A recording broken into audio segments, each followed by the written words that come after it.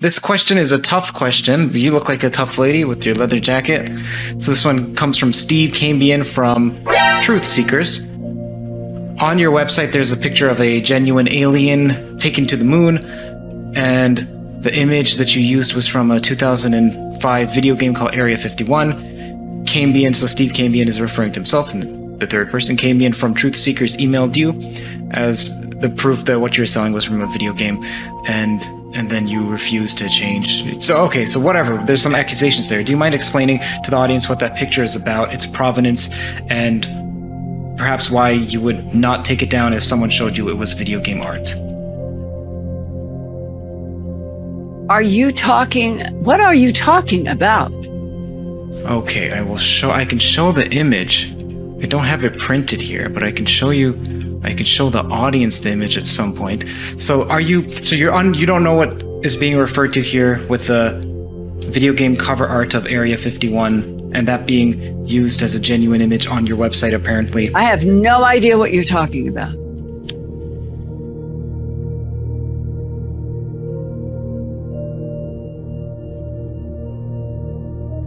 Kurt, I don't know why you are reducing the interview to this kind of petty stuff at the end. I really don't.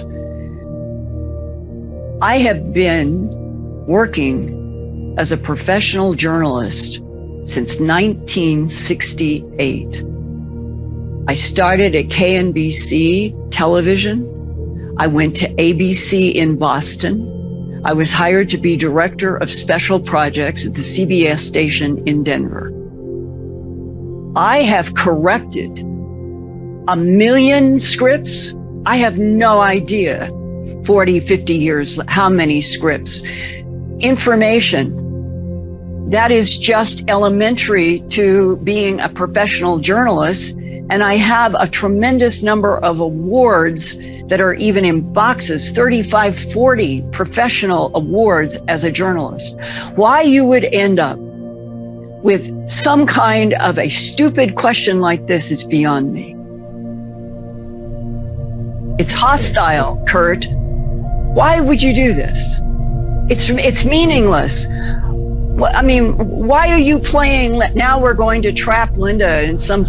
This is ridiculous. I'm asking some of the most upvoted questions. So there's the sentiment in the community that you're a great investigative reporter, especially your early work, and that toward the end of the career, perhaps not as much due diligence in vetting sources. This is just a perception. So that's why people are upvoting it. By whom? That's not my relationship with the world. I'm just telling you, this is what many people have upvoted, so I'm asking the questions that people are interested in knowing the answer to. You're accusing me of being some gullible 2-year-old, and I have just celebrated my 80th revolution around the sun. I have produced literally a few thousand reports at earthfiles.com, many, many, many documentaries for television broadcast. There is something about this, Kurt, that just feels so unprofessional, so unfair. I am doing hard investigation every day and every week of my life on a variety of topics.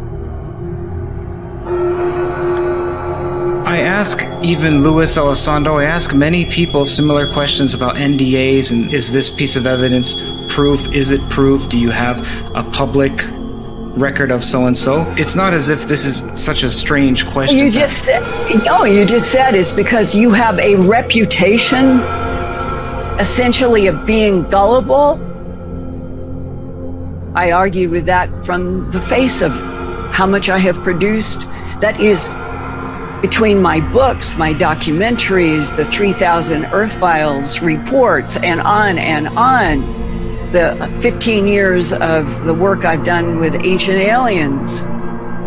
It's the opposite. I'm come to all the time because people say you do the best, most credible journalism in the field. That's what I hear. Okay, well, I'm glad that you hear that. It's great. It's great to hear that. I hope I'm not trying to be accusatory. I'm simply trying to ask the questions that many people are wondering, and that for whatever reason other people aren't asking. So please, I don't mean to offend you. Many people are asking what? Okay, so I'm just... Every time I read you a question, it's either taken from Twitter or the live chat or from Reddit or from some other places where there are likes and upvotes and people's comments on comments. And so I'm looking at, okay, what are the questions that people want to know the answer to most? And I'm simply asking them.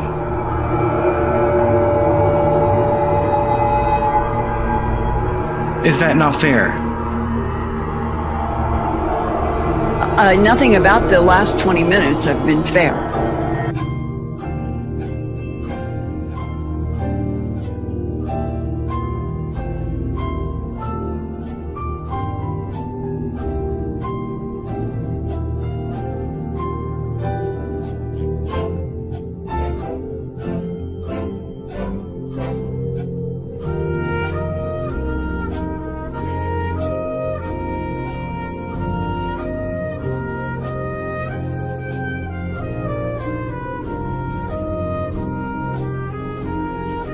Well,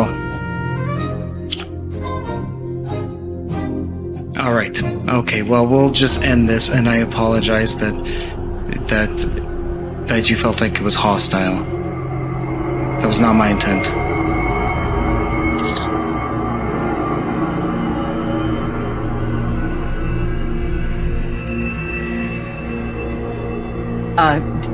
It has this out.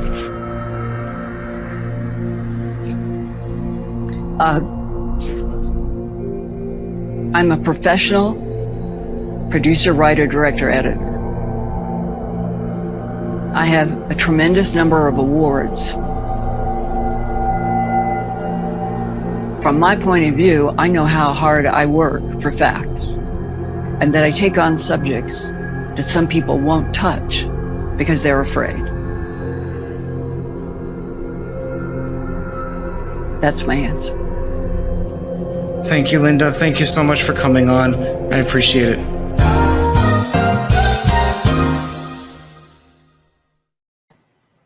Greetings and salutations, friends, and welcome back. Boy, it's the start of the week, and I know that a lot of people wanted to hear from me on this this thing that happened. And so tonight I'm going to try to give a breakdown and some explanation and backstory of what may have caused some of this.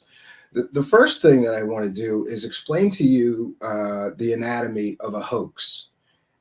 In order to perpetrate a hoax, and especially sell it to believers and make a lot of money, there's certain steps. And Linda Moulton Howe's story with this fake video game cover as her only evidence. By the way, it's very important that we break down that the story that she was selling, she claimed came from a super secret astronaut. But when you check with NASA, he was never an astronaut. Somehow she explains that part away. Well, he was a secret astronaut, so they're not going to tell you. And what was his only evidence? The only evidence that this man gave Linda Moulton Howe that he was a secret astronaut, went on secret Apollo missions that, by the way, don't exist. He claimed to be on Apollo missions after the Apollo program ended. Oh, but it was the secret Apollo program. Okay. And what was his only evidence? The only evidence that he had to back up his story was this video game cover. So she took a 2005 video game image and said that it was a picture that her secret astronaut took on the moon. Now, I recognized the picture right away. And also, for the record, it's important to note that I scoured the internet. I scoured everywhere I could. I even talked to people at Midway, the company that produced that game, Area 51. By the way, I talked to the artist who actually drew that image, and he had quite a chuckle when I sent him the links and showed him that somebody was selling his picture behind their paywall as a genuine gray alien photo taken on the moon. But let's get back to the anatomy of a hoax. Now, step one is to put out a fake story with manufactured, fake, or just terrible evidence, right? Step two is collect all the money that you can. It's important to note that she would tease this story on her YouTube channel and then direct people to pay the $55 or whatever it is to sign up for her website for the year so that you too can read the whole story, so that you too can see those high resolution images of a, first she wrote on her website, quote, genuine gray alien photo taken on the moon. The day after I first contacted her, shortly after she ran with this fake story, with the proof, including quotes from the man who drew the image for the video game company and pictures from the video game company and the photo, the cover, the day after, I alerted her that this was a fake picture and likely the whole story was fake. She changed the wording on her website from genuine photo of gray alien taken on the moon to alleged, quote, alleged gray alien photo taken on the moon, as if changing it from genuine to alleged somehow absolves her from any responsibility for ripping all those people off who paid good hard-earned money to sign up for her website to read this fake story and see these fake images that actually came from a video game company. I want to thank Patrick Sheehan for a kind and generous $9.99 super chat. Thank you very much, Patrick. Continuing supporter of the show for your kindness, your generosity, and your support. Patrick writes, Linda has sleepwalked through her job the last several decades. Yeah, we'll get to that, Patrick. Thank you for your kindness, your generosity, and your support. All you people, if you're feeling generous, this is a viewer-supported show, and we read each and every single super chat that we get. So back to the anatomy of a hoax.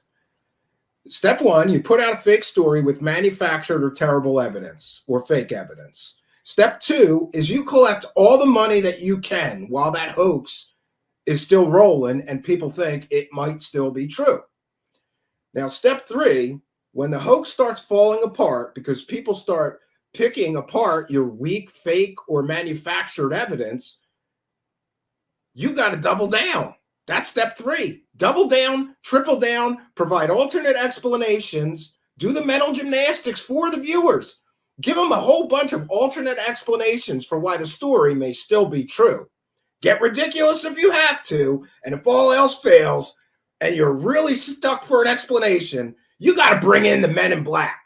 And you got to say that those government alphabet soup agencies, the CIA, the DIA, the NSA, the men in black, they planted evidence to discredit the story because it's true.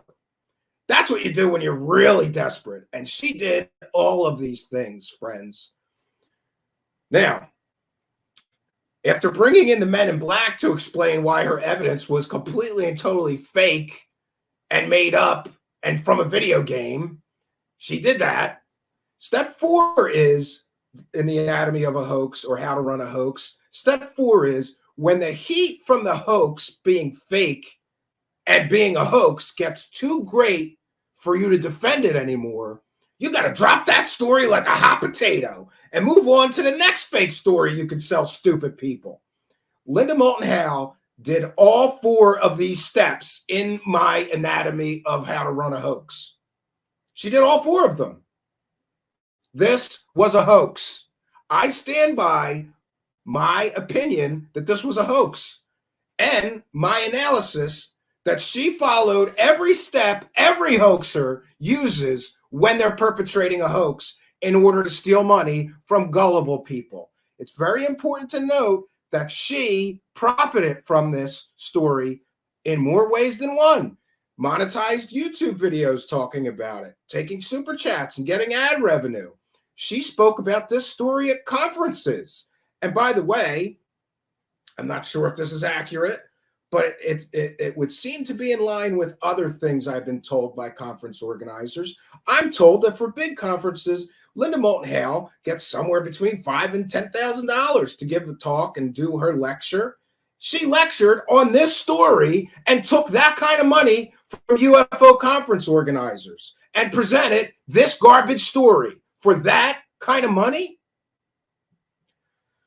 Now, I'm going to get to some of our proof here, because it's not just this story. So please have patience and bear with me.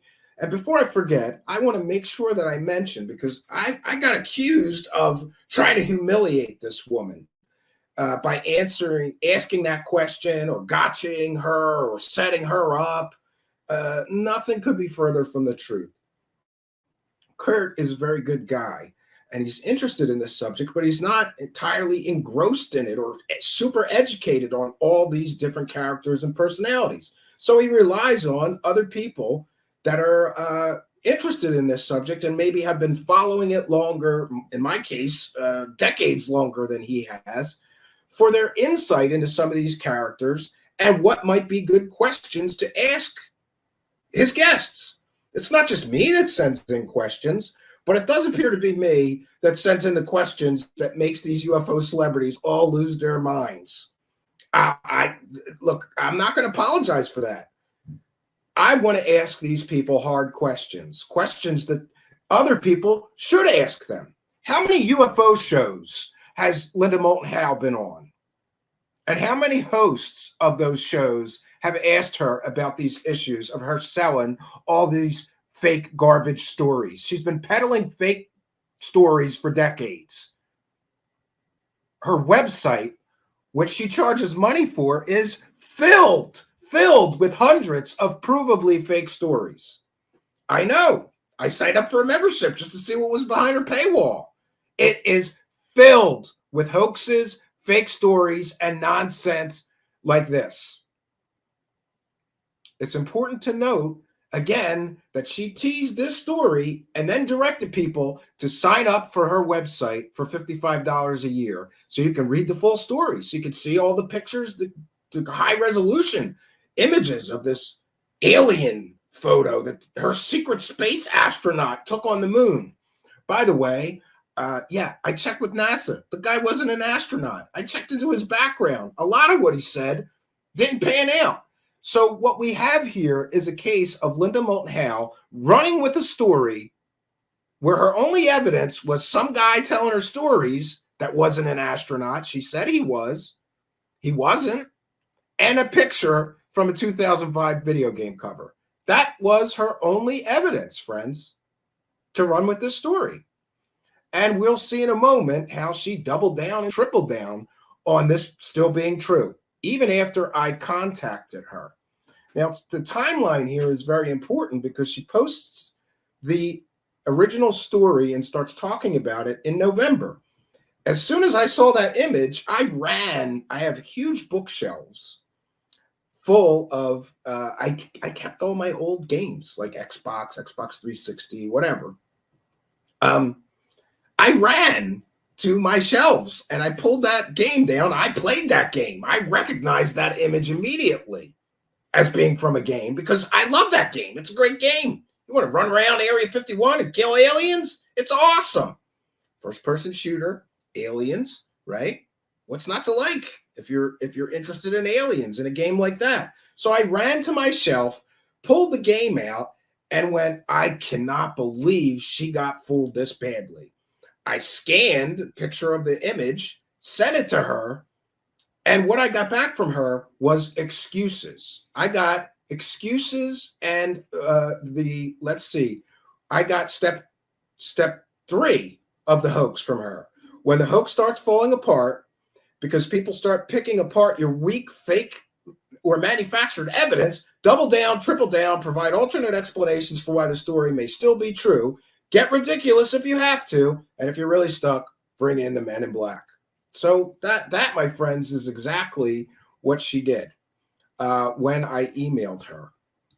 Just pardon me because I'm trying to queue up here. I'm going to share my screen. And again, it's not my usual policy to share emails, but this is an email to me It's my email. She emailed me. This is one of the emails. I'm not going to share them all. I'm not going to share them all, but I think it's important that we see that. So I email her. This is a later email. I emailed her first in November. She gave me a bunch of excuses. And then I emailed her again in December. She says, in my Earth Files report and broadcast media, I have acknowledged the contradictory chain of custody question. John Harold Levine insists that he took this photo with a Hasselblad photo during Apollo 17. There was no Apollo 17 in 1972, and that NASA image was held, and that the image was held by NASA. Then she suggests, was the 2005 video game image source that same 1972 photo by Levine? There's no evidence that that image existed before 2005. I went to the ends of the earth trying to see if that image came from somewhere else. It was nowhere else before 2005. It was drawn by a digital artist specifically for that game. So in one of my emails, we had this big email chain back and forth. I couldn't believe that she wouldn't just take this story down. In this email, she suggests that somehow the video game company got a hold of that genuine gray alien photo taken on the moon by her super secret astronaut source that wasn't an astronaut. Yeah. So, but this is what I got from her. Now, there was a later email which I sent her, and we'll get to that in a while. And here, I couldn't find a screenshot of when she said it was a genuine, real Apollo 17 photo of gray alien up close. She first posted this and used the word "see genuine," not alleged, but genuine, real Apollo 17 photo of gray alien up close. And again, this was behind the paywall. She says, these Earth Files reports contain animal mutilation images and documents which are accessible only by subscription. Paying subscriptions automatically means the users grant permission to see photographs of worldwide mutilated animals and other related evidence. Then she gives her disclaimer, which she somehow suggests, allows her to just sell fake things. Real X-Files do not always have hard proof, but the firsthand testimonies are presented as valuable to consider in the challenge of determining facts and truth in subjects that American and other governments have hidden behind policies of lies and denials in their interest of national security. Again, she puts this completely fake, made-up story with a fake astronaut and a picture of a video game. That's her evidence, a fake astronaut telling stories, which, by the way, nobody else gets to talk to, right? Nobody else can talk to that source except for her.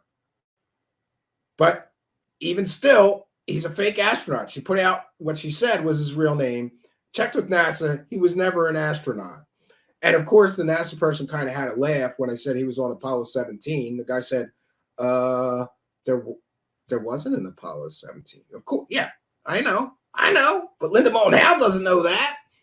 And the people stupid enough to believe her fairy tale stories don't know that. So again, she puts this story where the only evidence is her super secret fake astronaut telling fairy tales and a cover of a video game. And she puts it behind a paywall. And you have to pay to read this story and see more. And pay to see the, now she changed it after I emailed her, to alleged real Apollo 17 photo of gray alien up close. And by the way, later, people were like, after this thing with Kurt's show blew up, people said, oh, well, she printed a retraction later. And we'll get to that. It's important to note also that UFO Watchdog has been following her and detailing much of her fake evidence and fake stories for much, much longer than me. UFO Watchdog contributed on Twitter saying, a cattle mutilation case I investigated involved a rancher seeing lights over a mountain range. The lights were from small planes over a privately owned airport. Linda Moulton Howe never corrected her reporting in spite of me telling her this. So this is nothing new. And there are various reports. I have another report of a story Linda Moulton Howe was running about crop circles, claiming that aliens in the middle of the night made these crop circles and people saw the spaceships. In that case, it was math students who emailed her, and they even showed her pictures of them making the crop circle she was selling a story claiming aliens made. Did she retract that story? No, she did not. It's still behind her paywall. Her claiming that a crop circle was made by aliens, when in fact she was contacted by the two people who made that crop circle, who even sent her pictures of them making that crop circle. She did not retract that story. She did not give back any of the money she made selling that story, because this is what she does. She sells fake stories. I'm sorry if you're a fan, but that's what she does and has been doing. Now, I get it that a lot of people say, well, that first documentary she made, A Strange Harvest, right? That was good work. And, you know, it maybe it was good work. But given what we know about her vetting skills all these years later and all these examples that we could see that she doesn't vet anything, she just believes everyone, I call into question even that work. But remember, even if we're going to give her, okay, her first documentary, that was good work. That was 1980. So some people are saying, well, this is too harsh. She's an old woman. She's been doing this forever. She's a veteran. And she's okay. I get it. But you don't get a pass for selling fake stories for decades, right? Do you get a pass to sell fake stories and rip people off with fake evidence, selling fake stories for 40 years, 42 years, I guess, because you made one good piece of work? I don't understand people who are upset with me for asking a question, saying, well, she used to do good. Well, great, she used to. And you don't get a pass if you've been selling fake stories for 40 years. And friends, I could go on for 5 hours. We could go through her website and I could show you this is a hoax. This was proven fake. This is a hoax. This is proven fake. She just leaves it all up there for the gullible and the true believers who keep paying her to read her garbage. So let's get to some other stuff. So again, this is her telling people you got to pay to see this story that we now know is completely and totally fake. You got to pay. You got to pay to play. This, of course, is one of her posts. John Levine discovery: Apollo 17 lunar lander, gray alien moon buggy, and glowing Earth rise reflected in alien's large black eye. John Levine provided this photograph to Earth Files as his own discovery in the dark, shiny eye of the alien gray, being a reflection that shows NASA's Apollo 17 lander, an alien moon buggy behind the lander with the Earth-rise white glow that Levine and Sermon were watching when the alien moon buggy showed up. John Levine insists he took this photograph with a high-resolution Hasselblad camera mounted on the front of his NASA astronaut spacesuit from only 6 feet away. Wow, isn't that amazing that he took a picture of an alien on the moon and it somehow ended up being the exact same picture that was on a 2005 video game cover? But hey. And he was having telepathic communication with the gray alien on the moon when he took this picture. Sure. The disclosure revolution with Osvaldo Franco commented, and I have multiple reports of her selling this fake alien on the moon picture story at multiple events. He says, I was in an auditorium in Manhattan when she presented that crap. After Richard Dolan and Whitley Strieber spoke at an old Ellen White event downtown. It wasn't a very good presentation. Everything she presented was clear fake. Linda's always been hit and miss. Yeah. Now, here we see her own comment on a video from December 5th, 2005. And we're going to play a portion of that. We're going to cite fair use and show you her doubling down and still claiming against all hope that this story could still be true. Here she says, the number one comment we received about the photo is that the gray is from a video game cover. And by the way, I believe that to the best of my knowledge, I was the first person to release that this was a video game cover, both to her and publicly. But maybe some others did. I don't want to misspeak or take more credit than due. But I believe for sure I was the first to email her right after she came out with this story in late November 2018. So she says, the number one comment we received about the photo is that the gray is from a video game cover. I will say that this is standard operating procedure for disinformation from the government. They will release something online in order to discredit the photo. You can see the photos on my Earth Files website or free here on my Twitter account. Thank you, Linda. And she started putting the photo on Twitter for free after people started criticizing her for keeping it behind a paywall, knowing that it was fake. So, here we see her, even after she's given all the evidence and proof. This is well after I sent her the picture. She even commented to me in an email reply that multiple people after me began sending her pictures of that video game cover. Even after that, she's doing, what did I say? The anatomy of a hoax. Step 3, when the hoax starts falling apart because people start picking apart your weak, fake, or manufactured evidence, you have to double down, triple down, and provide alternate explanations for why your story may still be true. Get ridiculous if you have to, and if you're really stuck, bring in the men in black to explain why your evidence is so terrible and fake. Blame the men in black when all else fails. Here's what she's doing exactly in line with my previously published anatomy of a hoax. Great. And now we've also, the other thing is that people believe that maybe I was too harsh on her. And, some people get things wrong. And yeah, I will agree that sometimes people get things wrong and they should be forgiven. I believe in a road to redemption for all people. But when you're confronted with the overwhelming proof and evidence, when you're confronted with absolutely overwhelming proof and evidence that your story is fake, and you don't immediately apologize and take it down or retract it or whatever, and instead double and triple down, that's the anatomy of a hoax. And then in that clip where she's asked this question, she doubles and triples down on what a credible journalist she is. And I just want to say that credible journalists do not use video game covers for evidence of alien pictures taken on the moon. That's not something a credible journalist does.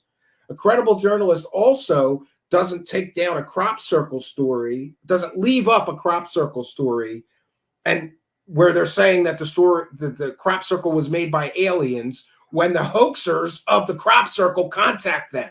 They take it down, they apologize, and they say, sorry, I got it wrong. That crop circle was not made by aliens. It was made by these 2 college students who are advanced math students, and they wanted to impress their teacher, their college professor. So they made a very advanced sort of math puzzle in a crop circle. Credible journalists don't leave fake stories up. They retract them. They apologize. They explain what happened. Credible journalists check their sources are genuine and real and tell the truth before they run with a story. A credible journalist, when given the story of this fake secret astronaut, would have simply called NASA and checked with NASA and said, excuse me, was this man an astronaut? And if he wasn't, it's not a story. But that didn't stop Linda from running with this fake astronaut and his fake picture of an alien that he lifted from a video game. And to be clear, and even to be fair, I'm not saying that she manufactured the evidence. I'm saying she didn't even bother to check. A Google reverse image search takes 3 seconds.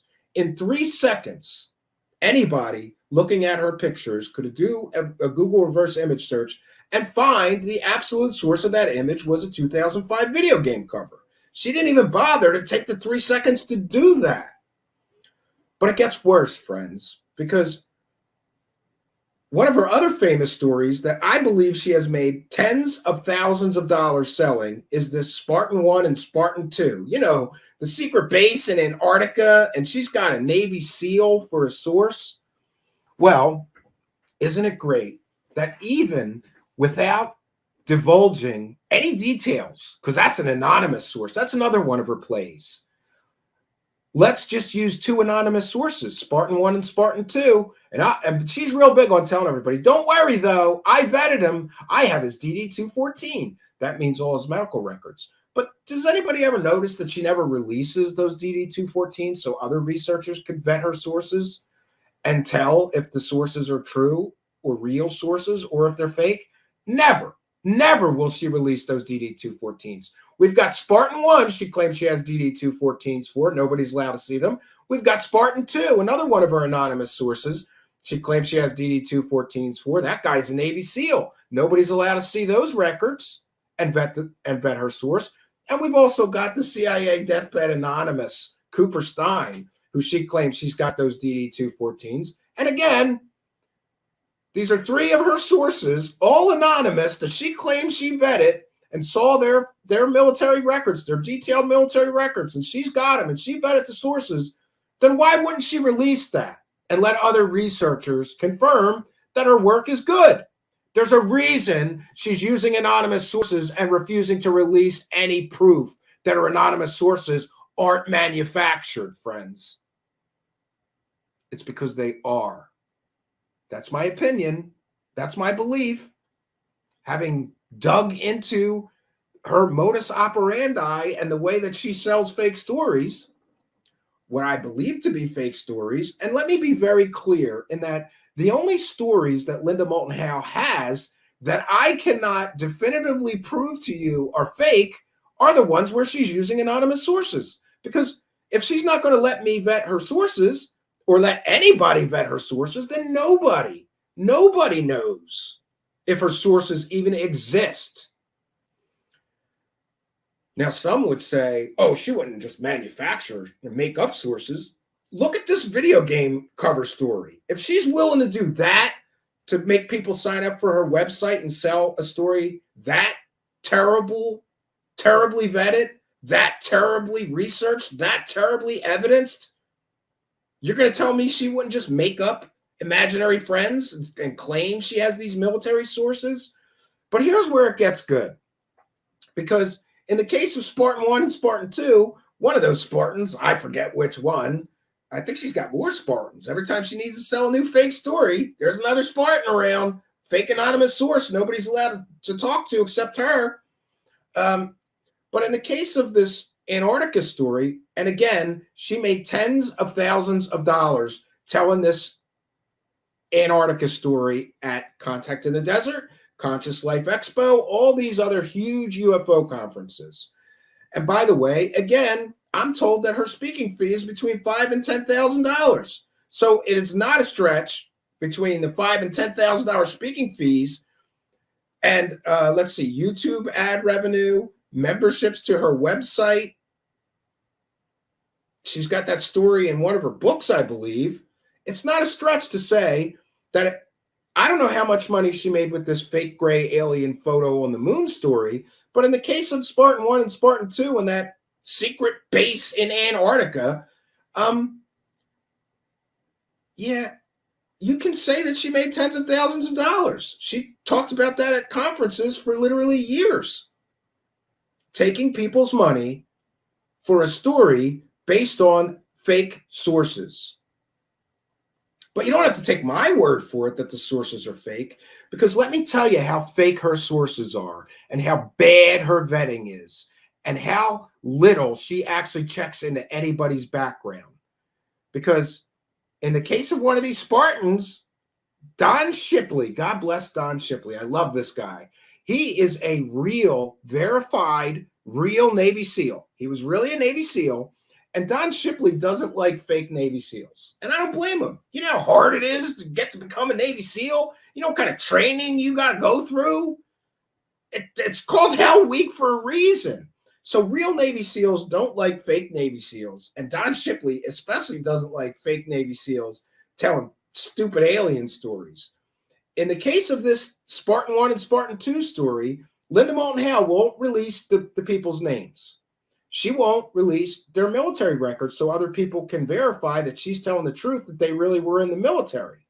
She won't even release the names of the people that she's claiming or telling her these fantastical stories. Only she's allowed to know that information. Isn't that convenient? But it gets better, because in the case of this Spartan thing, Don Shipley heard her telling this story on Ancient Aliens.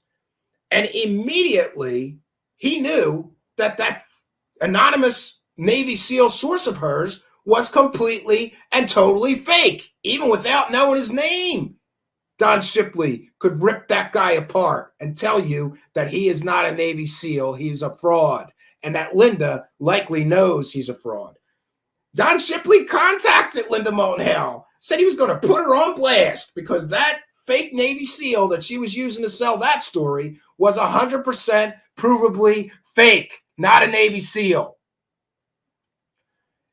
If Linda wanted to actually do her due diligence, she could have taken this man's supposed military records, which she claims she has, and his name, and taken it over to somebody like Don Shipley, who is a real Navy SEAL and an expert on all things Navy, and especially on being a Navy SEAL, how that works, what they speak like, what they talk like, what kind of missions they actually do. According to Don Shipley, there's no way on God's green earth that they would send a SEAL to do this thing that she talked about in her fake Spartan 1 and Spartan 2 story. Don Shipley knew, after hearing her tell this story with her fake source, that the source was fake. He wasn't a Navy SEAL. And I challenge Linda, release the guy's name. And how about me and you and Don Shipley have a conference call together? I won't even release the name. Neither will Don Shipley. He'll agree to not release the guy's name, your source that you say is real and a real Navy SEAL telling you these alien stories. So let's do a conference call with me, you, Linda Moulton Howe, and Don Shipley.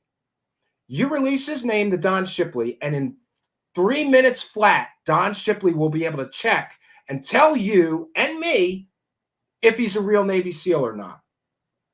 If you're selling a true story, why would you not do that? Why would you not avail yourself of one of the world's leading experts in what it is to be a Navy SEAL and who's a real Navy SEAL and who's a fake fraud? He's offered. Why would you not allow one of the world's leading experts to help you vet that source so that you're not selling yet another fake story with yet another fake anonymous source?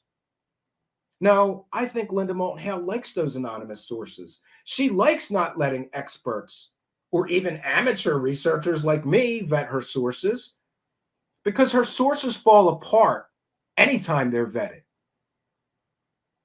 Like Dan Burris, she pushed that pile of garbage for a long time, and we'll get into that. That was another one of the fake stories that she pushed. So Don Shipley says that her Navy SEAL source is 100% fake. But don't take my word for it. Again, Don Shipley is a real, verifiable Navy SEAL. And he's considered one of the United States' leading experts on the phenomenon of stolen valor. That is, people pretending to be military officers that aren't or weren't. And people pretending to be Navy SEALs when they're not. Because you see, a real Navy SEAL knows ranks and how missions work, what kind of missions a SEAL would actually be given or not. A real Navy SEAL can spot a fraud a mile away. And Don Shipley did that. So like I said, you don't have to take my word for it. Let's hear one of the United States' greatest experts on stolen valor, being a real Navy SEAL or a fake one. He's one of the experts. Let's hear his expert analysis on Linda Moulton Howe's fake Navy SEAL source. And I just want to say, I love Don Shipley, and I apologize for this. We ran this. I've been running around trying to get this broadcast together all day. He curses like a sailor in this, but he is a sailor, so you're just going to have to forgive him. He's kind of rough, gruff. He's a former Navy SEAL. He curses a lot. So if you're offended by that, or if you have children listening, fair warning. And let's hear what the expert has to say. Let's hear what a real Navy SEAL that we can verify was a real Navy SEAL has to say about Linda Moulton Howe's Navy SEAL anonymous source. Again, even with the guy being anonymous, this man, a real Navy SEAL, could pick the guy's story apart and tell you why he's not a real Navy SEAL. Let's get into it, friends. Here's Don Shipley, real Navy SEAL and expert on stolen valor in the United States and stolen valor watchdog, recognized the world over as a stolen valor watchdog. This man has dedicated his life to busting people who pretend to be Navy SEALs or other military officers. Linda Moulton Howe could have availed herself of his expertise while she was selling that story. She did not do so. Let's hear what he has to say. Let me tell you about the Ancient Alien dude. The show you watch, Ancient Aliens? Well, I watch it sometimes. It's interesting, but he's talking about this fucking bugwit on there, and I wrote that woman.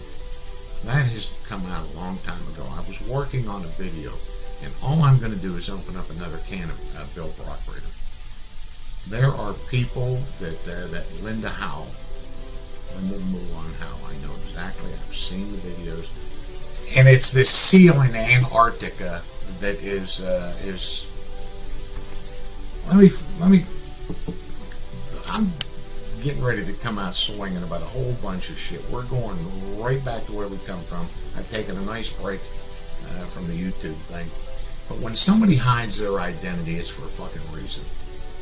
It is for an absolute reason, and whatever you're going to say is so fucked up that the guys that know you are going to fucking turn on you, but not in that guy's case. This is the Navy SEAL in Antarctica that says he took a fucking submarine, he got on an aircraft carrier, it was an aircraft carrier, or something about a submarine, to the Antarctic so that he could go extract a scientist. And if you search that, SEAL Antarctica, you'll see that. The first words out of this fucking guy's mouth to her, where they blacked out his face, was his rank. And he said he was a first lieutenant and nervous at the cameras. Bullshit. You are sitting in a room with that woman. You're not nervous. And, this isn't the CBS Spotlight Inside Edition studio thing or being live on air. You're sitting right in front of that mature woman. I don't want to say much more about that. You're not nervous in front. You lied. You fucked it up. And it's all bullshit from there. And there's everybody, they all thrive off of this SEAL thing. If they can put that SEAL thing on, why would they send a fucking aircraft carrier to Antarctica with a SEAL who takes a helicopter to go in and extract a scientist with all this alien stuff that he's discovered? Why would they do it? They didn't have anybody else on that carrier qualified to get out of a helicopter and go, hey, come here, you get in. They didn't send a SEAL? No. But they used that for the ratings. However, he just sounds dumb from the fucking minute he starts opening his mouth till the end of the video. Let's just scroll down. Let's see. Mick said, let's just scroll down there a little bit. That's why I busted out laughing. What's that? Claims he went miles underground, and it's just so stupid that the fight is not worth it when you're dealing with these conspiracy theorists. And watching the videos, there's enough guys calling bullshit, and she knows, because I told her I was going to put the blast on her, Linda. She never replied back. But the hard part of that, as well as Carrie Cassidy with Bill Brockbrader, is that Linda is in on the whole thing. The whole thing is just this bullshit to get people to watch. She knows he's a fake. And she set it up, and she doesn't care. And she is the nicest, sweetest looking lady on there. Hi, buddy. Hi, good boy. Hi, good boy. I know. And she's a fucking liar. They all are. And it's just to sell the ratings. So they find some fucking hillbilly at a fucking gas station in Tennessee who calls himself Spartan 1 and some fucking idiot Marine, and they get on there and they start telling this bullshit about aircraft carriers taking them just to get this scientist who's in this alien facility. You can find it on YouTube. Somebody put it up there. I think it's Moulton Howe, Navy SEAL or Spartan 1. And as soon as that fucking guy opens his mouth, you know it's bullshit. No officer in the Navy is ever going to goon up that they were a first lieutenant. First lieutenants are in the Marine Corps and the Army. They're not in the fucking Navy. And no one would say that. First lieutenant is a title in the Navy. And that goes way back to the old British days. He's the first lieutenant. He's the most senior lieutenant on a ship. And they only do that on ships. We don't have that in the SEAL teams.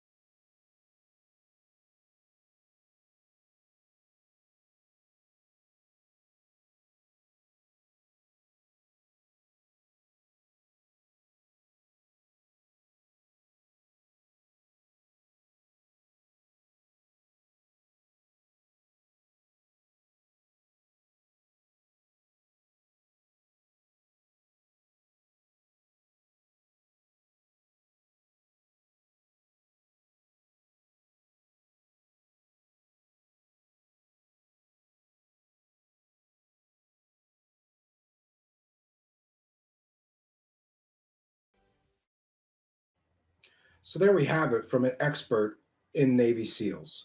First of all, the rank that this so-called anonymous source gave Linda Moulton Howe doesn't exist in the Navy SEALs. There is no such thing as a Navy SEAL with that rank. And I don't know how many military officers, real ones, you know, but they don't often get their ranks wrong, right? So somebody tells Linda Moulton Howe they were a first lieutenant in a Navy when they were a Navy SEAL. She could have reached out to anybody in the Navy and found out that that's not a Navy rank, especially not a Navy rank in the SEALs. There's no such thing as a first lieutenant that's a Navy SEAL. Don Shipley is an expert on these matters. I trust his judgment, being a real Navy SEAL, to tell us that this source of hers is completely and totally fake. And you notice that Don Shipley said that he contacted her and told her this source was fake. Why would a credible journalist, she claims to be a credible journalist, why would a credible journalist running a story with a fake Navy SEAL giving a fake rank that isn't even a part of the Navy, why would she not tell her audience, a Navy SEAL expert, a former Navy SEAL, an expert on stolen valor from the United States in the form of Don Shipley, contacted me and said that my Navy SEAL gave me a rank that doesn't exist in the Navy. Did she ever do that? Did she print that retraction?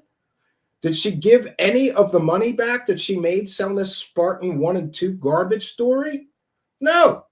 She just ignored a world-renowned expert on Navy SEALs who said that that source of hers was completely fake and made up. But it gets worse because it's not just these two stories, the Spartan story from Antarctica with the fake Navy SEAL source, again, anonymous. And isn't it great that still, even with an anonymous source and no information, Don Shipley was able to determine very quickly that that man couldn't be a Navy SEAL because that rank is not a Navy SEAL rank. It's not even a Navy rank. Even with an anonymous source, just listening to the guy speak, he knew immediately he was not a real Navy SEAL. And I trust that man's judgment. He's an expert on these things. But it gets worse. It always gets worse with her. I want to thank Moonlick with a kind and generous $5.55 super chat saying, Stephen, should the UFO community ask her for the keys to the car, or should we elect representatives to run her business? I don't know what to do here. This is a strange situation. But thank you for your kindness, your generosity, and your support of the show. We read every single super chat here, and we appreciate all of the support. This is a viewer-supported show. If you want to continue to support us, please do send some super chats, or you can send a PayPal donation. The link to do that is in the description. We read everybody's donation and thank everyone for their kindness and help with the show. Thank you, Moonlick, continuing supporter of the show, for your kindness, your generosity, and your support. Much, much appreciated. Very generous of you. All right, so moving on, back to the alien on the moon story. It's important that we recognize the timeline, because I sent her the proof that image was fake around the end of November, when she first started pitching and selling that story and advising people to sign up and get behind her paywall so that they could see the picture. I knew immediately it was fake. I emailed her all the proof, and we saw with one of the emails she sends back to me, making excuses and doubling down. Again, the anatomy of a hoax. Step 3, when the hoax starts falling apart because people start picking apart your weak, fake, or manufactured evidence, you have to double down, triple down, and provide alternate explanations for why the story may still be true. Get ridiculous if you have to, and if you're really stuck, bring in the Men in Black to explain why your evidence is terrible and fake. And that's exactly what she did. We're going to cite fair use. Once again, this is a transformative work. We're educating the public. We are educating the public. We'll be discussing and critiquing the video that we are sharing. And this is, of course, allowable under law, under fair use. So we're going to cite fair use as we share a portion of her December 5th, 2018 live broadcast, in which she doubles down, claiming that the Men in Black must have gotten involved and leaked that picture to the video game to discredit her because the story's still true. No, it's not, Linda. And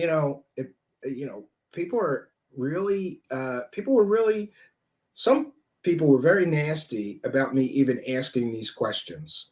And I'm sorry, I'm not sorry. If you're selling people a fake story with a video game cover as your only evidence and you get caught, you should apologize. And again, this is not the only story. We've seen this Spartan 1 and Spartan 2 where she's using fake sources. We've seen this Gray Alien where she's using a video game cover to sell a story. And we're going to show you more fake stories of hers. But first, let's hear her doing step 3 of how to perpetrate a hoax, double and triple down, and bring in the Men in Black to explain to people why the story may still be true. Let's get into it, friends.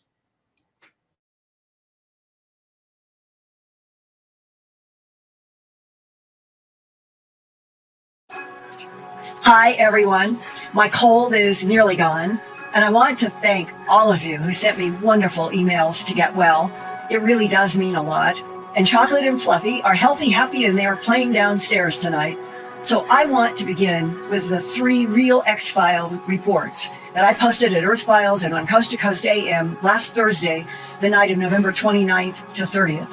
And there are 3 titles at my website, my news website, earthfiles.com, that I hope if you haven't read them, that all of you in my Earth Files YouTube channel audience will eventually, maybe tonight after this broadcast, go to Earth Files and go to these real X-Files. Part 1 is, did a secret Apollo 17 astronaut photograph a gray non-human on the moon? And this goes with a photograph that he provided me that is very high resolution of some kind of a gray being that allegedly was on the moon during Apollo 17. It is so high res that you can even see minute little tiny hairs in the gray skin of this being. Part 2, secret astronaut reports that both Apollo 18 and 19 failed. No astronauts returned from either mission. But he says the Apollo 20 secret mission was astounding. Part 3. Secret Apollo 20 astronaut investigated ancient 3-mile-long UFO on the moon. The subject of these 3 real X-Files is he calls himself the once secret astronaut, and has given me permission to use his full name. John, spelled Jon, middle name Harold, Harold, and the last name is Lavine, Lavine. He is now 71 years old. He says he worked for the CIA and the NSA in the 1970s, and says that he was secretly behind the scenes in NASA's Apollo 17, which is officially the last NASA mission, Apollo mission, and on 18 and 20, and knows about what happened on 19 as well. In my Earth Files reports, you can see John Levine's U.S. Air Force and Navy DD-214s. There are 3 of them. And several other documents related to his military and aviation work. He is a pilot, has flown all kinds of aviation. I placed the 3 real X-Files in that particular section at Earth Files, where for the past 20 years, since I began creating and producing EarthFiles.com at the end of 1998, I have always defined the Real X-Files section this way, and I have this quote up at the Real X-Files section at the top inside of my Earth Files news website. Quote, Real X-Files do not always have hard proof, but the first-hand testimonies are presented as valuable to consider in the challenge of determining facts and truth in subjects that American and other governments have hidden behind policies of lies and denials in the interests of national security since at least World War II, close quote. Since posting and broadcasting these 3 reports about secret CIA, NSA, NRO astronaut John Levine, I have received hundreds of emails, including some from retired and current military people who know some facts about the behind-the-scenes evolution of NASA. And I've even received some congratulations for interviewing John Levine for 7 hours, as I described, and producing 3 half-hour interviews from the 7 hours for Coast and Earth Files. Other people are critical. They insist that Apollo 18, 19, and 20 never happened. They are just hoaxes by Hollywood and video game producers. But Hollywood and video game similarities did not exist in the mid-1970s. The much later similarities were no doubt planted deliberately by the CIA in order to convince the public that any leaks about Apollo missions 18, 19, and 20 would be dismissed as hoaxes. I ran into exactly that problem in the 2007 to 2008 time period when I was receiving photographs, receiving illustrations, interviewing people all over the United States about seeing the Dragonfly drones in the sky and being constantly being told that it was some sort of a video game animation. And eventually we were able to prove that was not true either. There seems to be a much more complex and darker truth of a secret space program with at least 1 secret astronaut. For those of you who missed my recent Coast broadcast, I am going to begin with what I said last Thursday. And then I'm going to share with you some of the most repeated questions from audiences and the answers and comments to those questions from a researcher who has been helping me with the history of NASA and things like the Saturn V rockets, and John Levine himself. And the question that was raised by reporters was that Putin is now talking about putting some kind of a base or an orbiter. So it's as if the geopolitical territorial conflict of our surface Earth is now beginning to get translated to the moon, where we have apparently, in 1972, been warned by a particular type of gray, the one in the photograph, we don't want you here, don't come back. That sets up the other context for Apollos 18, 19, and 20. What did we, NASA, CIA, what did we think we could accomplish going back to the moon if we had been warned away? And that 18 and 19 were complete failed missions. The astronauts never returned to Earth, but John Levine has a personal experience on 18. And then Apollo 20, which is complex and extraordinary, and it's easier to read all about it and look at those photographs at earthfiles.com. So I hope that helps, Lori. All right. right? All right. Where is the actual alien photo? The one on the Twitter page is the cover illustration from the PC game. So I know you addressed that Right. earlier. Yeah. So you can talk about it. All of this stuff. This is government 101 counterintelligence. Take something that's really sensitive, get it out into the public in a book, in a movie, in a television, in a video box, and then say, no, this is where it came from. John Levine said he would love to be able to get his hands on the original Hasselblad negative that he had, but he says he and other astronauts aren't allowed to have anything, keep anything. And I know that was exactly the case with Pete McDaniel.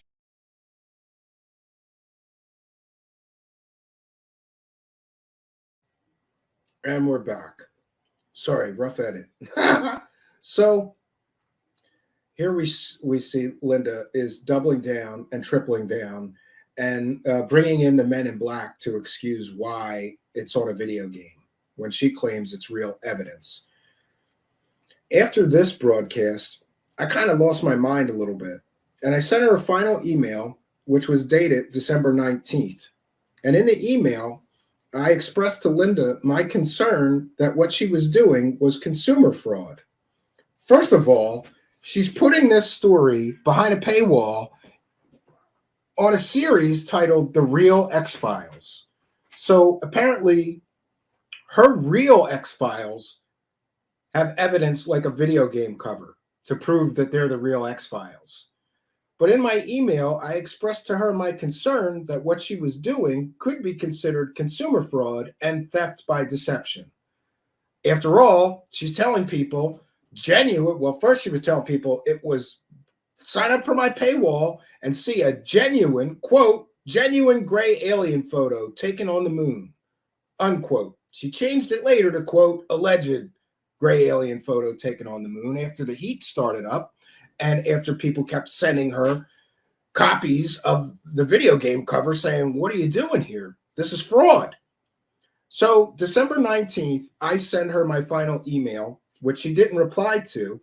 But in it, and let me be very clear, it was not a threat. It was more of an observation and a concern for her. I expressed my belief that what she was doing could be considered consumer fraud and theft by deception. After all, you're saying it's a picture of a real alien. You're putting it in your real X-Files series. You're putting it behind a paywall, telling people it's a real picture of an alien. And we can clearly show that it's from a video game cover. I thought that would be considered consumer fraud by maybe an outside agency looking into this situation. That was December 19th that I sent her that email. And now we're going to show you what happens, and we'll move on down the scale of how to perpetrate a hoax. So I'm going to cite fair use. This is from her public website, however. And note the date. Remember, I emailed her December 19th telling her that I believe what she was doing was consumer fraud and could be considered theft by deception, which is a felony. December 20th, 2018, editor's note from Earth Files reporter and editor Linda Moulton Howe. I am preparing a fact-check update for Earth Files and my December 27th, 20 to 28th, 2018 Coast to Coast AM radio broadcast with the finding that the original November 29th, 2018 three-part tale by 71-year-old John Levine that begins below appears to be mostly dishonest for reasons unknown. In the face of contradictory facts, Levine keeps insisting his secret astronaut story is real, even though many of his assertions don't hold up credibly under research scrutiny that will be laid out in my upcoming fact-check update. And by the way, I don't know that she ever actually did the fact-checking update. It's another part of a hoax. Tell everybody that you're going to explain it all and then never do. I'm not saying she did in this case, but that's generally how hoaxes go. People say they're going to fact check and explain what happened and why the story falls apart, but they rarely do. She goes on to say, helping Earth Files investigations have been UK engineer, IT inventor, and analyst Winston Keach, retired Navy Captain Mark Wood. And again, if she has access to a retired Navy captain, couldn't that retired Navy captain have told her that a first lieutenant is not a rank of a Navy SEAL and that her Navy SEAL source is fake? I would think so, but she doesn't avail herself to those experts or an expert like Don Shipley. She just keeps going right on selling a story with a fake SEAL as an anonymous source. Retired Navy flight engineer Brian S. Here's another Navy guy that could tell her that Navy SEALs are not the rank of first lieutenant. Writer and researcher John Hankerin and UK Earth Files field reporter Ian Holling. Now, I'm not saying that she's being dishonest here, but I find it really funny that I email her my concerns and my belief that what she's doing is consumer fraud on December 19th. And on December 20th, suddenly she's bringing in all these experts to vet this guy's story. Why wouldn't she use those experts to vet the story before she sold it behind a paywall?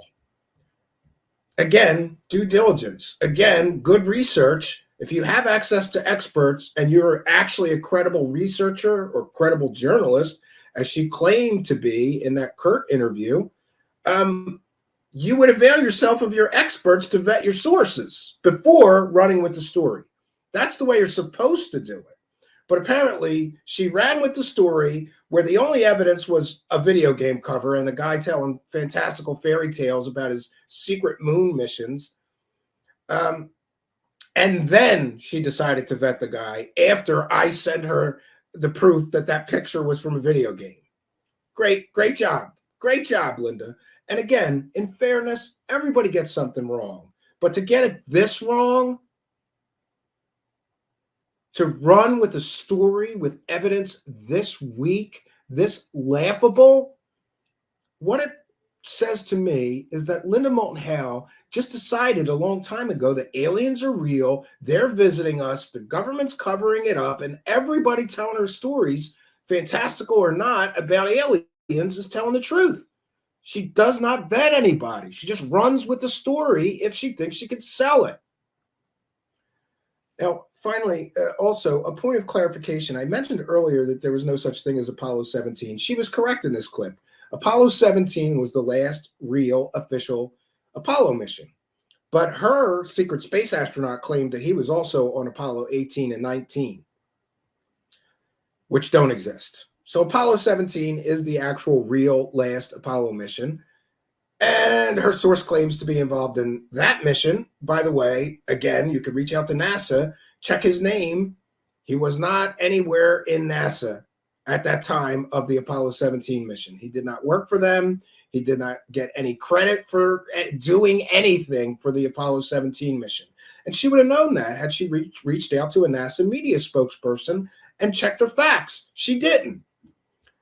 And certainly, of course, NASA denies that there's any Apollo 18, 19, or 20 missions, right?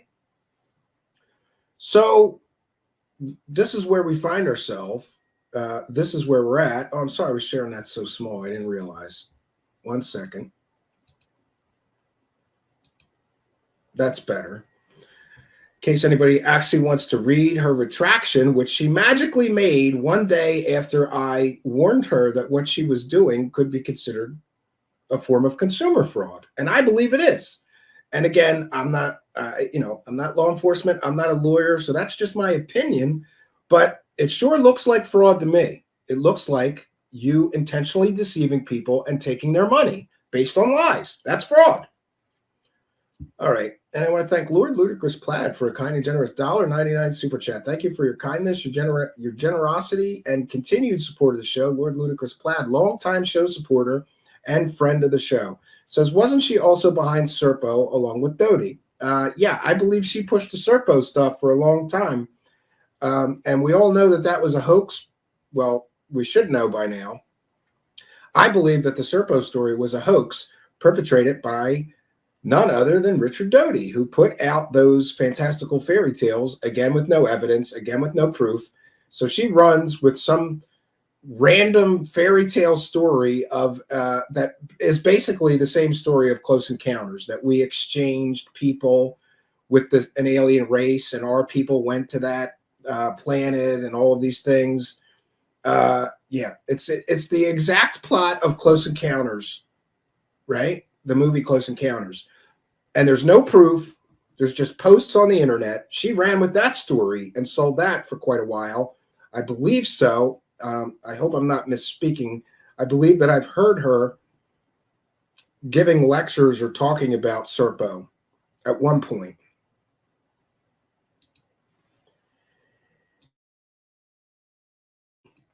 Okay. So thank you, Lord Ludicrous Plaid. Let me check in with the live chat real fast, see if we have any more super chats to shout out and thank. And thanks to all the people sending super chats. Thank you for your kindness, your generosity, and your support of the show. It really does help us to continue doing this good work. Somebody's got to fact check Linda Moulton Howe. She's not going to fact check herself, right?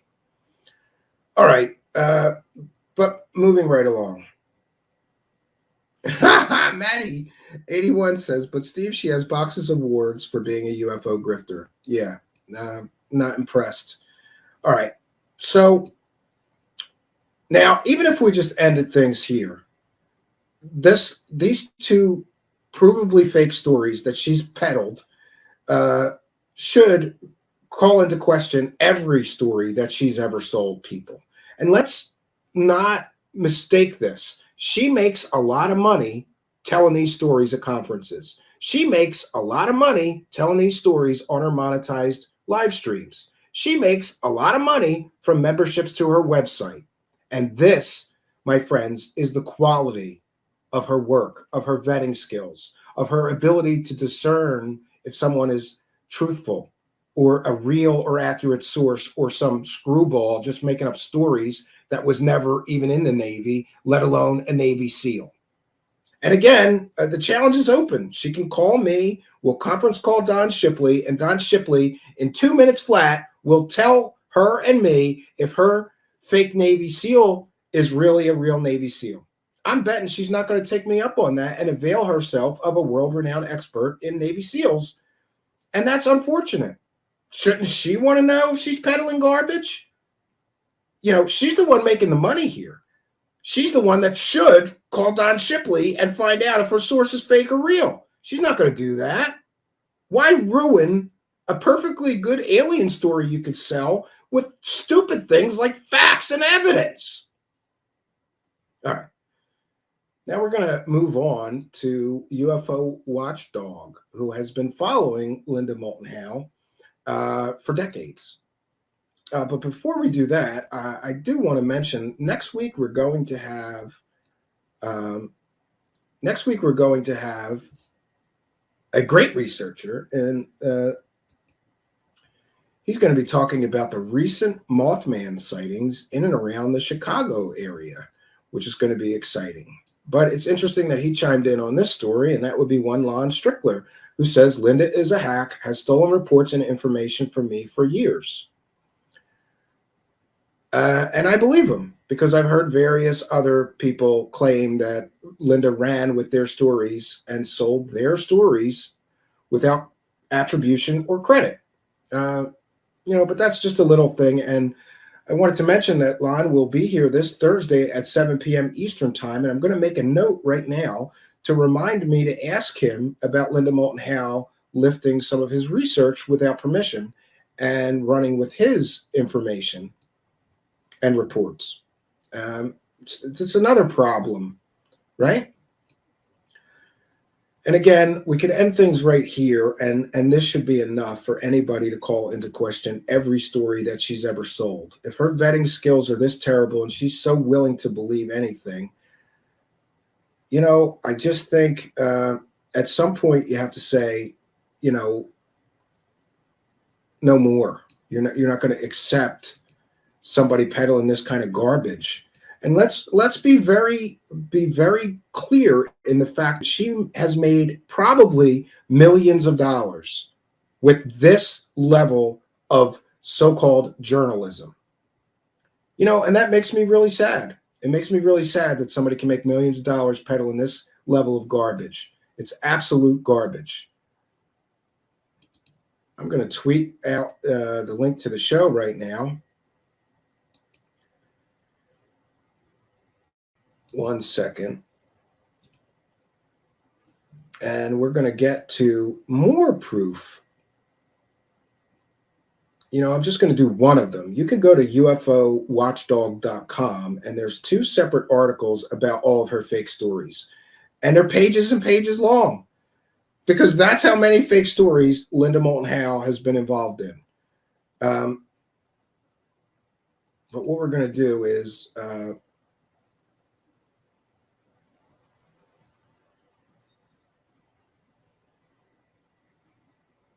one second, friends.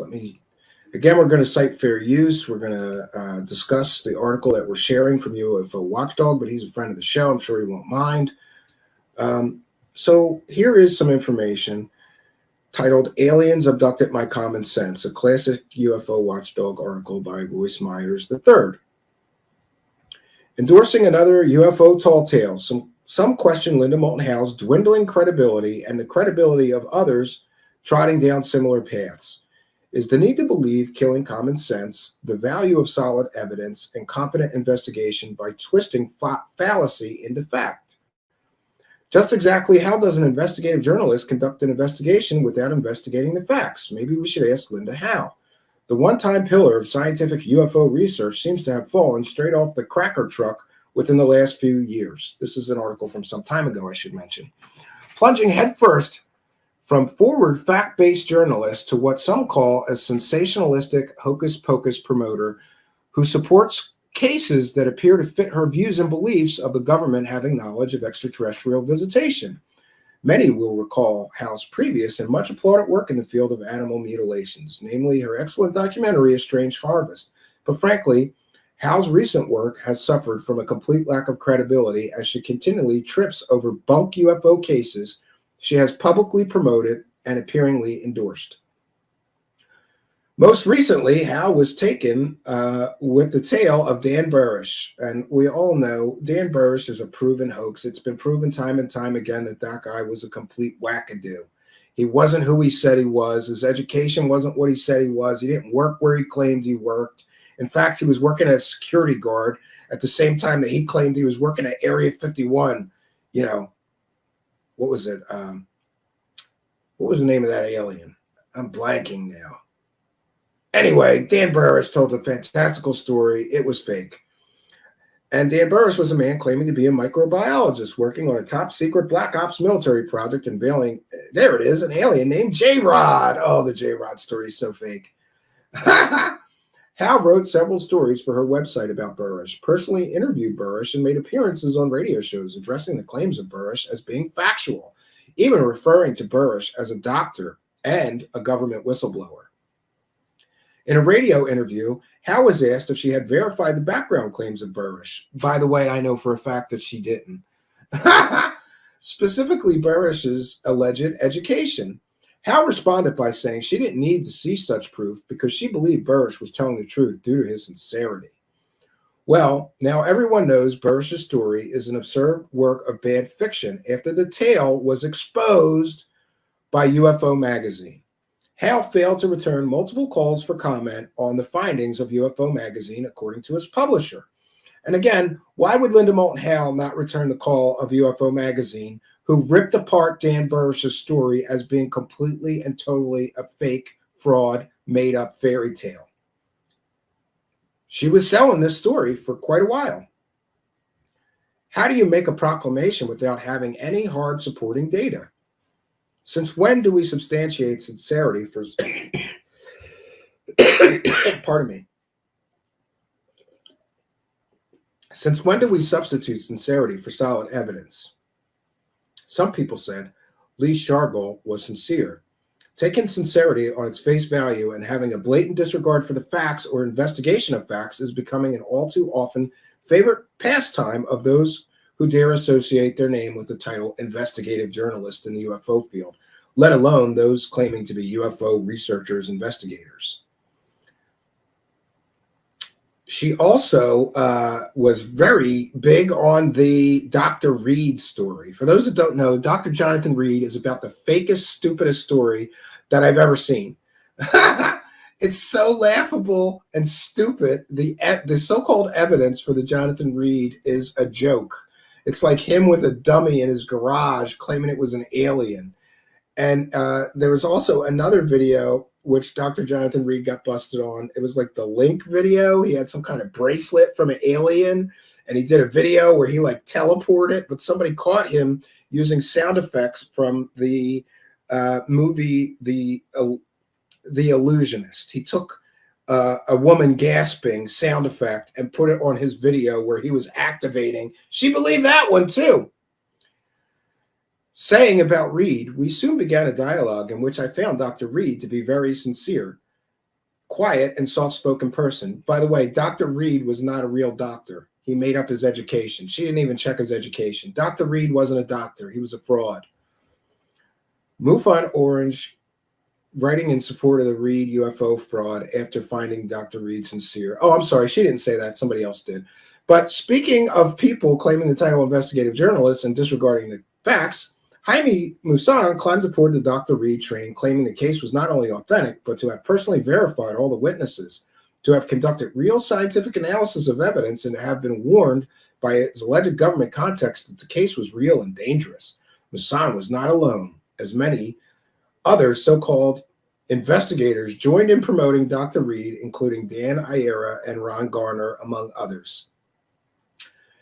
In the end, it turned out that Dr. Reed was really a con man named Jonathan Bragley Rutter. Rutter's supposed witnesses were cohorts in the hoax. Moulton couldn't produce his alleged scientific evidence when challenged, and the case came crashing down hard on the true believers, still championing the bogus case. Don Ayera was reportedly moved to tears over the story that he was invited to speak 3 times at the International UFO Conference as a keynote speaker. Linda Howe actually spent hours talking with the bogus Dr. Reed and Uber supporter Dan Ayera at a UFO conference, apparently 7 hours. Dr. Reed case reached heights not obtained by far more deserving cases, divided the field as to its veracity, and gave ufology a whopping black eye when it was exposed as fraudulent on this website. Some may recall the tale of, here's another fake story she's involved in. It goes on and on, friends. Urander O'Leary, a well-known UFO hoaxer. He is a UFO hoaxer. It's been proven time and time again that this man was a hoaxer. And cult leader, according to the Brazilian UFO community. Oliveira, who claimed that he had been abducted by aliens, paid for Hal's trip to Brazil and secretly flew her in to investigate his claims.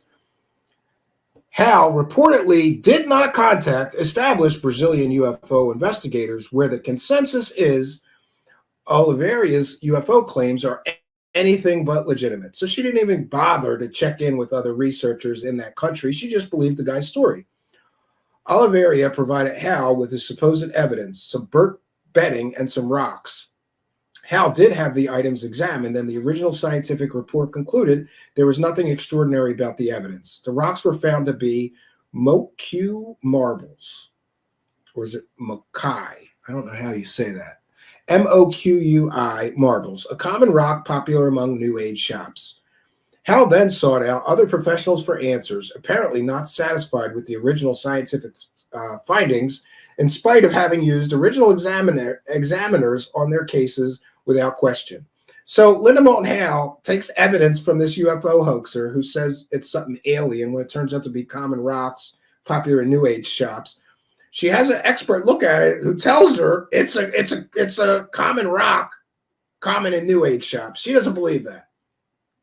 According to Howe, the melting of the fibers in the burnt bedding observed at the microscopic level could not be reproduced. But those results were indeed reproduced by the original 2 examiners. The same examiners who found rocks, Oliveira said, fell from the sky to be nothing more than Moque marbles. Howe took it a step further by having geologists from a Pennsylvania university examine the stones, and Howe apparently took what was said by one geologist completely out of context, making the rocks appear more than they were. So again, she takes what the experts tell her and she twists it to sell the story. Howe claims she had done nothing but science on this case. This is what was said between Coast to Coast AM host George Noory and Linda Howe during a broadcast discussion of the Bunk Brazil hoax case. Noory, unbelievable, absolutely stunning. You know what? That is as historical as I have ever heard. You may be walking around with actual evidence from an unidentified flying object. Of course, George Noory is too dumb to know that they're just rocks right? Hal says, yes, I think this is the case.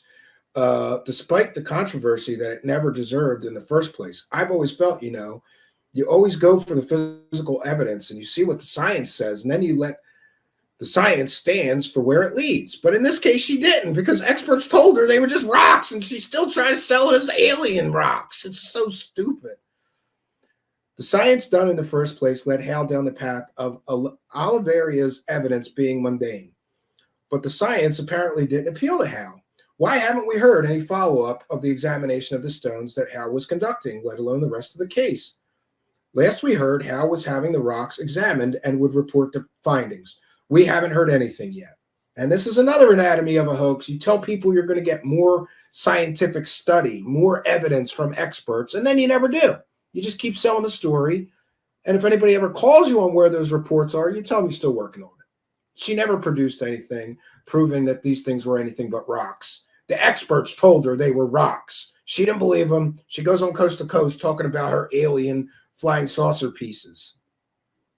Could it be that Hal paid a visit to Pennsylvania geologists working on the stones and took the stones with no explanation or further analysis? That's what reportedly happened, according to Dr. Art Johnson. So UFO Watchdog talked to the guy who told her these are just rocks. One of Pennsylvania geologists approached by Hal. Dr. Johnson stated he was no longer working on the stones and that he believed that Hal took the stones.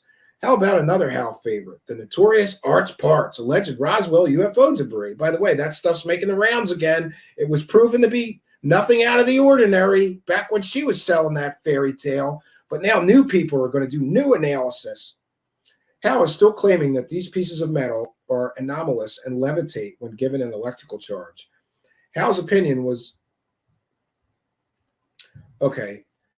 However, a little-known report by scientific research technologist Nicholas Ryder made the request of Hal sheds much light on the mythos surrounding these alleged UFO fragments.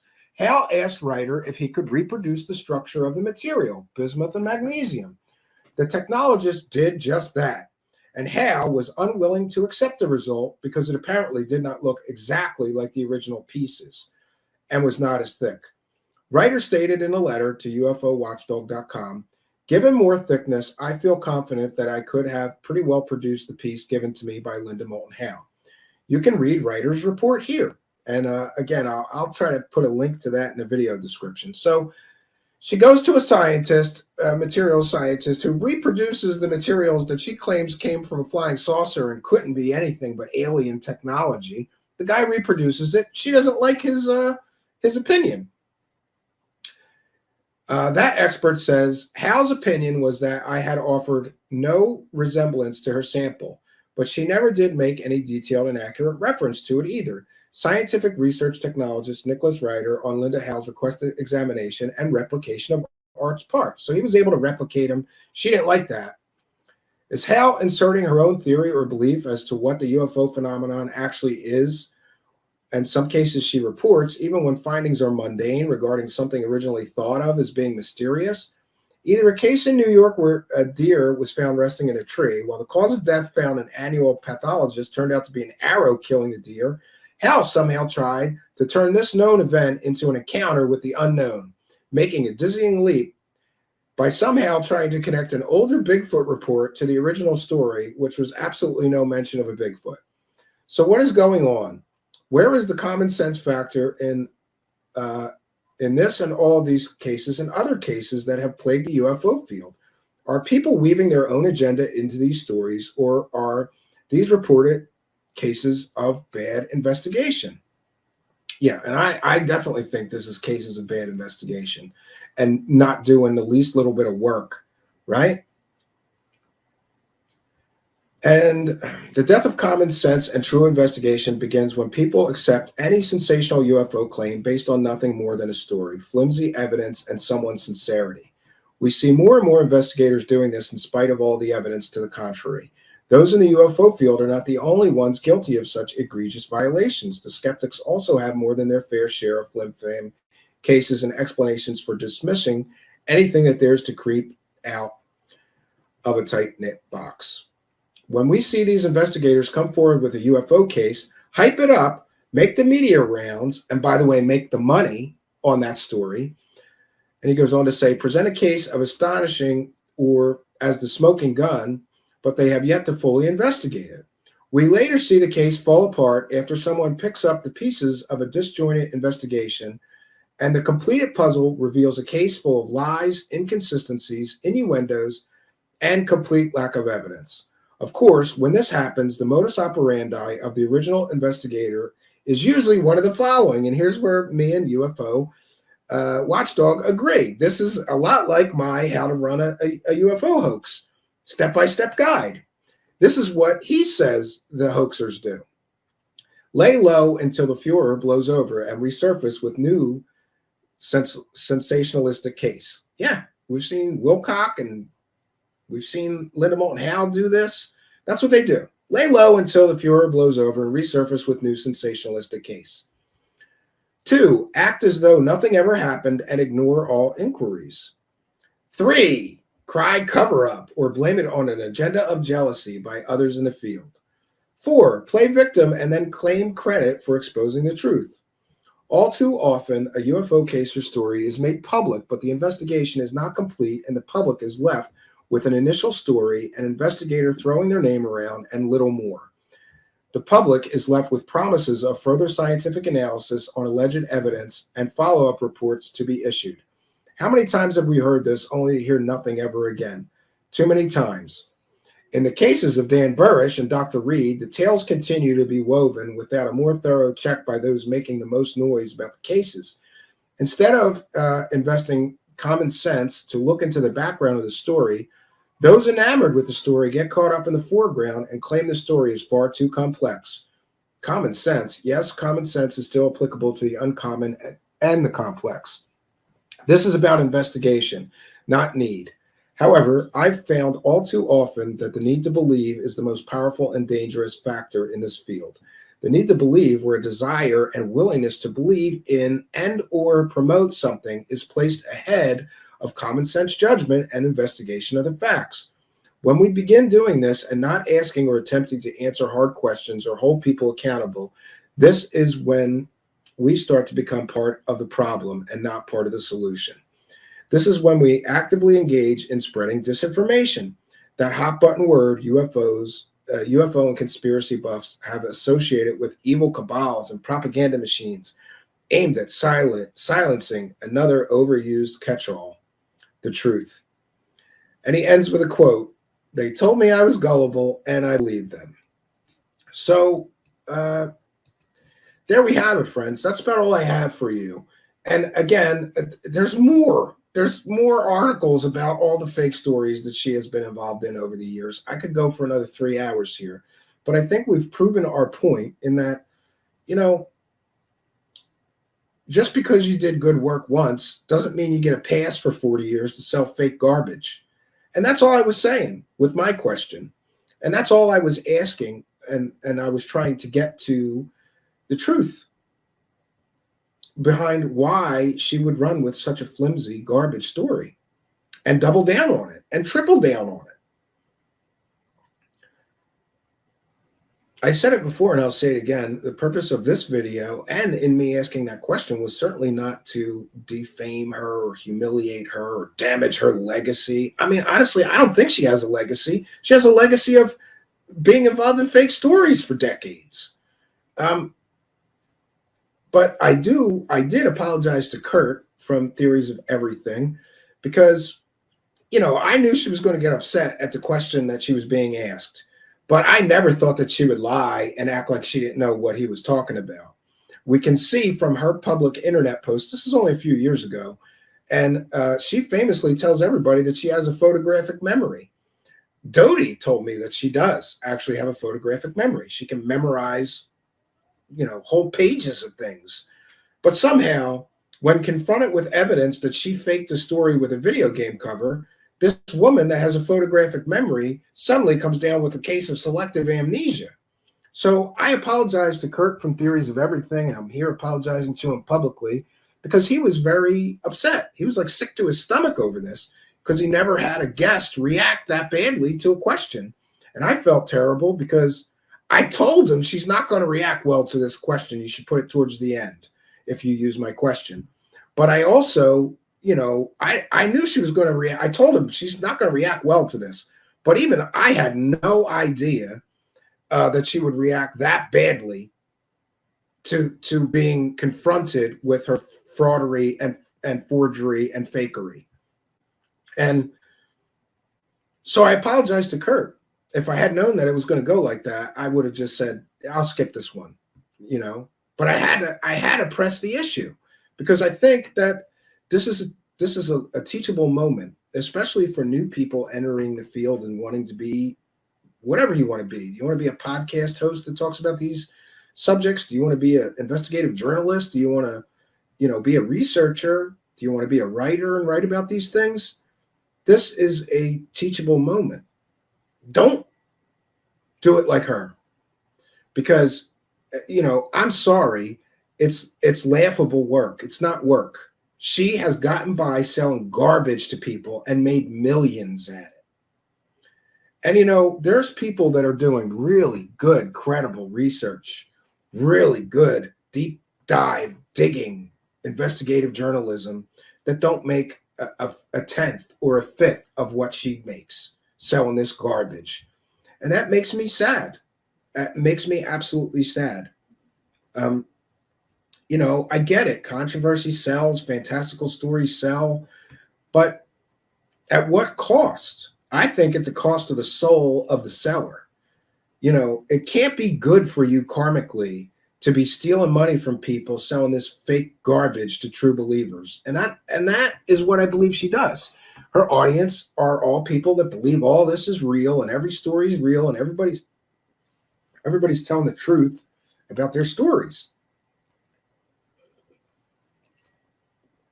Now, I agree with a lot of people that first documentary looked like good work. I have the book. Looked like good work. Like she followed the science. Like she used experts. Like she vetted sources. But we see the same thing with her that we saw with Robert Dean, that we saw with Clifford Stone, that we saw with many of these people. It's called UFO disease. You start off, you have the best of intentions, you come up with a really good story, you're making the rounds, giving lectures at conferences, telling people your really credible stories that you really, really research really well, and your stories seem credible and people want to believe you and your research is good. But then time goes on and you got to keep working those UFO conferences to make the money, and people tire of your original good work. And you got to hurry up and come up with some new stories to tell people. And I think that this UFO disease happens. I've seen it happen to many, many different people. Robert Dean started off with a really good story that sounded credible, and you could vet him, and he really was in the military, and he really did at one point work for NATO. So he comes out with this story that he worked for NATO, and he read some secret report that told the truth. Here's the truth about aliens and what we know about them. They're visiting Earth and all this. It sounded like a great story. It was credible. He was very charismatic. He was believable. And his background in military service was real. So I believed him. Fast forward 10 years later, maybe 15, I don't know. And Robert Dean starts to talk about more and more fantastical nonsense. Like that he was... can't remember. I think he said that he was Constantine in a previous life and start telling stories of his past lives. And he also lived at the time of Jesus. Then Robert Dean started talking about he developed his psychic powers and he's psychic now. That's UFO disease. Starts off good, gets worse and worse and worse the longer you follow the person. Try it. I mean, yeah, it applies to so many people. Look up early, really the earliest you can find interviews of Dr. Stephen Greer, and then check in with what he's saying now. It's UFO disease, and apparently Linda's suffering from it, just like a lot of these characters do. It's unfortunate, but we can see that this has happened to so many different people. They need new stories, and it's hard. Research is hard. Why should I make phone calls and check people's backgrounds, and I gotta file form requests with the government to see if he was really in the army? Why should I do any of that? If he sounds sincere, I'll just run with the story. People will love the story. It's about aliens. That's what my audience wants to hear about. Stories about aliens. Why vet anybody? Why check anybody's background? And again, we've seen this with Linda Moulton Howe. A world-renowned expert on Navy SEALs contacted her and said, excuse me, your Navy SEAL source isn't a Navy SEAL. He's fake. And I know that just by listening to him and by the fact that he gave a fake rank that doesn't exist in the Navy. Do you think she availed herself of his expertise? Did she correct her story? Did she go back to her viewers and say, oh, you know, one of those Spartan guys was fake, so I'm sorry about that? Of course not. Because the anatomy of a hoax, friends, when you're selling fake hoax stories, and I believe, I'm not sure what I believe. Part of me thinks that she does this knowing full well that the story is fake and that she just runs with it because she can make money with it. But the other part of me believes that Linda Moulton Howe may have gone so far down the rabbit hole that she believes these people. And she thinks she's doing a good thing, helping these people who she thinks is telling true stories, get their stories out. But the problem is that nobody else is allowed to talk to these people that are her sources. And listen, I get that sometimes sources need to be anonymous. But if the whole story is based on two anonymous sources that nobody can talk to, and we just saw Don Shipley rip one to shreds, that's a fake Navy SEAL, that's a problem. And the final thing I would like to mention is that people like Linda Moulton Howe, you know, all you disclosure advocates out there, right, that think we gotta work real hard and dig into this thing so we can get the truth about these aliens.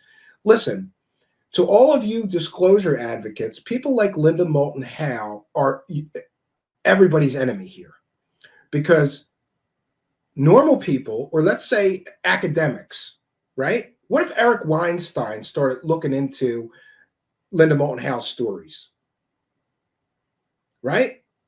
What if real scientists who may have some interest in this subject start looking into the stories out there and they find Linda Moulton Howe pushing a story so goddamn ridiculous that it's based on a video game cover and nothing else?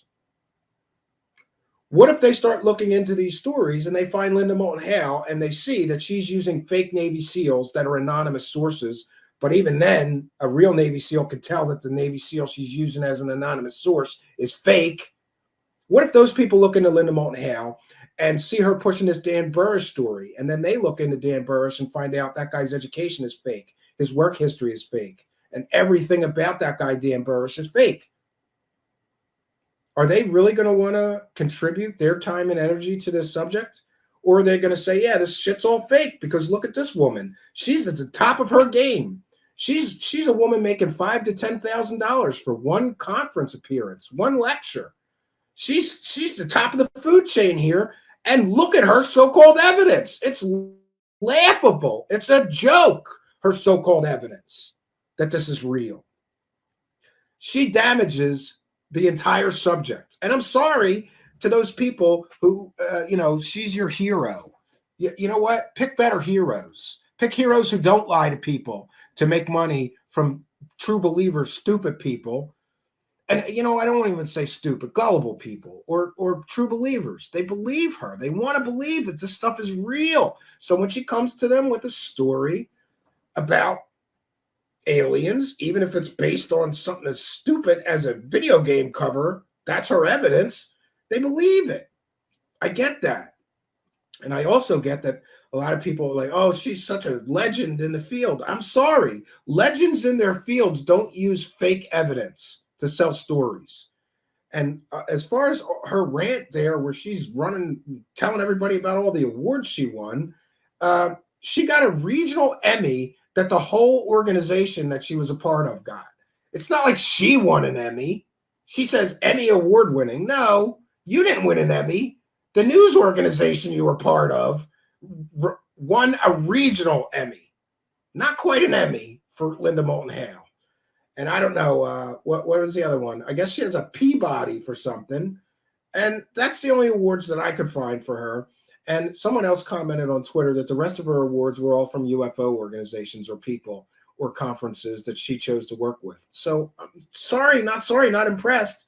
And again, Having a bunch of awards doesn't excuse you for using evidence this terrible. In fact, running your mouth saying, I'm an award-winning investigative journalist, makes you look even more foolish for being fooled by a video game cover and a guy telling a fairy tale that's a fake astronaut. By the way, Linda Moulton Howe, I'd also like to challenge you on your fake astronaut claims. I know a real astronaut, and he would be happy to speak to your so-called secret astronaut. And he told me that he would be able to tell in 5 minutes if the guy was ever in NASA training or not. So you can avail yourself to that expert. A real astronaut can look into your secret space astronaut source and tell you if he's legit or not. Why would she not do that before running with the story? Or maybe, just maybe, Linda knows that if any expert looks at her so-called evidence, the story will fall apart before she can sell it. So this is where we're at, and this is where we find ourselves. And, you know, I'm sorry that I'm the bad guy, but I just want to remind people that back in 2018, I took all kinds of shit for pointing out that she was using a video game cover. I got hate mail. Somebody threatened to kill me. Somebody said, you're a CIA disinformation agent. Somebody should put a bullet in your head. That's what somebody said to me for revealing to the community that she was using a video game cover to sell this fake story. That's the kind of vitriol that some of these true believers go after people like me with. For what? For asking questions? For telling the truth? And now, me like a dummy brought it all back up, right? That stuff all, you know, it's settled off eventually after a few months. People forgot about it. Now it's all back. And now I have all these, you know, Twitter people telling me what a terrible person I am because, God damn it, I dare to ask a question, you know, with facts and evidence and proof that she was selling a fake story. And people are attacking me saying, well, she retracted that. But now we've heard the likely reason that she did finally post that retraction. And I believe it was due to my emails saying, hey, Linda, you might want to be careful here. And again, it wasn't a threat. It was an observation that this may be considered consumer fraud by an outside agency looking into what you're doing. This might be considered theft by deception. Suddenly, she's got a retraction the next day. In one day, she talked to 8 experts who suddenly helped her make the determination that that her secret space astronaut was being dishonest for unknown reasons. Then she goes on to say that she has 3 other sources that told her that the Apollo 18, 19, and 20 moon missions were real, and they happened. You know, to still try to salvage, well, some parts of the story may be true. And another point, a final point to make, I suppose, is that she only printed the retraction on the first story. There's 3 stories. She didn't put that disclaimer that this guy's fake in the other 2 stories. She just left them, and people can read them and think that it's real. I find that to be unethical and immoral and problematic as well. But, you know, I can't control how she does her work or lack of it. And, you know, I'm not going to try to. And, boy, you know, there's a lot more that I could say on this. But, you know, I think I said what I needed to say. Oh, boy, there's a whole nother story.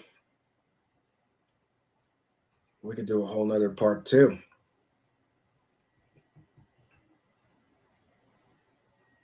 One second, friends.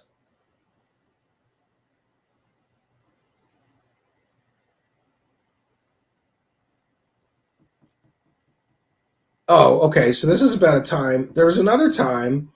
I'm going to share this. We'll do one more story on Linda Moulton Howe being gullible and not vetting anybody because this is too good not to share. And again, this comes from UFO Watchdog. 1 second. Here we go.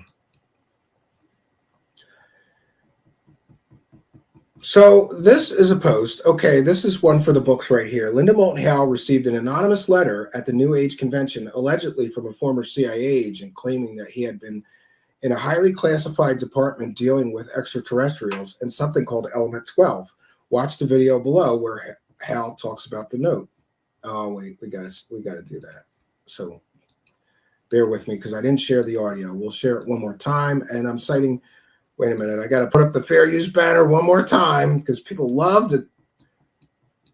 This is fair use. This is a transformative work. We are educating the public about Linda Moulton Howe getting duped by somebody who claimed to be a CIA agent when they were not. She ran with that story.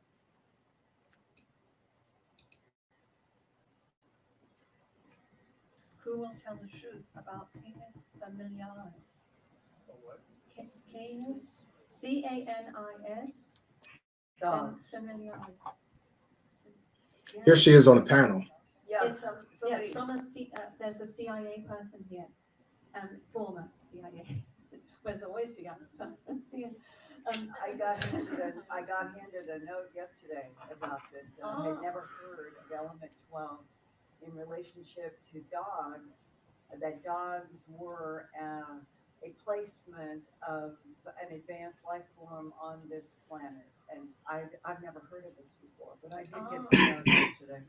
I don't know. Does anyone else heard about I heard about that yesterday as well.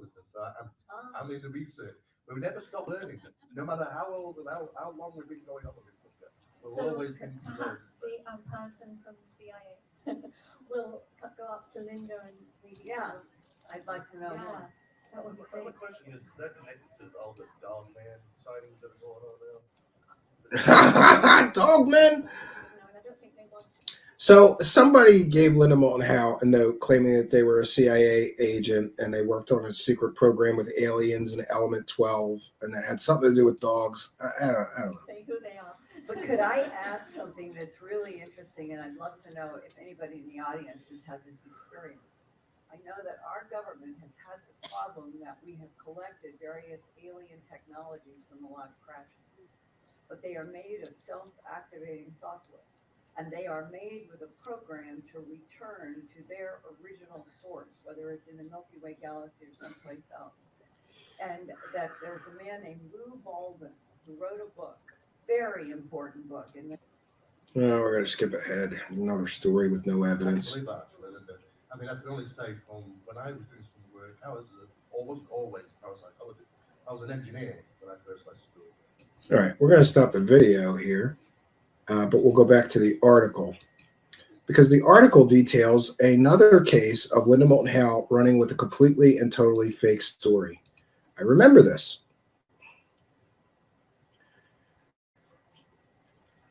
Linda Moulton Howe received an anonymous letter at a New Age convention. One second. Let me make this bigger, friends. You have to bear with me. Pardon me. I am visually impaired, so we'll make it real big. One of the history books right here. Linda Moulton Howe received an anonymous letter at a New Age convention, allegedly from a former CIA agent claiming to have been in a highly classified department dealing with extraterrestrials and something called Element 12. Watch the video where she talks about the note. But this time we know the identity of the alleged former CIA agent. It's Carrie Poppy of Oh No, Ross and Carrie, the podcast, from their Facebook page. Oh No, Ross and Carrie is a podcast exploring fringe science, spirituality, and claims of paranormal. Anything that makes a claim about how the world works and differs from the commonly accepted scientific explanation. Ross Blotcher and Carrie Poppy are former Christians who remain fascinated by the variety and expression of belief.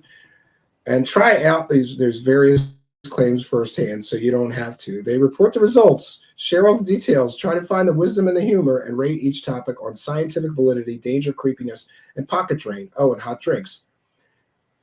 You see, and you can see and hear here, Poppy and her co-host, Blocker, left with Hal, decided to hang out with the Conscious Life Expo in Los Angeles a few months ago to check out some of the presenters.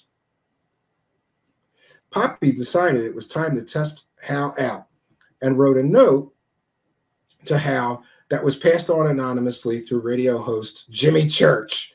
The note contained an astoundingly stupid story about the author being a former CIA agent in contact with extraterrestrials and alien dogs.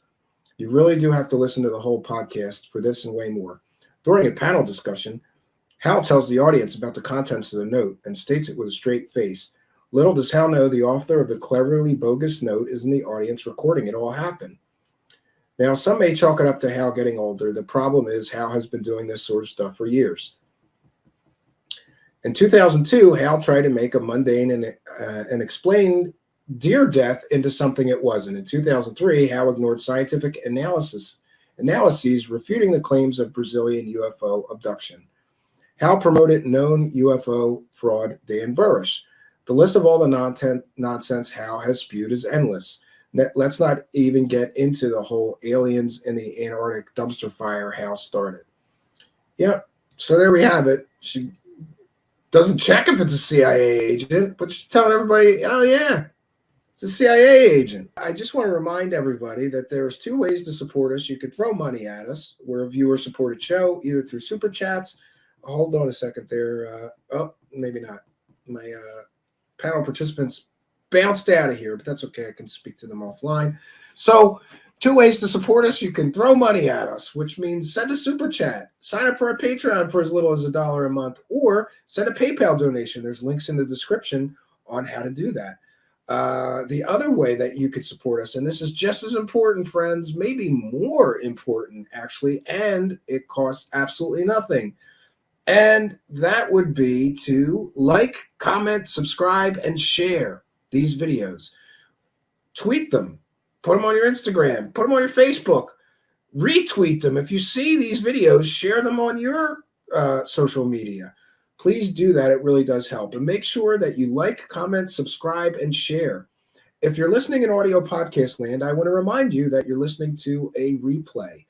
We do all the tapings live here on YouTube, Twitter, and Facebook, as well as other platforms. But the audio podcast it's a repeat. So you're missing half the fun. Go on over to YouTube, put Truth Seekers, one word, in the search bar. Smash that subscribe button. When you see me, the funny looking guy with the glasses pop up, that would be me, the host of the show. Just put Truth Seekers in the YouTube search bar. We're the first one that pops up. Look for me with the sunglasses. Smash the subscribe button. Hit that notification bell, and you too will know when we're doing a live show. You're welcome. You are most welcome to come here and be a part of the lively discussions we have. We take comments, questions from the live chat. We welcome people to come right on the show and be panel members and take part in the discussion. Interactivity here is a big part of what we do. And we want to invite you to come and be a part of the show. Don't just listen to the story. Come and be a part of the story with me. You are all most welcome. So I want to thank our panel participants. I want to thank Kari for doing that amazing job editing that clipped video. I want to thank Kurt from Theories of Everything for asking my question. And I apologize to him for that way that went.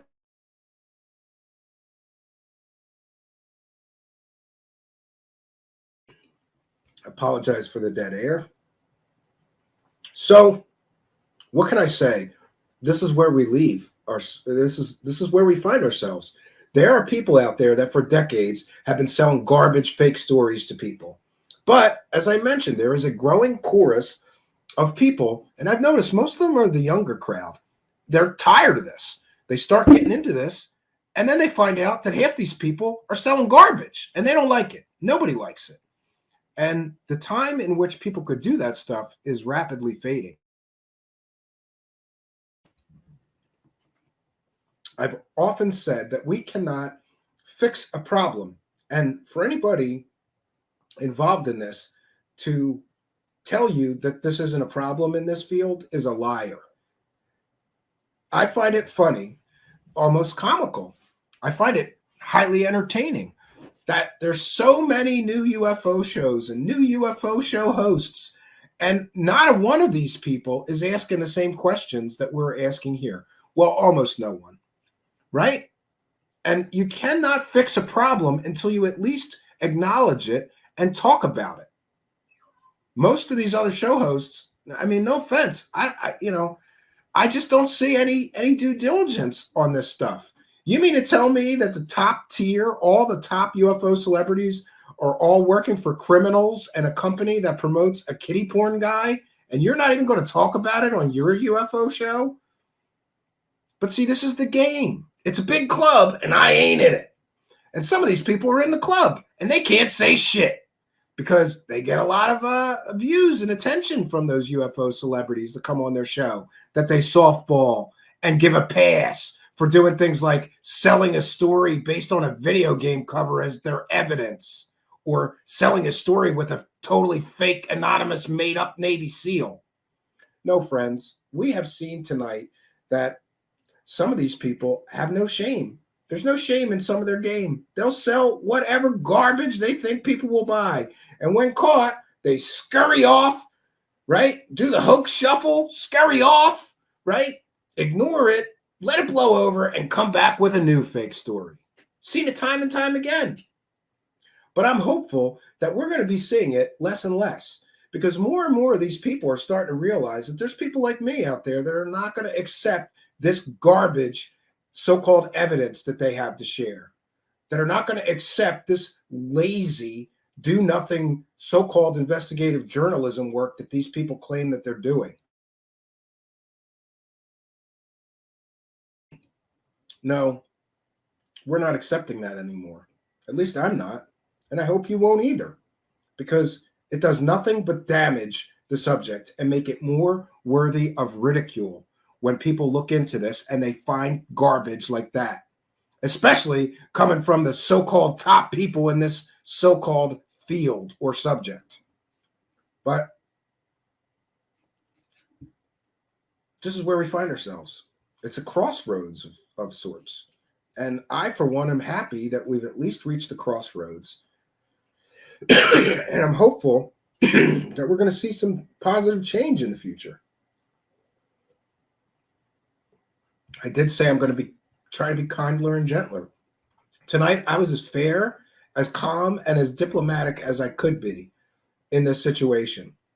I really, really just want to start a conversation here about why is this acceptable. And by the way, it's all a game. You know that the UFO conference organizers know who's selling garbage fake stories. But if they put asses in the seats, those people don't care, and they book them anyway. It's a business. After all, it's show business, UFO-tainment. And part of the problem is that people know that this is going on, and they won't talk about it. Part of the problem is that there's all these UFO shows. How many shows has she been on where she's been interviewed? Who had the courage to ask her a question like I asked her? Who had the balls to hold her accountable for defrauding the public? Not many. But it is what it is. So I'm going to bounce on out of here. I'm sorry that this went so long. I wasn't planning on the panel, and it was hard to get through all the data points that we had to share. And again, I could go another 3 hours with all the fake stories she's been involved in. Carrot documents. Look that one up. Carrot documents, the drones. It was so fake. But when that fell apart, she moved on to some new fake story that she could sell. So what can I say, folks? I'm always happy when there's an audience. Tonight we had a great one with some of our best numbers ever. Thank you all for being here and being part of the show, especially our panel members. Thanks very much to our super chatters, our PayPal donators, and our Patreon supporters. Remember, Patreon's $1 a month. We throw some extra content. We're going to be doing a Patreon-only stream this weekend just for Patreon supporters. So sign up. We'd love to have you. And we also provide on Patreon extra content, and some of my music and a lot of projects before they're made public go to Patreon first. It's sort of a sneak peek behind-the-scenes view of the show. So tonight we had a great audience. Thanks so much for being a part of it. No place that I would rather be. But we're running kind of long, and we want to bounce on out of here. So until next time, friends, my name is Stephen Cambion, reminding you that sometimes the truth is ugly, but it's still always worth having. Good night, and God bless all of you.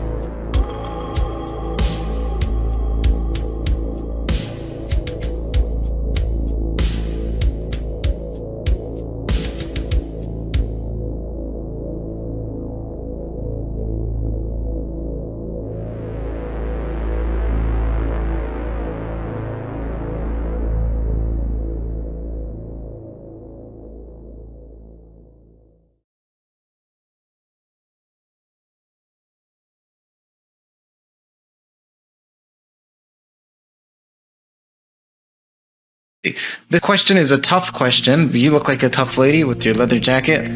So this one comes from Steve Cambian from Truth Seekers.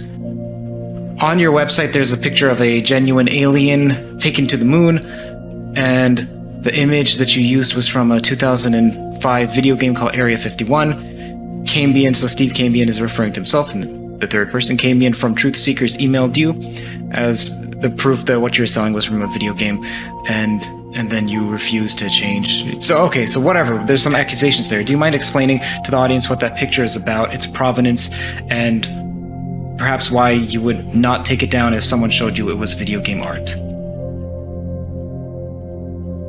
What are you talking about? Okay, I can show the image. I don't have it printed here, but I can show the audience the image at some point. So you don't know what is being referred to here with the video game cover art of Area 51 and that being used as a genuine image on your website, apparently. I have no idea what you're talking about.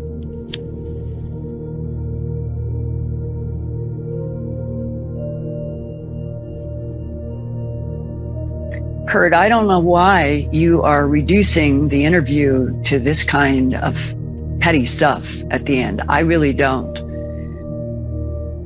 I have been working as a professional journalist since 1968.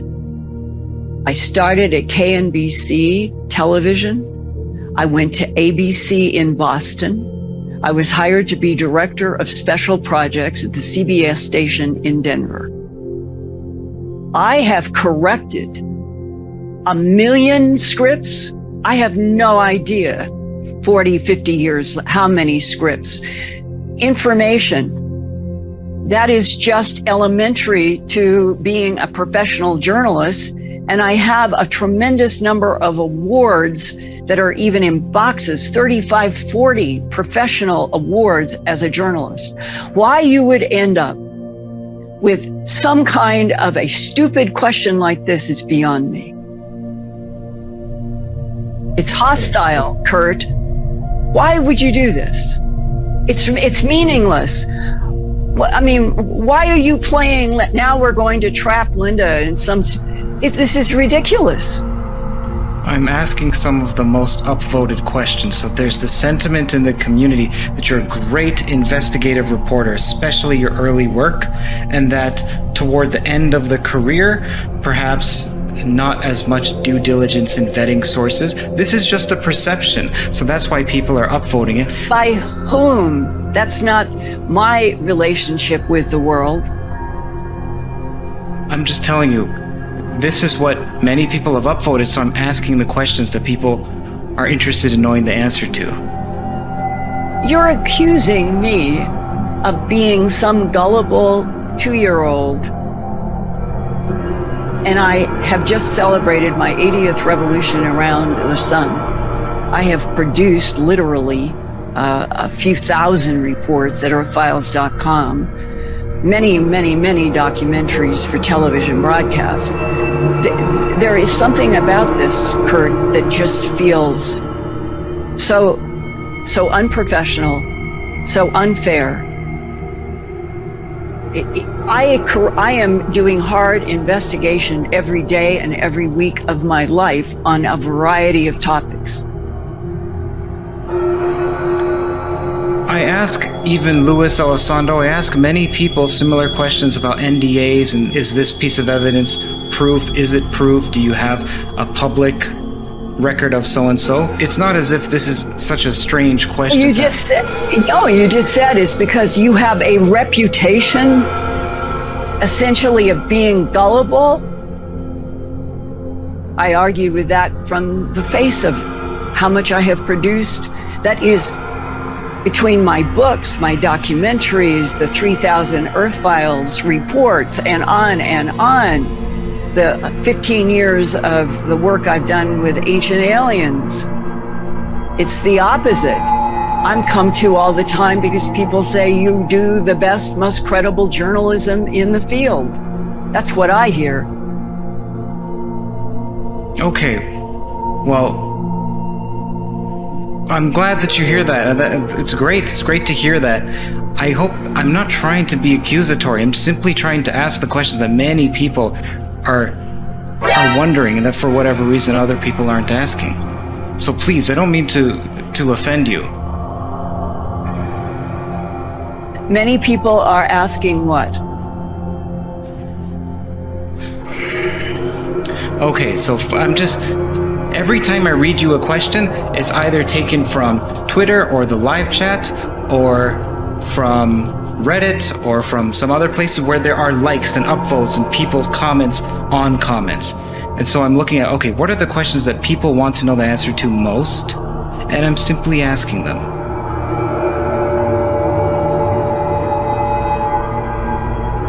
Is that not fair? Nothing about the last 20 minutes have been fair.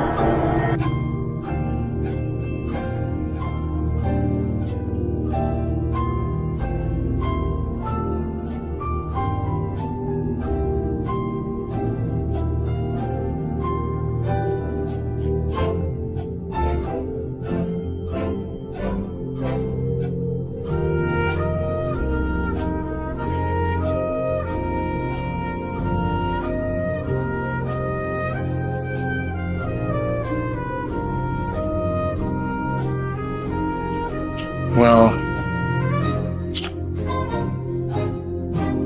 all right. Okay, well, we'll just end this, and I apologize that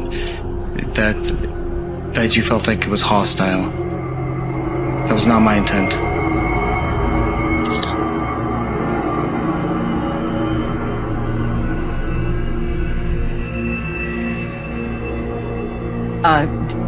It has this out.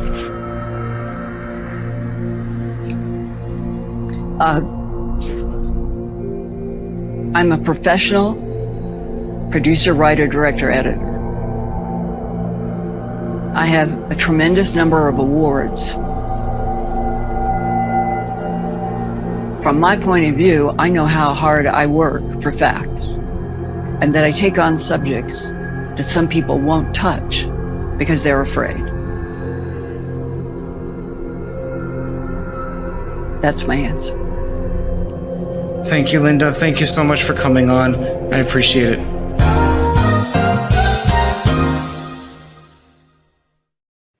Well, greetings and salutations, friends, and welcome back to Truth Seekers. What you've just witnessed is what happened when I caught well-known UFO researcher, author, and professional journalist Linda Moulton Howe using a fake CGI-created alien photo that actually came from a 2005 video game cover.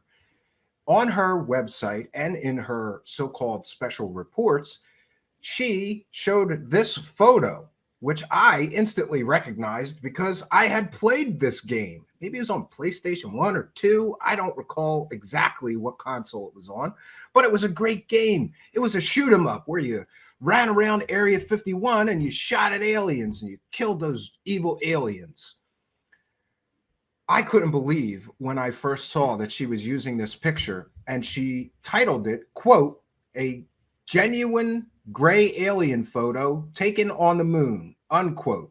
So I contacted her, and it's interesting. Every time I contact her, Linda Moulton Howe accuses me of being very hostile, just as she accused Kurt from Theories of Everything, who was nice enough to ask the question publicly to her, the first person that ever got to ask her publicly, why did you use a picture from a video game cover and put it behind a paywall and sell it to people? She called him hostile as well. So tonight, I'm going to try my very best to be as least hostile as possible. Because what has happened is, and by the way, after I contacted her, she kept right on selling this Area 51 photo as a photo of an alien. She simply changed the title of it from, quote, "genuine gray alien photo taken on the moon," unquote, to a new description, quote, "alleged gray alien taken on the moon, picture taken on the moon," unquote.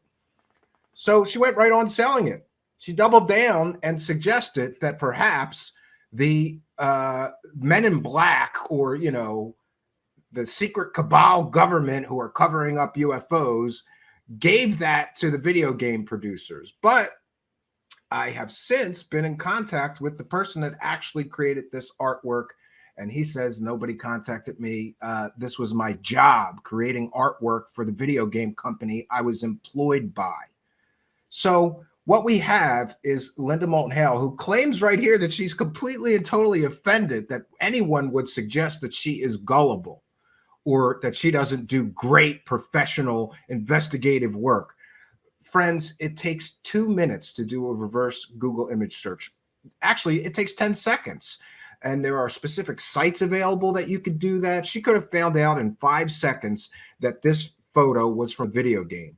She either did so and knew it was from a video game and sold it anyway, or she was too lazy to do the actual work on her story. And in that story, as in many of her stories, she's using an anonymous source that she claims is a secret government insider. But the problem with her sources is that they are largely always anonymous, and they only contact Linda Moulton Howe. No other researcher gets to talk to them, verify their story, or anything. It is my personal belief and speculation that her sources don't exist, that she makes them up. She finds things and pretends that somebody sent them to her.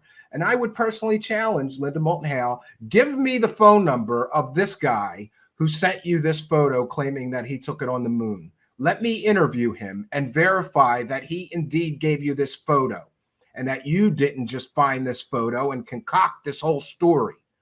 And again, I freely admit it's my opinion and speculation that she does not have real sources. She makes them up to sell garbage stories to gullible people. And, you know, I feel bad for some of those people because they so desperately want to believe in the myth, in the legends here. But I believe that Linda is doing actual harm to people by selling these garbage fake stories with her garbage anonymous sources and this level of garbage so-called evidence. This is her evidence. This is the best that she has, right? It's ridiculous. It's absolutely ridiculous that she gets away with this. And by the way, I have estimated through her YouTube earnings, I don't know how many people signed up to get behind her paywall to see this genuine, so-called genuine gray alien photo taken on the moon. I don't know how much she made through her paywall or her Patreon or anything else, but we can estimate that Linda Moulton Howe selling this fake photo as a real photo of an alien in stories on YouTube that she recounted from her anonymous source, she made thousands of dollars, thousands and thousands of dollars she made peddling this garbage.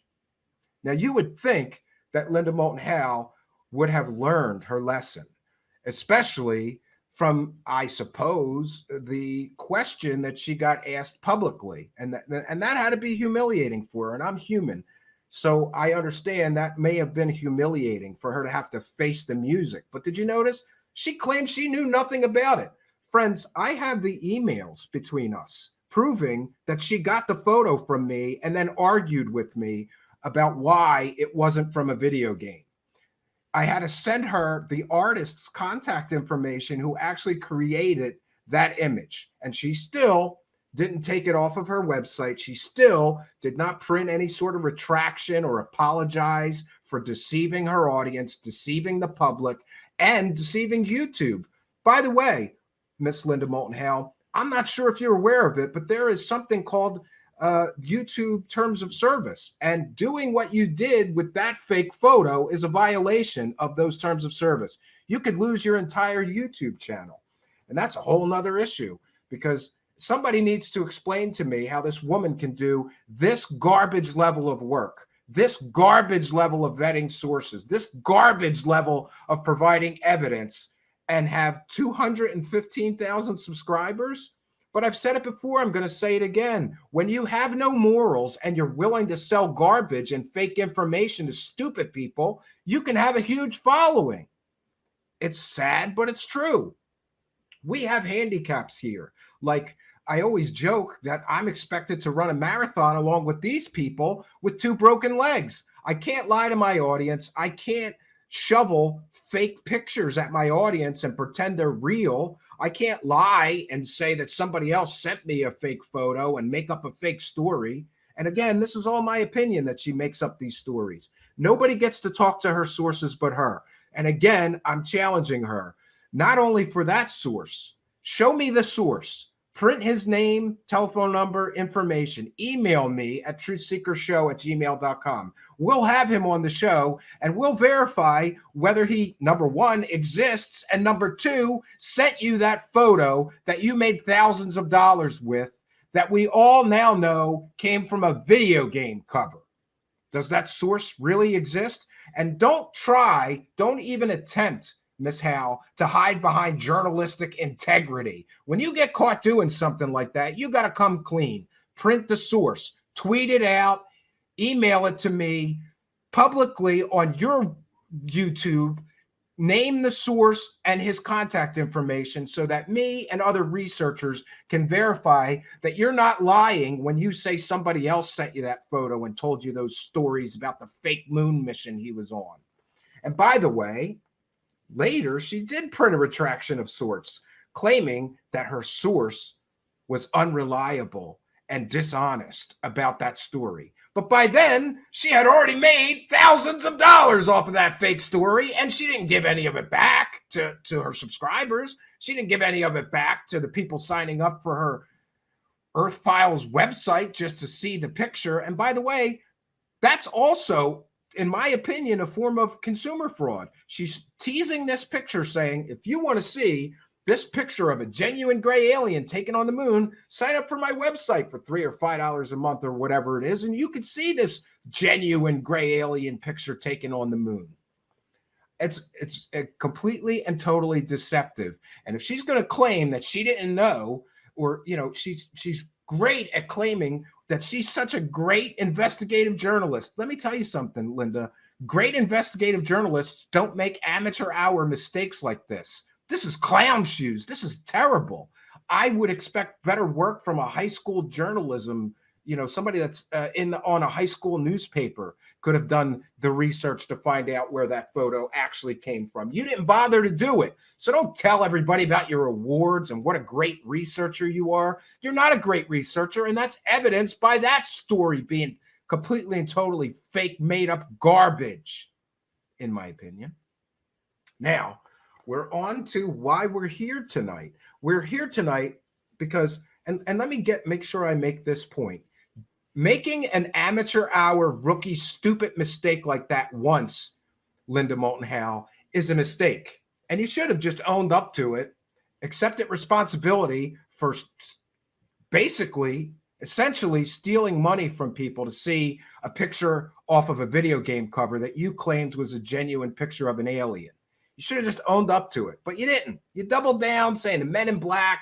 Listen, when you get caught doing the Cosmic Con shuffle, and we've talked about it before, when you get really caught dead to rights faking a story, the only option you have left is to pull out the Men in Black card and say that the Men in Black must have got involved and the Men in Black must have, given that picture that was real to an artist of a video game company so he could slip it in and discredit Linda Moulton Howe years later while she was using the picture. It was like a decade ago before she used this picture that picture was on a video game cover. So apparently, not only did the Men in Black get involved, but they're time travelers. They traveled back in time and gave that picture to a video game company to discredit her in present day. It's absolutely ridiculous. But the major point that I want to make here tonight is that getting caught doing something like this once is a mistake. Once is a mistake. Doing it twice, if you do something dirty and disgusting and slimy and underhanded and deceptive like this twice, it's a pattern. It shows a pattern of deception and lies used to generate clicks and views and money. And that, using deceptive practices to generate clicks and views on your videos, is against YouTube terms of service. And you could lose your entire channel for doing that. Now, she can hide and say, oh, I didn't know the picture was fake. You've done it twice now, because tonight we've got some information about her latest hoax. And I'm calling it a hoax. It is a hoax. And in this hoax, listen, again, I'm going to say this is my opinion and speculation. I think I have seen these people like Linda Moulton Howe, David Wilcock, Corey Good, and others. They have patterns.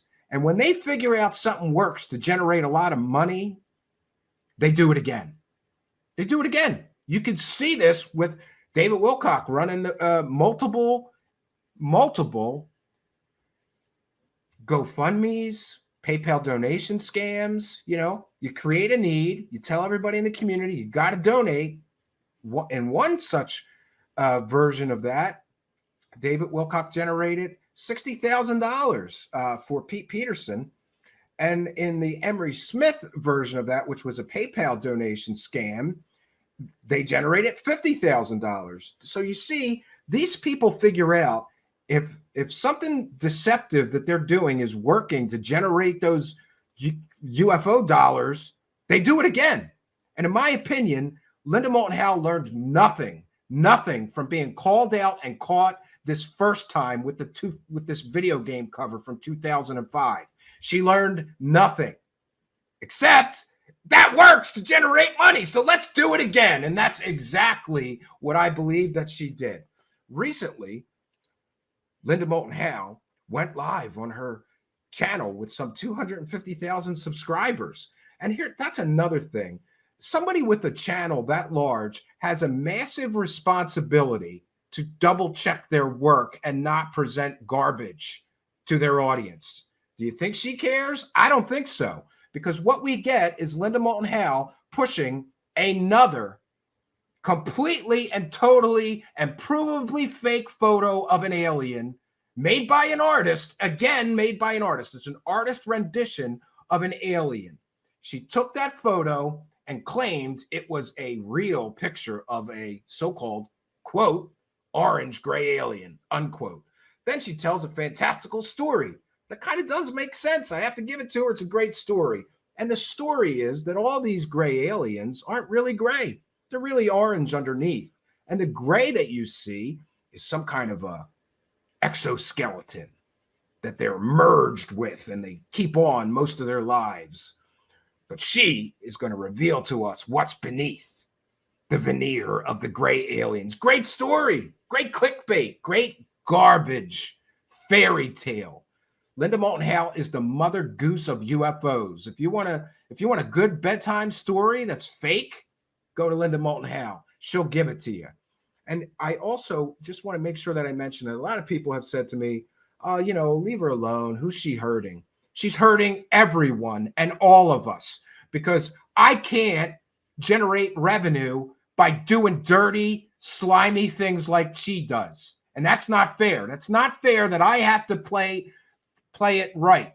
I have to do things the right way. I have to double and triple check sources. I have to find 3 sources for one story or one piece of information, just so I'm sure I'm presenting accurate and real information to my audience. And we generate a tiny percentage of the revenue that she does putting out garbage with fake pictures of aliens that she finds on the internet, apparently. But to be clear, again, just like the last time she got caught doing this, she claims that a top-ranking government insider military source sent her this picture of this orange alien. And then we're all expected to believe that she was sent that picture and she sat on it for a full-on year before she released it. And another point that's important to realize here about what she's doing and how dirty, disgusting, slimy, and deceptive it is that you'll see in this video, she marks that picture copyright Linda Moulton Howe or Earth Files. She's copywriting a picture that was created by an artist in 2008. What gives her the right to slap her copyright on another artist's hard work? Obviously, that artist worked very hard. It's a pretty good image. And we'll get into what the image was created for. And by the way, we have on the record statements from him, Linda Moulton Howe. Did you even bother to contact that artist and ask him when he created the photo? Because we did, and we've got all the receipts, and we're going to show it all tonight.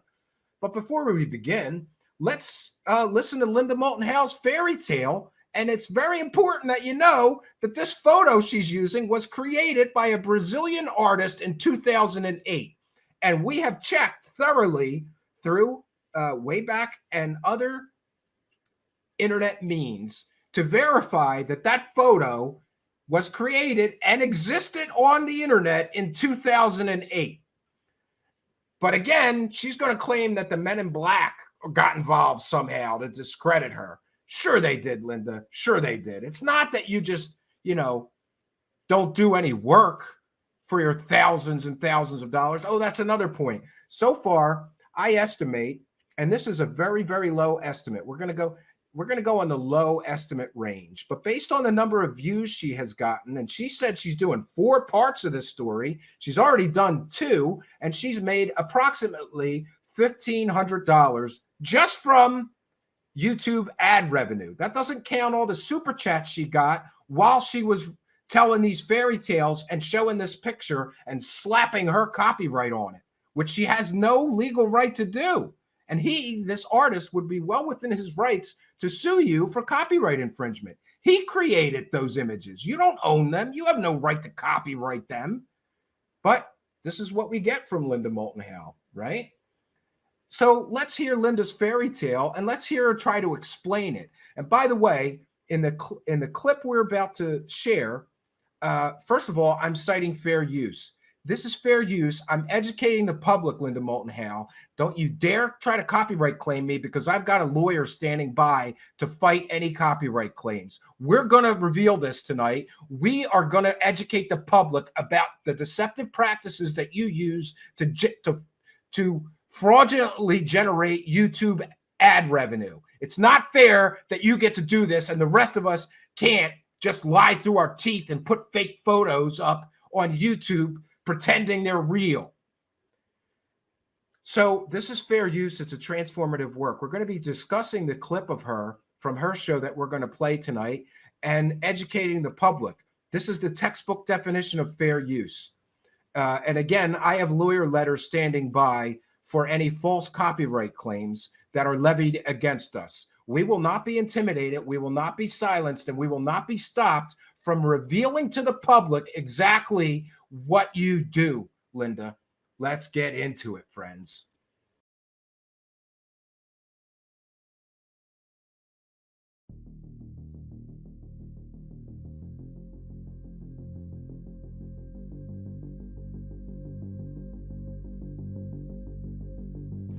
No gray is gray in color.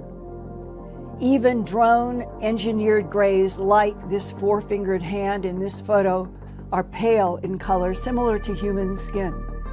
And notice the long, dark fingernails of this being.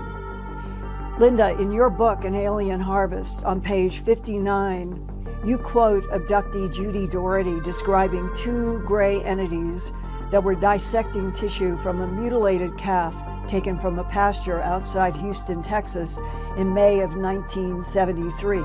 Quote, Judy wrote, "Their hands look funny. They have long claw nails, almost like an animal's dark nails.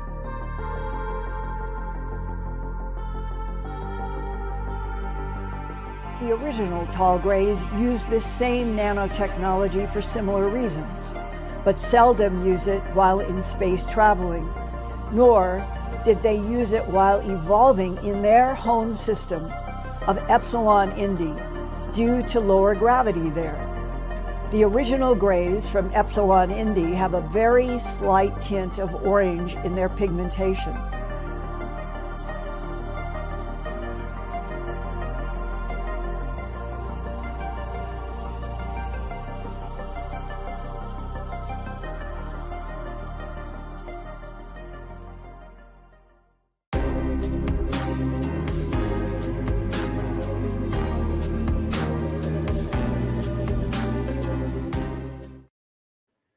So there we have it. She's using a fake photo labeled as actual photo of orange gray alien. But it gets better.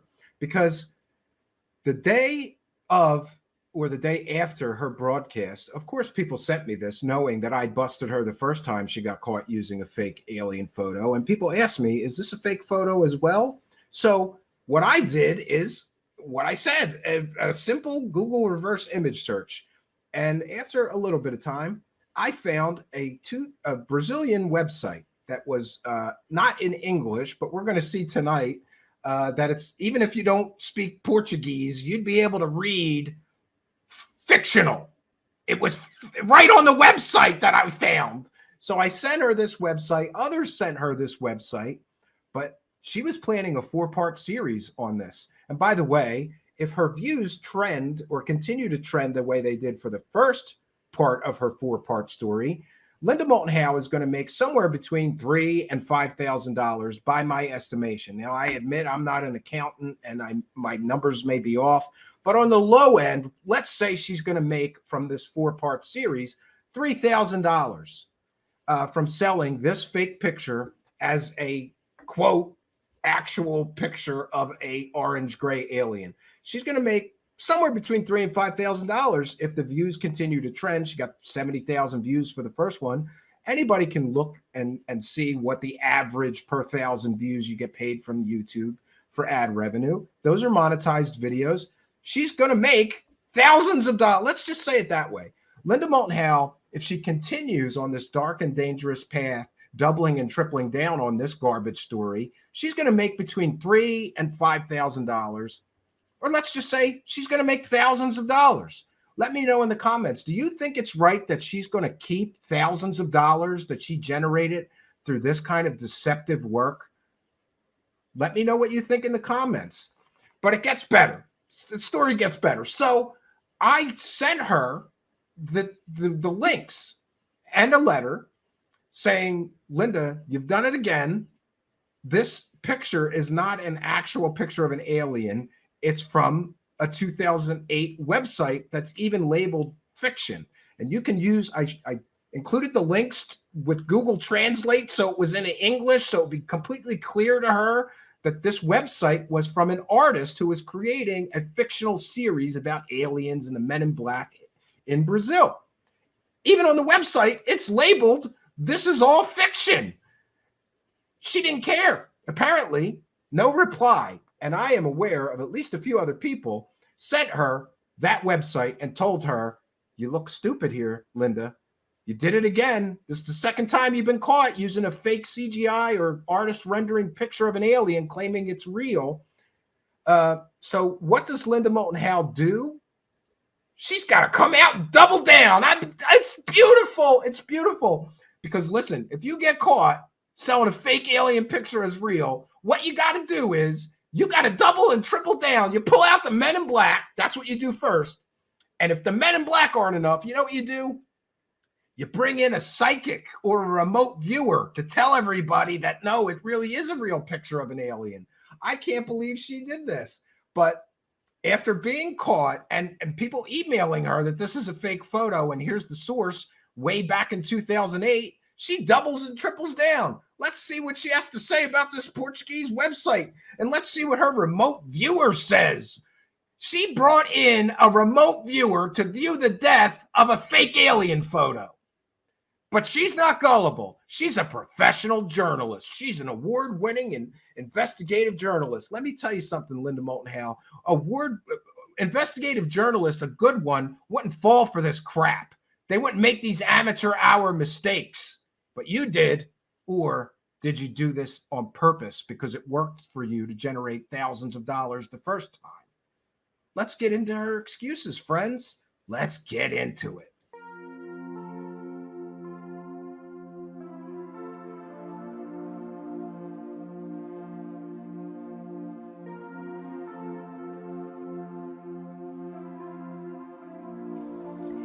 Since showing you this photo 2 weeks ago that my military aerospace source sent me a year ago in 2021 to show me the cream-colored skin that my source says is beneath the gray nanotechnology bodysuits. I also showed this four-fingered hand that might be a second gray being retrieved from a UFO crash on the Peru-Brazil border. These are actually referred to as orange grays because their pale skin has an orange hue under certain light frequencies. Since my July 6th and 13th Earth Files YouTube broadcasts, I have been shown the same orange-gray photos on a Brazilian website that is in Portuguese. The year of the website's creation was 2007, but I have never heard of it before the past few days and have never seen the orange-gray photos until 2021, a year ago, when they were sent to me by my military aerospace source as a reality check on what actual orange-gray type extraterrestrials look like. I never showed anyone those photos until July 6th, 2 weeks ago. Never knew anything about the Brazil website. I don't know any other UFO researcher who has ever brought it up or said that they knew anything about these photos. Given this new controversy about the Brazilian website, I reached out to remote viewer D.B. Moulton, also known as Buddy, who you've seen work with me before and is a very talented remote viewer. This week, I asked him if he would remote view the orange-gray black-eyed head photo and the four-fingered orange-gray hand, specifically on the question, what does he see through remote viewing in this ET death? I went over the first photographs, which are clearly an extraterrestrial, and I felt that they were not only real, but I got a whole sense of the history. It's from the Brazil-Peru border, and I felt that Brazilian artist was paid and tried to claim that it was his to muddle the field.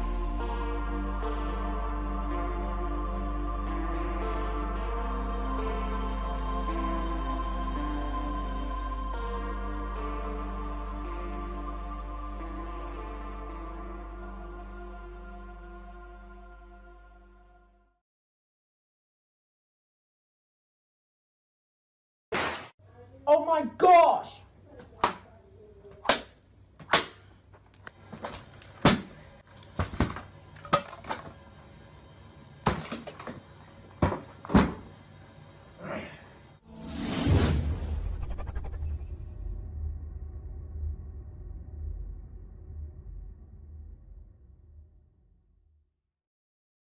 So there we have it, friends. When you get caught using an artist rendering and telling everybody it's a real picture of an alien, you got to double and triple down. And don't you love how she said, oh, I never seen these photos until last year. It's still your responsibility as a so-called professional investigative journalist to see if you can find the source of the photos independently of your so-called source. And again, I don't think she has a source. I think she made up this whole story, and I'm entitled to my opinion and my speculation based on her past behavior of using anonymous sources nobody else is allowed to talk to.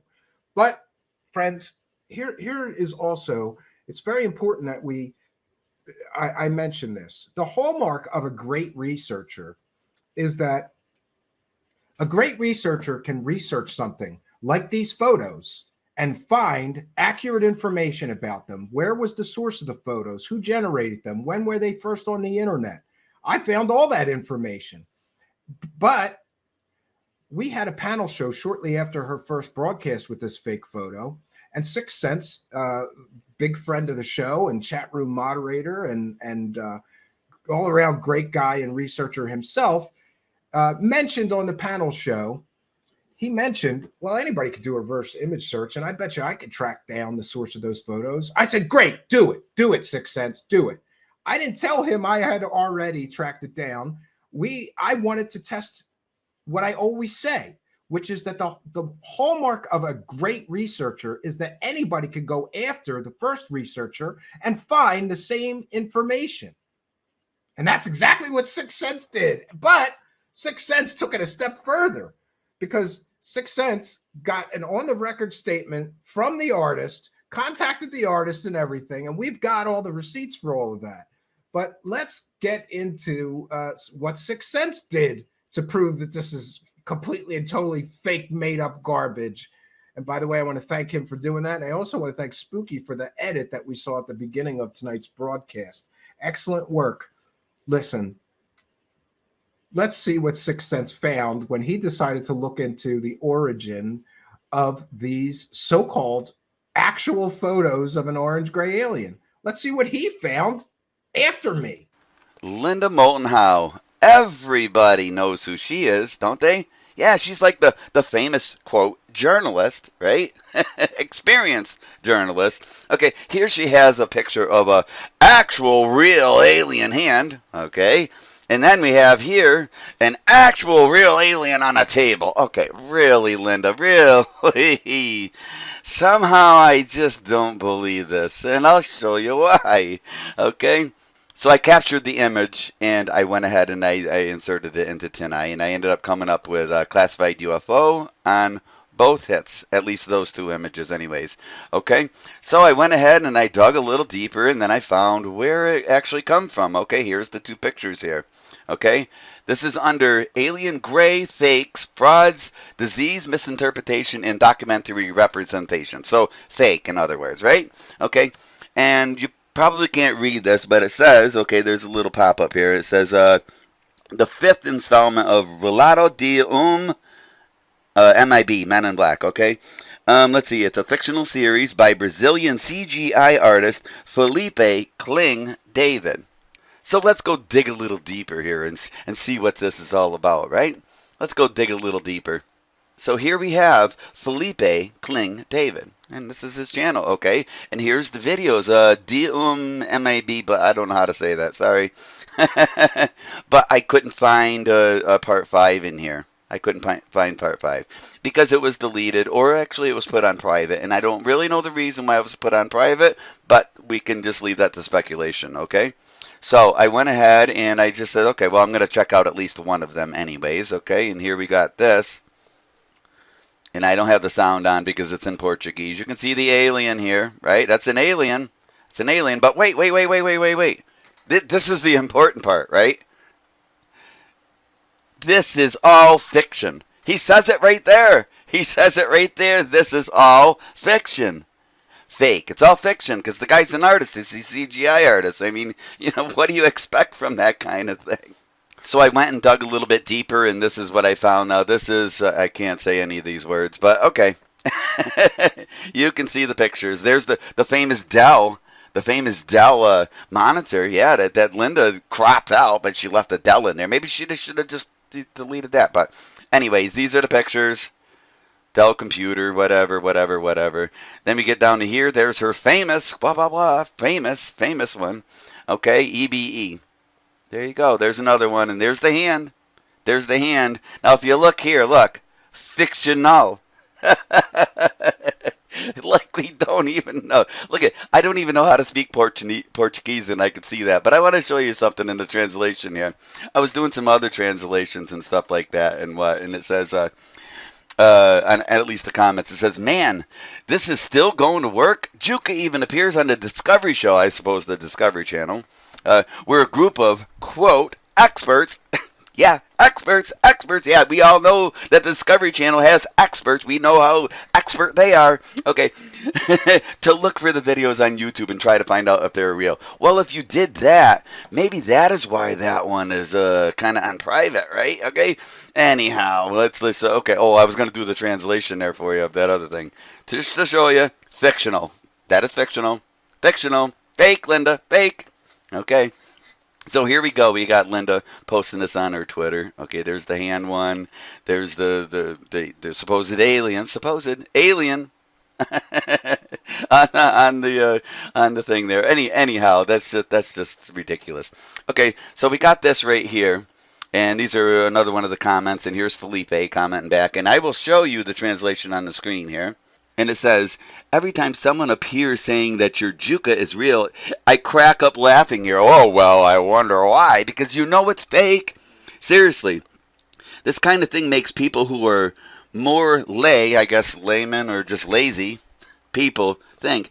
How many Jukas are out there on these programs that we don't even know about? You know, I mean, come on. Here's Felipe. The cool thing is that this one at least concludes that Juka is really a fictional creation. Fictional, Linda. Fictional. Can you read? It says fictional. Fictional. Yet you still go ahead and promote it as real. So here's the thing, you know, Linda just tries to pass off this bullshit. Yep, it's bullshit and it's fake. So now she's gonna go ahead and do a what's her new program? Oh, so now she's gonna go ahead and do this and try to talk to this alien or some freaking messed up stupid shit. in the coming days here, or maybe by the time you hear this, she probably already did it. But I mean, how can people not, you know, notice this at least at some point? I guess it's because it's in Portuguese. It's kind of hard. So yeah, you know, maybe it's not so easy for some people, but. Come on, Linda. This is as fake as it gets. I mean, this thing is totally 100% fake. You may be fooling these people, and you're probably fooling a lot of them. Yeah, people even giving donations. I mean, hey, that's up to them. That's up to them. But, you know, it's fake shit. It's just fake. There's nothing real about it. The guy himself says that it's fake. So there's really no end to what this lady will do to get a couple bucks, you know. I mean, or a couple $100, a couple thousand, maybe even a couple million by the time she's done. You know, this is just wrong. She knows it's wrong. I mean, come on, you're a journalist. Do your job. So there we have it, friends. Proving my theory that a competent researcher will find the same results as another competent researcher. But it gets better because we have more developments since Sixth Sense made that video. He reached out to the journalist on Twitter, and we got an on-the-record statement proving 100% that he created these for a fictional series. And we got even more evidence, including photos that he sent us of sort of this image as a work in progress as he was creating it, and we're going to show it all to you. But joining me, I'm sorry that it took so long to get him here. I had him start early. I should have told him to wait a bit. We'll see. We've got him standing by in our green room. We have the Sixth Sense with us. Hey. Good work, man. Excellent thank you, sir. Excellent work. You know, it took me a little bit to do it, and I don't remember what time in the morning, and it was kind of early. That I actually, you know, hit that what's the word for it? You know, I finally just said, "Holy cow, this is great. This is totally busting her." And this is after, I don't know, I'm gonna say 8 hours at least that day, anyways. And it all comes down to a couple of links. You know, I mean, yeah. And the thing is, you know what, Stephen? I mean. If there's one thing I really can't stand is fraud, fakes, liars. Be real with the people, you know, and that's why I do what I do, and that's why I'm here helping you out, because I see that you do the same thing. Yeah, and I appreciate that. And you know what really bothers me though is that I feel like it's not fair to the other people who were doing work the right way. You know, like I can't take shortcuts like just taking some fictional image off the internet and claiming it's a real picture of an alien. It's not fair. And, all I want is a level playing field. Let's make it fair for everyone. If I can't use fake alien photos and generate $3,000 to $5,000 to $10,000, whatever, thousands of dollars, then she shouldn't be able to. It's not fair to people doing this the right way, right? Yeah. Oh, yeah. Yeah, no doubt about that. No doubt about that. You know, and that's it. I mean, and I also feel that, you know, I'm not so much on the side of people that continually get fooled, even though you tell them, look, you're getting fooled here. You know, they're running you a line and you just will not listen, you know, but there's people that seriously and really can't help it. They're desperate. They're looking for an out. They're looking for something to hold on to. It's an escape. It's an escape. It's a fantasy delusional escape And I feel think bad. that's I real. feel bad for those people because those are the people. I feel bad. I feel bad for everybody that was sending her super chats while she was doing that. You know what? And I looked at the chat there, and I watched the chat there, and usually I would have recorded the complete chat and stuff just so that I can see the idea. But she didn't remove the Yeah. chat this time, which is Well, unusual there's a because she usually challenge. does. There's another challenge. If anybody would like to watch Linda Moulton Howe's 2 broadcasts and count up for us how much she collected in super chats, we can add that to the ill-gotten gains total of the ad revenue that she's getting paid for this garbage. And let's get into Sixth Sense, the additional. Sixth Sense did a great job. He reached out to the artist. We have an on-the-record statement from the actual artist who wasn't surprised to learn that people thought it was real, kind of, because it appears that this isn't the first time that something like this has happened and he got wind of it. But here's the on-the-record statement. And by the way, there's a language barrier, so originally I thought that that image was CGI, but we'll see in a moment that it appears that it was a sculpted bust that he used and then modified the image after he took the picture. But here it says, this is from the actual artist who created the photos that Linda Moulton Howe is claiming are of a real alien. He says, I asked him in the Twitter thread, I asked him, can you please tell us, what the origin of these were, when you created them? And he replied, he must have used Google Translate as well, but he gave us this nice reply. He said, certainly, let me introduce myself first. I am an artist, blogger, and writer from Brazil. All this was published in my blog on www.mundogump.com.br. In 2008, I wrote a fictional tale that became almost a small web series about the men in black who operated in Brazil and how they needed to hide a living alien to use the dead man's trigger because a political issue with U.S. and Brazil government allowed the U.S. men in black to operate in Brazil, and Brazilian agents began to die mysteriously after. And again, this is a fictional story. He goes on to say, for this story, I created a series of things, characters that interacted with my blog readers, videos, photos, and images like the ones you saw above. But I always made it clear that it was a work of fiction, although some people thought it was too believable, and a parallel conspiracy began of people believing that much of it was reality disguised as fiction for ulterior reasons. He goes on to say, I had a lot of fun with this whole creation. Although I received death threats twice, it was really a fun period of my blog. One of my videos of the captured alien is this. And then he gives the YouTube URL of some more of his, fictional alien work.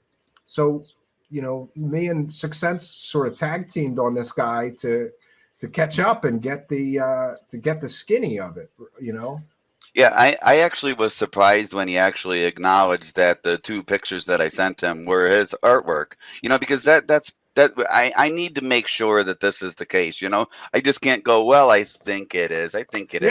Yeah, I'm glad that we both got to interact with him on Twitter, and I'm going to try to see how good is his English, because my Portuguese is terrible. I can't speak Portuguese. Maybe I would be willing to even get a translator just to have this guy here, because I'd like to get his reaction. How does he feel knowing that Linda Moulton Howe essentially stole his images in one form or another? She could say somebody gave them to her, but those are his images. Clearly he owns them. Then she slaps copyright on them and tells this fantastical story and generates thousands of dollars in ad revenue that she doesn't deserve. Right? I want to know how he feels about it. And by the way, Linda Moulton Howe, why don't you give the artist the money that you falsely, deceptively generated? Why don't you give the money to the artist who actually created this art and apologize to everybody for what you did? Sickening.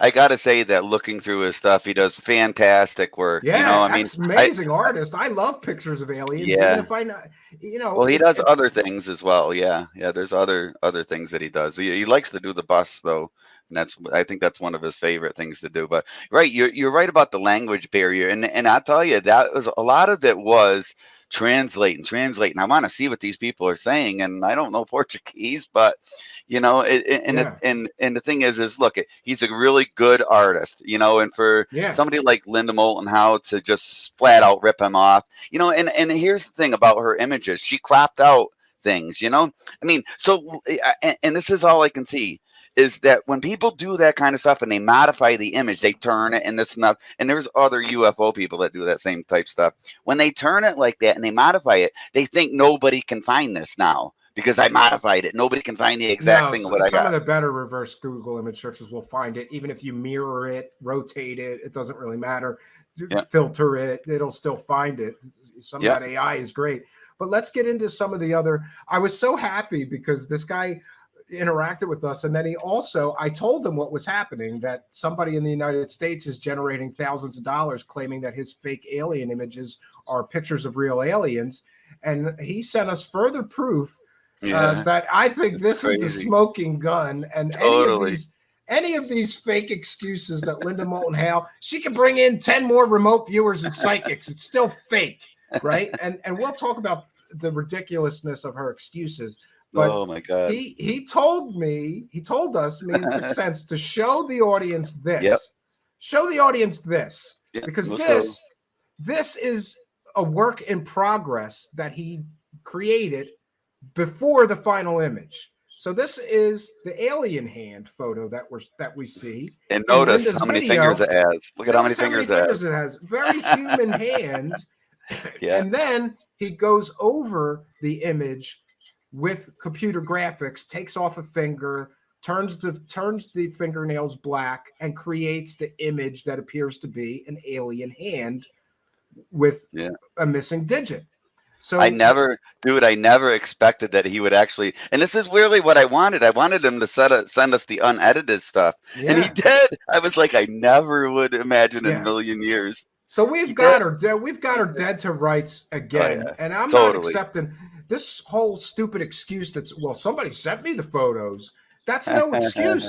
If somebody sent me these photos, or you these photos, Sixth Sense, or any competent researcher, these photos, they would have done the same thing you and I did, is try to find the origin of the photos. And if you find the artist, talk to him. Say, what's the deal here, Well, that's it. She considers herself an experienced journalist, right? Now, an experienced journalist would do even more than what I did. Yeah, I mean, or at least have a team that's going to look into this stuff. I mean, and then, hey, and let's not forget the guy that's doing this remote viewing thing. I mean, let's not forget Buddy, because Buddy is playing a stupid part here too. Because look at that, totally debunks him as a you're debunking a fake picture. An image or a modified image. He's helping her double down, saying, yes, exactly, those are definitely real images. Even though people have found the artist, right? Incredible. Even though people have found the artist, we've got on the record statements from the artist. We've got work in progress pictures showing that he created these digitally and otherwise. And let's show the other image, because the other image is even better, I think, right? The other image I think is even better because it shows that this alien head that Linda Moulton Howe is touting as a real alien was a sculpted bust that he then further manipulated so just to be clear to the audience, what he did was he created a sculpted bust and painted it of an alien head. Then he put it in the photo on a gurney or whatever. He took a picture and then he loaded it into a digital photo editor and digitally manipulated it to get to the version that Linda Moulton Howe is sharing as a real, so-called real alien photo. But here is the proof that he sent us that he created this. Clearly, that's a sculpted alien bust. The alien is missing some of its parts here, right? Yeah. And that's how artists do that too. They don't just create one whole item, they'll create different parts, because if you look at the torso, I don't think that the torso was so edited as much as the face, because you really want to capture somebody's attention. They're looking at the eyes, and the thing is you can see that. Look at, where's the coloring, the orange coloring and stuff too. So I am so glad that Philippe, I don't know how to say his name, and that's how I'm going to say it, but I'm so glad that he actually totally just sent us these things. This is totally bonus. I mean, I think that we already had her anyways, but to get the artist to show us other versions of his stuff, before and after type things, because if you can look, the table is exactly the same. It's just like flipped or something or whatever. Everything's Yeah. the same. So she can't. So now she can't say that. Look, this is the real one and he faked that one. Well, what are you talking about, lady? Here's the before and after. Anyhow, and that's it. Too. This was 2008. She said she didn't get it until what, 6 years or so? So many years ago. The thing is this was out way before she even did that, and that's Yeah, and that's another thing we should talk about, because even her explanation makes no sense. Because what did yeah, they it do? doesn't. Did they go back in time Yeah, time and travel. get this guy to put it on a website in 2007? And by the way, I said 2008. She said 2007, but I said 2008 because he said he created the website in 2008. I'm not sure. It's either Yeah, 2007 or 2008. It doesn't really matter. 2008, I The point believe, right? is that this picture existed on the internet as early as 2008. Yep. So for And her to profit from this fake story and then double and triple down on it, right? see, I think that there might actually be more to this because during my investigation into this, there was something, and I'm going to say around 2013 that this got brought up again, and really my target was to go ahead and find out what Linda was showing. I wasn't interested in the other people that were involved. So much, and things like Nolan come up, all the big fraud names come up during Yeah, my search. and isn't it How many other interesting? people did the same Isn't thing it she did? interesting when you do a reverse Ancient Google image aliens? search? Yeah, but when you do Sixth Sense, when you do a reverse Google image search on those images, the first site that pops up is a site that is labeled fake alien pictures. I know, eh? Like that might be some indication, Linda Moulton Howe, that this is not a real picture of an alien. And also, some people have made excuses for her and said, well, maybe she doesn't know how to use Google reverse image search. She has staff. She's that affluent that she can pay staff. Somebody works for her doing web stuff and, answering her emails. She's got people that could do that for her if she chose to actually work for a living instead of just defraud the public with fake nonsense like this from a Brazilian artist creating a fictional web series. You know what? And I want to give credit to the classified UFO because actually that is what gave me his name. And then I could further, and here's the thing: when I'm doing this stuff, I gotta make sure everything is in line. Everything's in line, and that's probably the most difficult part, Yeah, and then time-consuming part. I have to cross-reference everything to make sure. And that site gave me his name, and then I was like, because you're never going to hear it from Linda. She just says this Brazilian website, and here's the thing about the Brazilian website. She must have, or I can assume that she had viewed that website. Now, did she just bypass the part that said it's fiction? Or the chat, where she ignored that part. Yeah. Did she find a translator to go ahead and somebody to translate what it's saying? Or did she just she didn't even need to find a translator. You could copy and paste the text into Google Translate. Yeah, that's what I did. Tell you more or less what it says. But Google Translate is pretty close. It's not exact, but it's pretty right. close. But she didn't even do that. So for an experienced journalist, and I want to quote journalist because in my eyes, I just see this as fraud. I don't see this as journalism at all. And that's the sad part of it. And thankfully we got people like you here, Stephen, that expose this type of stuff. And how many people I see in the chat say, "Oh my God, I never knew that this person so and so was so bad and that they were lying to me." You know how much I see that? Yeah, me too. I get emails almost at least every week. Somebody will say, "Hey, I used to listen to this person. Thanks for letting me know that they're peddling garbage at us." Yeah, my God, and and there is seriously people that just don't see it. They don't see it, and some people I want to say that believe it. They believe it because they need to believe it. I don't know what the reasoning is there, but what she's doing is wrong. Period. There's no question about it. It's absolutely wrong, and you know what? And here's another thing. This is very important. Yep.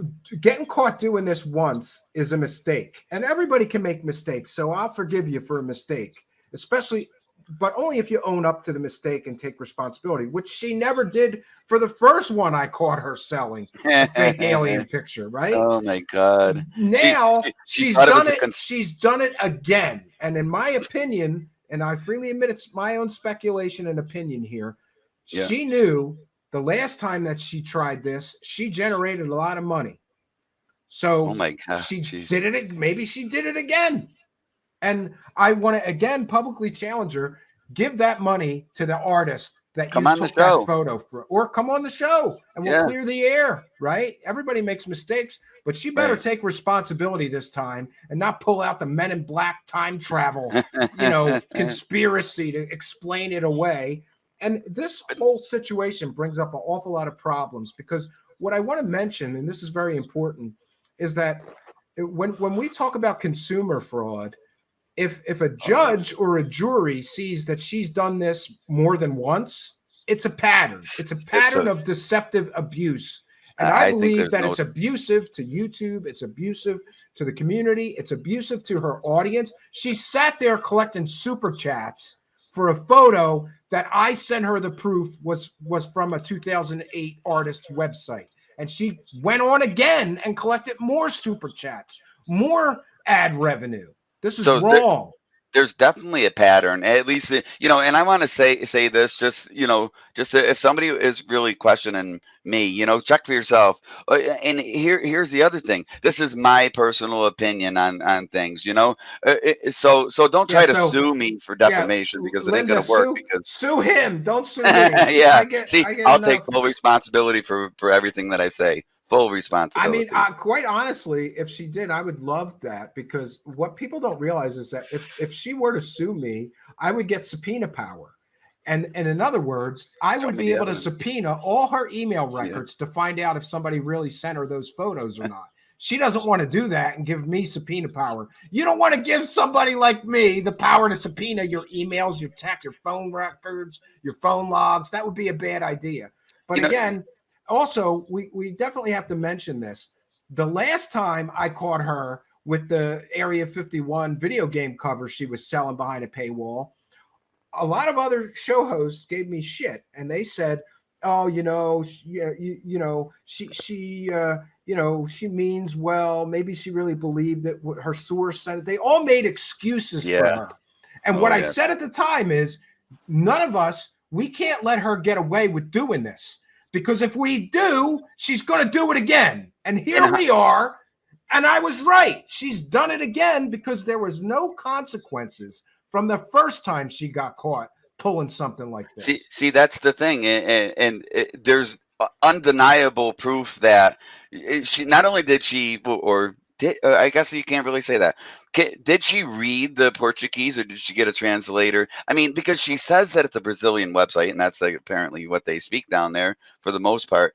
She never even took the effort to do this, yet she's making money off this. I mean, if you're going to sell a product, look at this. So here's part of the problem. It's never occurred to you guys that the artist claiming to have made this was a disinformation agent. Of course. Hey, Orion lies. Plausible deniability. He did this. He made that, and he put up that website in 2008, so that in 2022 he could discredit her, claiming that was a real alien. Sure, he played the long game, dude, because he waited 14 years to disinform people.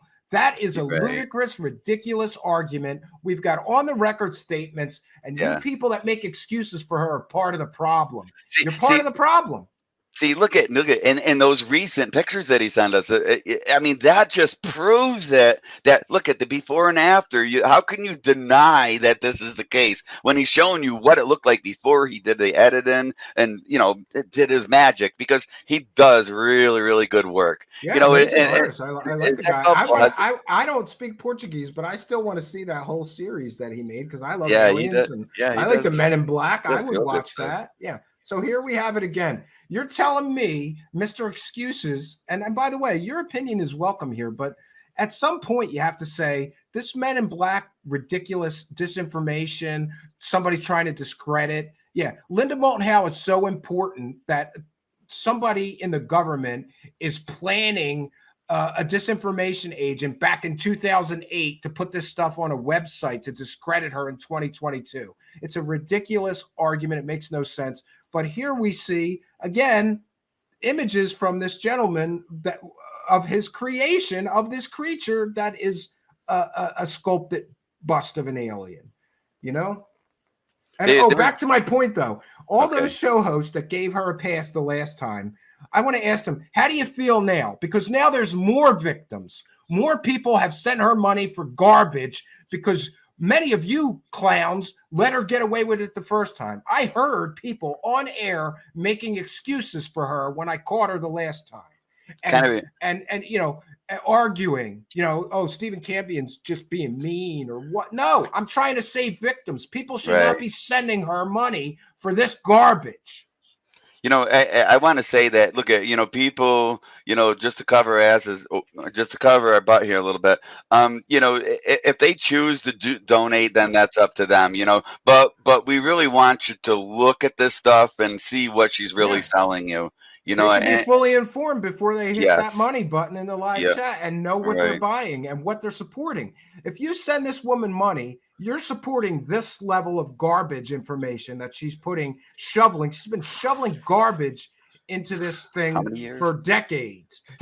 She's been shoveling this level of garbage. And again, if this had been the first time, I'd give her a pass, but she's been caught time and time again. She shoveled the arts parts garbage. She shoveled the CARET documents, CARET documents. Those were completely fake. Arts parts, completely fake. Ordinary earthly metals, completely fake. She shoveled this UFO, you know, Area 51 video game cover as real. She also shoveled this Antarctica story where her insider was supposed to be a Navy SEAL, and during the interview, she asked him what his rank in the Navy was, and he gave like an Army rank that wasn't even a Navy rank. That could be some indication that your source is full of it. And again, I publicly challenge her, release your sources. If you're not going to take responsibility, you're going to try to blame somebody else, give me the source's name and information, or 6 Sense, or any other researcher. Let an independent party call him and verify that he gave you these photos last year, and that you didn't just take them from the internet so that you could deceptively generate YouTube ad revenue and make money that you did not earn or deserve. With fake anonymous sources, because what did she say during her stream? It was something like from the government aerospace insider. Something crazy like that. I mean, and isn't that what the frauds do? They use these. Well, they sound like important people, you know. I mean, we don't know who they are, and we never will, because they're probably imaginary, most of them. Well, that's another thing. Listen, a real aerospace insider wouldn't have been fooled by this level of garbage pictures. He would have looked it up like we did and found out they were fake. But Linda Moulton Howe wants you to believe that some really important government insider, aerospace insider, had these alien photos somehow and sent them to her exclusively. And she was the only one that had the photos. They're all over the internet if you look. If you go on to her website there, you'll notice that I think it's in the about section or something. She shows all of her awards that she's gotten, you know, journalist this, journalist that. And I'll tell you, this is what it does to me. For me, it has me question, what is the value of those? If those people themselves didn't even look into you to see how genuine your work was and how thorough it was, how do you get these awards by promoting, you know, Bo? It gets better. And fair use. We're showing her public website. This is a public website, but we're still citing fair use. This fake story is right on the main page of her website, where you can pay money for a membership. That's deceptive. In my opinion, this is outright consumer fraud. Well, look, consumer fraud. She's using the image of an artist right there. I mean, that's proof. Look at. Did you get permission from him? You know, you don't even name him at all. You know, did you get permission from him to even post that kind of thing? Yeah. You know, and here it is on her website. Now, tell me she isn't making money off this. I doubt that. You know, she's definitely. Yeah, and by the way, my opinion, she I don't know if she did it for this story, but she does it for many stories. She will put a story on her public YouTube, and then she will put another part to the story behind the paywall.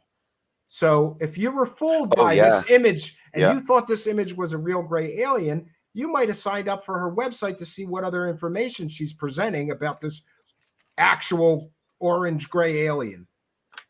Yeah, Amazing. Plan B goes ahead and says he should sue her. Now, I think that there's totally grounds for suing her for copyright infringement. I don't think that there's a doubt. And this isn't lawyer information. This isn't the thing is I really feel myself that he could, and the thing is look at. Yes, She still falsely falsely generated thousands of dollars with and his artwork, without permission. That's a lawsuit in my eyes. Yeah, Absolutely. I mean, Well, listen to this. Earth Files is an award-winning news website where experts, eyewitnesses, and viewers share their latest updates in Earth and astrophysical mysteries. And she keeps saying award-winning, and I just have to say, like, award-winning journalists don't make amateur hour clown shoes mistakes like this. They do the work. This is not journalism. This is clickbait garbage peddling.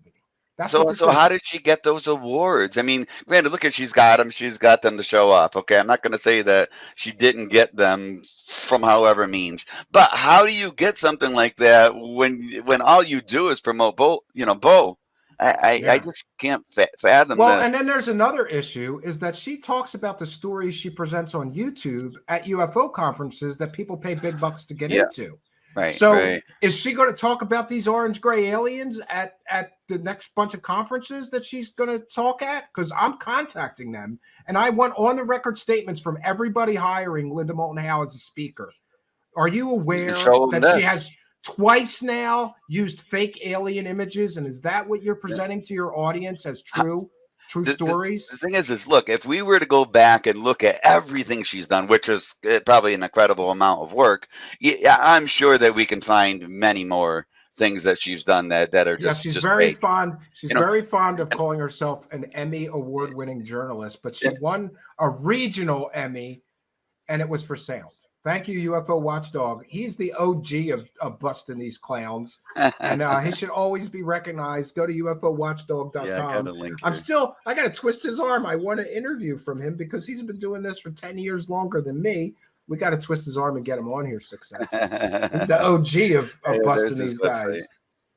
Yeah.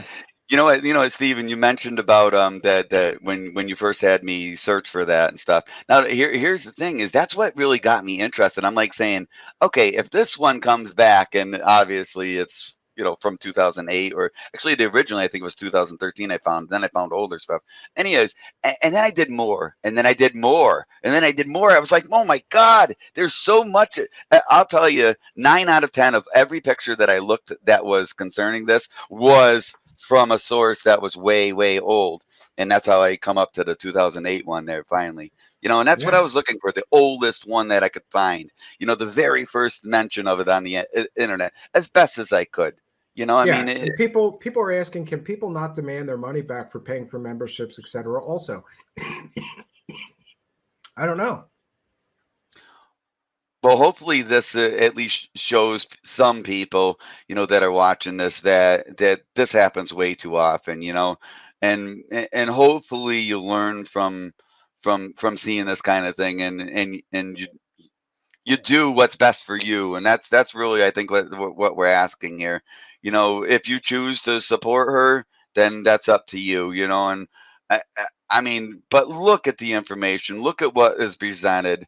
I don't think you can get any more solid than this, especially being that Philippe was so generous to offer us pictures that she never even seen probably, or nobody's ever seen. Because what CGI artist actually shows you the before and after, unless that's their mission, And he was so generous to go ahead and just toss it out there. I was like, oh my God, no way. The 5-finger one, that was just gold for me. Chris, and I know the bust one is good. Look at this. I was the first case of this before these cases you were talking about back in 2007. I am a CG artist. Linda Moulton Howe has been at this for a long time. Chat to me after the show. Chris A., please do. Yeah, you can follow me. It's at Stephen Cambion on Twitter, or please email me because I want to be sure that I'm able to talk to you. It's very important to me. If we could get another case of her taking CGI art and claiming it's real, that would be 3.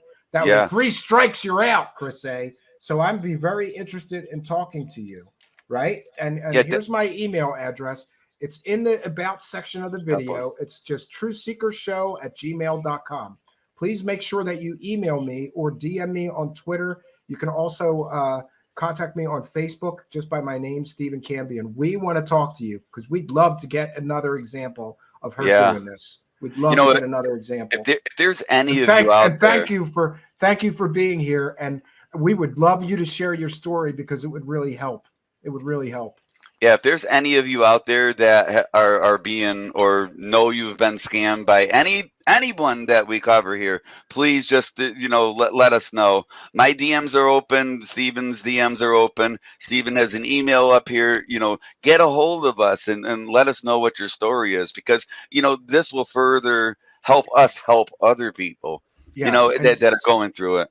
And silence, when people remain silent when they've been victimized like this, that's what allows people to continue to victimize others.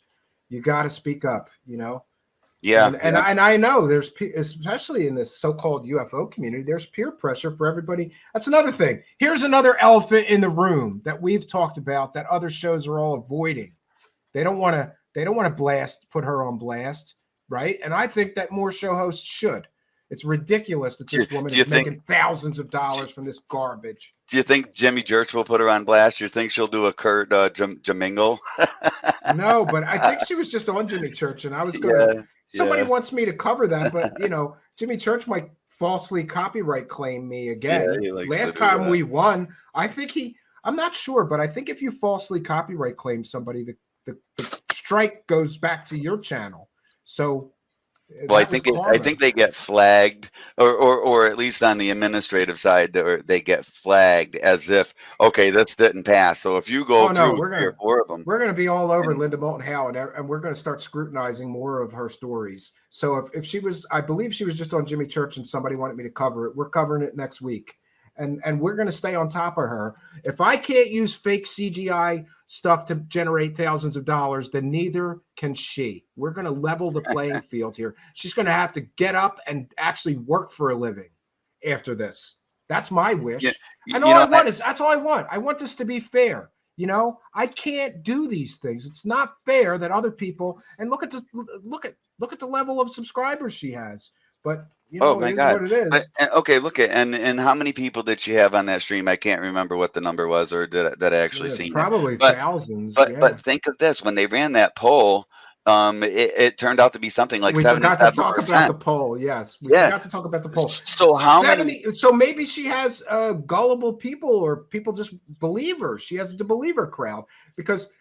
For those unaware, during the second stream where the remote viewer came in to help her do damage control, because I already had caught her using this fake image, she did a poll of her audience, and apparently 78% of her live chat audience thought that the images were real.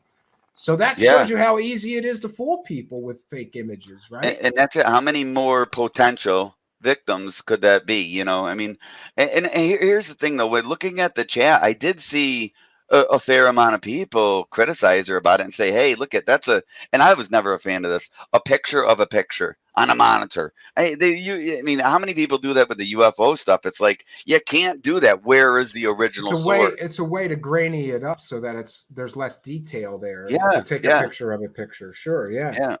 And actually, that's what I think she did actually on that picture too, because I was looking to see if I could read what the title of the tab that was open up there on the monitor was, and I couldn't read it, but I'm sure that was intentional. I mean, they like to do that. But how many other victims or potential victims, I want to say it like that, could there be? I mean, being that 77%, think that was real. And a lot of people are suggesting that it's time for her to retire. You know what I want? I don't want her to retire. What I really want is for her to have the passion and the work ethic and the drive that she had when she started, because that Strange Harvest documentary and book were excellent. She did great work. She actually talked to people. She got real sources. Now, for all we know, she fudged some of it because we could see a pattern of her fudging things, or, no due diligence on the sources. But I believe that when she started, she had like passion, and she really cared to do a good job. And eventually she just figured out that you just need to have a good fairy tale. You don't need to have real sources, or you could just use anonymous ones. She's the queen of anonymous sources. Nobody else is allowed to talk to her sources. Nobody else is allowed to interview them about what they told her, but we're all just supposed to believe her that important government insiders and Navy SEALs come to her to tell their stories somehow. You know, and nobody, they never go to anybody else. They never go to anybody else. They go to Linda. I just recently, and I won't name the YouTuber here. I just recently found some older footage, or well, not recent, anyways, and they were pretty much mentioning their method. They said, well, hey, look, if we can sell this garbage, why not just sell this garbage? And so they're here today, you know, promoting truth. Right. What did you, and the thing is they're one of those fence riders, and that's what I call those people. They'll ride the fence because they'll go to the side that's making them the most money, not because one side is real, one side's fake, you know, whatever side, they're just going to go with the flow. And the thing is, you know, I find problems with that, and I won't say their name. I'm sure that there's quite a few of them out there. I'm just going to say that they know third phase quite well. So yeah. And the thing is, it's old footage. Do you think that people can't find this stuff? You know, I mean, and that's the thing. Oh. There's so much of this. By the way, that wasn't supposed to be about Simon Parks. If you have a story to share about Linda Moulton Howe, I just haven't updated my bumpers in a while here, so I apologize. And somebody, Elegant Pause, said, I saw this last night and thought of you. So many people sent me messages that we had to cover this. We had to bring it to you. So, and I'm glad for Sixth Sense help and assistance, and I'm glad for Spooky's help and assistance, because, you know, listen, I'm only one guy here, and I try to be a one-man army, an army of one, the best I can, but I do better work when I have a little bit of help and somebody, you know, like these two, who contribute and really, really help us to bring you the real truth. And isn't it funny, Sixth Sense, how the so-called truthers, the people bringing us the truth, are the biggest liars? Apparently, they're the biggest liars. I don't get that, right? You know, that's it. They're selling themselves as truthers, and they're just the total opposite. So that's why I really don't even like the word truther anymore, or truther channel. I mean, because of that, and it's so abused. Maybe that's it. It's an abused word. You know, how many people put truth in their name, and then they really don't show the truth? At least here we give you verifiable evidence. We show you just what we found. You look for yourself. You decide for yourself. What do? They don't link anything. Oh, we're going to link something, and they never link it. Where's the source? And by the way, what I'm going to do, and I can't do this till tomorrow, because there's a lot of stuff I could get into it, but I won't. Tomorrow, I'm going to put the pictures and the statement from this gentleman and screen captures of our interaction with him all in one folder on Google Drive, and we'll put it in the description of this video. It'll be there sometime tomorrow, and then anybody can have access to the evidence that we've shared tonight. I'll put the videos too. I'll put Sixth Sense's video and these other two videos in the folder and share it with all of you. Yeah, that's Creative Commons. Anybody can use that. You guys share it. Share it. I'll tell you right now. Use it. Send it out far and wide. It's all Creative Commons. Yeah.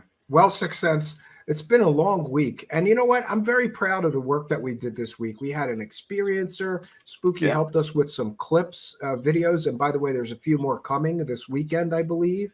And we interviewed Philip Mantle. I want to remind everybody that we try to do this the right way, and we try to bring the good guys here that aren't liars and fraudsters. You know, honestly, the liars and fraudsters won't come here because they know I'm going to ask them really hard questions. We had Philip Mantle. He's another one of those OG guys, researchers. He's been doing this for decades. He's written tons of books. He is super knowledgeable, especially about the alien autopsy hoax. We did an interview earlier today at 1 p.m. Eastern. It's in our channel. Go there and check out that interview because I think it's really important to support the people that do good work and write good books and research things the right way. It seems like that these fraudsters take all the air out of the room and they get all the attention. And some of these good guys doing great work just get lost in the shuffle. Or they try to shut you down. That's the thing. Shut down the opposition. The people that are actually showing the truth. So Yeah. hey, Stephen, thank you for thank letting you. your audience see this most important stuff. My pleasure. We wouldn't have it any other way. And I really appreciate what you do here, buddy. And I'm going to let you go here to finish off the show.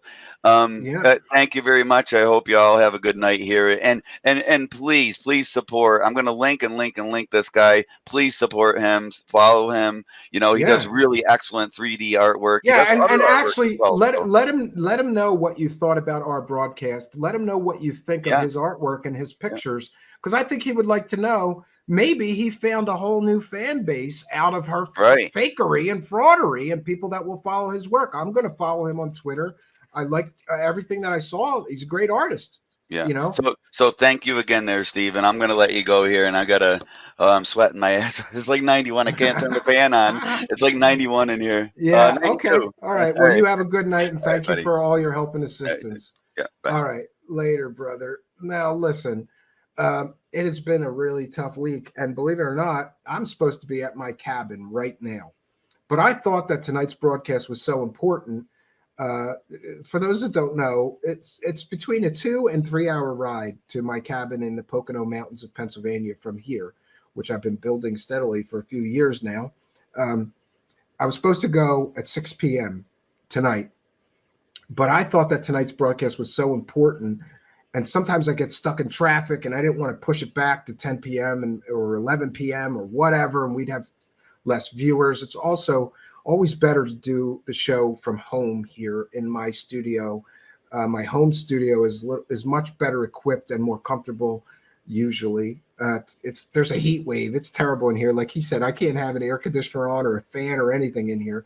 But anyway, I got to get to the cabin. I'm still going tonight. Right now it is 10:33 p.m.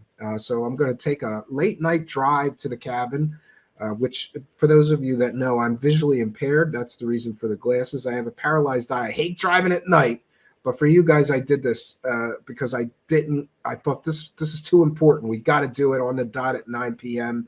Get the most viewers. And we have Spooky here reminding us of upcoming raffles. Yes.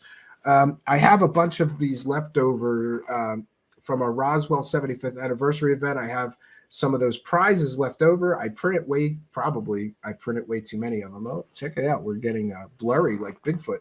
So going forward, starting next week, everybody that goes and gives a super chat, we will be putting their name in a hat. And at the end of the show, or we're going to use a random number generator. We're still working out the actual raffle part of it. I want a hat. Spooky wants a random number generator, so everybody's sure it's fair. We'll figure it out. But starting next week, we're going to raffle off a prize every single night. So if you give any amount of super chat, your name goes in the hat. If you give 2 super chats, I guess your name goes in the hat. We're still working out the rules. We're going to start that next week. Now, I have to take some time to recognize all you kind and generous supporters. Do you know, just like Linda Moulton Howe, there are people that are making thousands and thousands and thousands of dollars to bring you garbage information, lie to you about anonymous sources, in my opinion, lie to you about where they got their so-called evidence. There are people making thousands and thousands of dollars lying to you. You have my commitment. We do the very best we can to give you accurate information with evidence, with receipts, and we're not going to lie to you.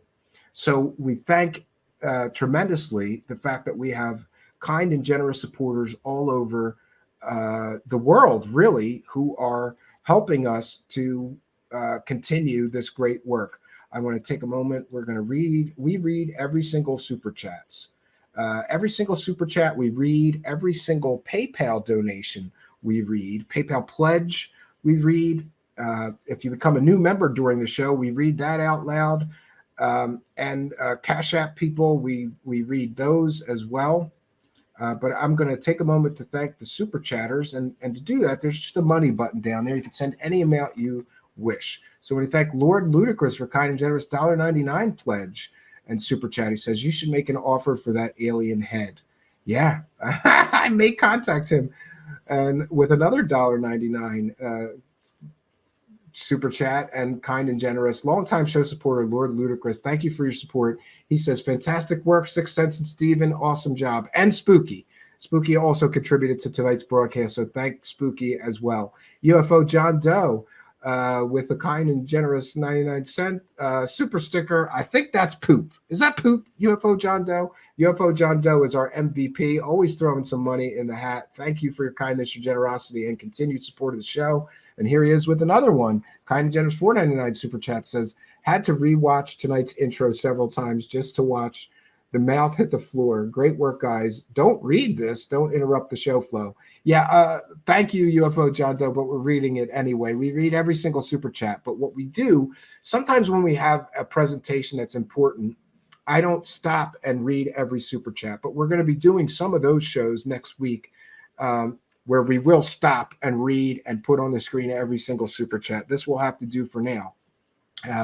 And also, Roberto Bobby says, thank you for your hard work, Truth Seekers. Well, really, it's becoming a team effort. Remember, it's not Truth Seeker here, it's Truth Seekers, and you guys are all a part of the team. Everybody contributes in their own way. Tonight, we had Sixth Sense contributing with his excellent research.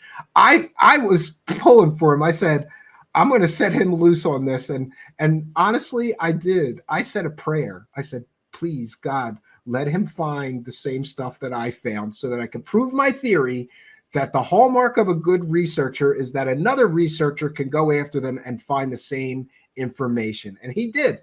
Actually, he took it a step further and helped us to communicate with the actual artist more, which was great. And also Roberto Bobby with a kind and generous super sticker. What is that? It looks like, I don't know. You'll have to forgive me. I'm visually impaired. Is that doves or birds? Kind and generous $3 super sticker. Thank you very much. And Sidvich, longtime show supporter, with a kind and generous NOK 500. And I always forget, what is that? How much is that? Every time somebody, it's like when I get pesos, right? And by the way, we take all money. YouTube will convert it for us. Whoa, $50. Very, very generous of you. Thank you for your kindness, your generosity, and your support. That is very, very generous of you. And we thank you, and so generous, and a long time, very, very long time show supporter, Sidvich. Thank you so much for your kindness. Oh, it's not NOK, it's KR. Well, we'll look that up later. Okay, I may be wrong about the US amount. Oh no, that's $48 US. So thank you very much. Current exchange rates and all. But hey, brother, can you spare a dollar? Thank you, Sidvich, for answering the call. We're still going from earlier. I don't know that I read them, did I?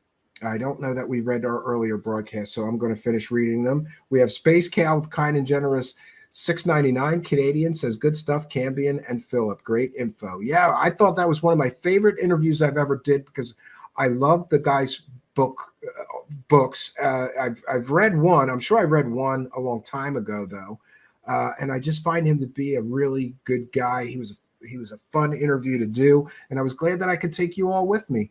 And Spooky with a kind and generous $1.79. And I always tell Spooky, don't send me super chats because for those unaware, when I took the 3 weeks off, the live viewership really died, and with it, a lot of the funding died.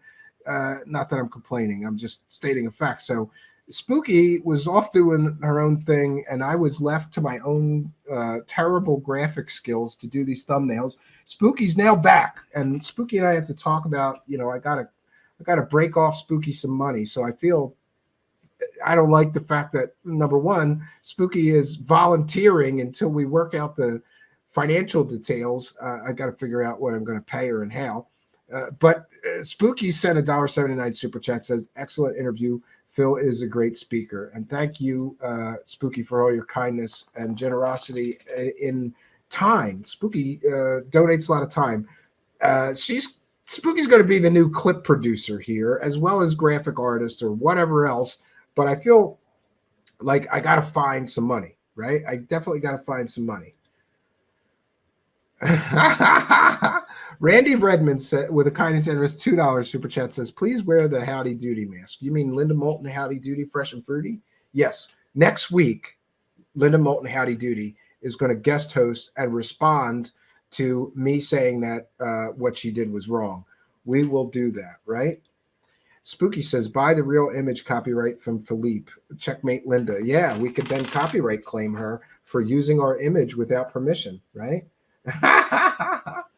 Oh, that's a great idea. I'm going to contact him. We'll get on that, Spooky. That's a Lions Ground type move. You know, look up that story with what happened with Lions Ground and Secure Team 10. He somehow, he almost got Secure Team 10 destroyed their channel because Secure Team 10 was using an image of some Asian person without permission. So what else can I tell you, friends? We are continuing in this long and winding road in this journey to truth. And unfortunately, I spend a great deal of my time here not finding truth, but finding lies, deception, and manipulation. But I think it's just as important to reveal that stuff as it is to show you, other things. Lord Ludicrous with kind and generous 1999 says, use this towards what you want to pay Spooky. The show rocks and there are never issues when Spooky is around. I gotta agree with you. And yeah, I'm going to send her that just to cover the super chats that she sent. Yeah. Spooky says super chat so Spooky can buy food and not die. Hey, that could be deceptive practices, Spooky. She needs the money. Honestly, we all need the money. It's rough out there, brother. Can you spare a dollar? That's why I'm begging for money on the internet, right? The truth is that when I started my company, it was supposed to be a technology/media company. But due to the pandemic, the technology part of it kind of went away and we became mostly a media company. And we do have some announcements to make about the future of my company that you're going to want to hear. But I'm going to get into that next week. I mentioned I'm supposed to be at the cabin right now and it's 100 degrees in here. So I'm going to bounce on out of here. But before I go, there's a few final thoughts I have, and that is that Linda Moulton Howe should not morally, ethically, or legally be allowed to keep the money that she just generated through these deceptive means. I don't believe that's fair. And I'm not her judge. I'm not a law enforcement officer, and I can't force her to give the money to the artist whose work she used to deceptively generate that income for herself. I can't force her to do that. I can say that I think it's a good idea that she gives that artist the money since she didn't get permission to use his images and generated thousands of dollars by using his images. I think she should give him the money or give it to a cat charity. I hear she likes cats, right? Give it to a charity, Linda. It would be very bad. In my opinion, it would be terrible for her karmically to keep these ill-gotten gains. And while you're at it, why don't you give all the people back the money for that Area 51 fake alien photo that you generated all that money from deceptively, right? Because, and by the way, we had somebody, Linda, in our live chat that says, essentially, you took one of his CGI images in 2007.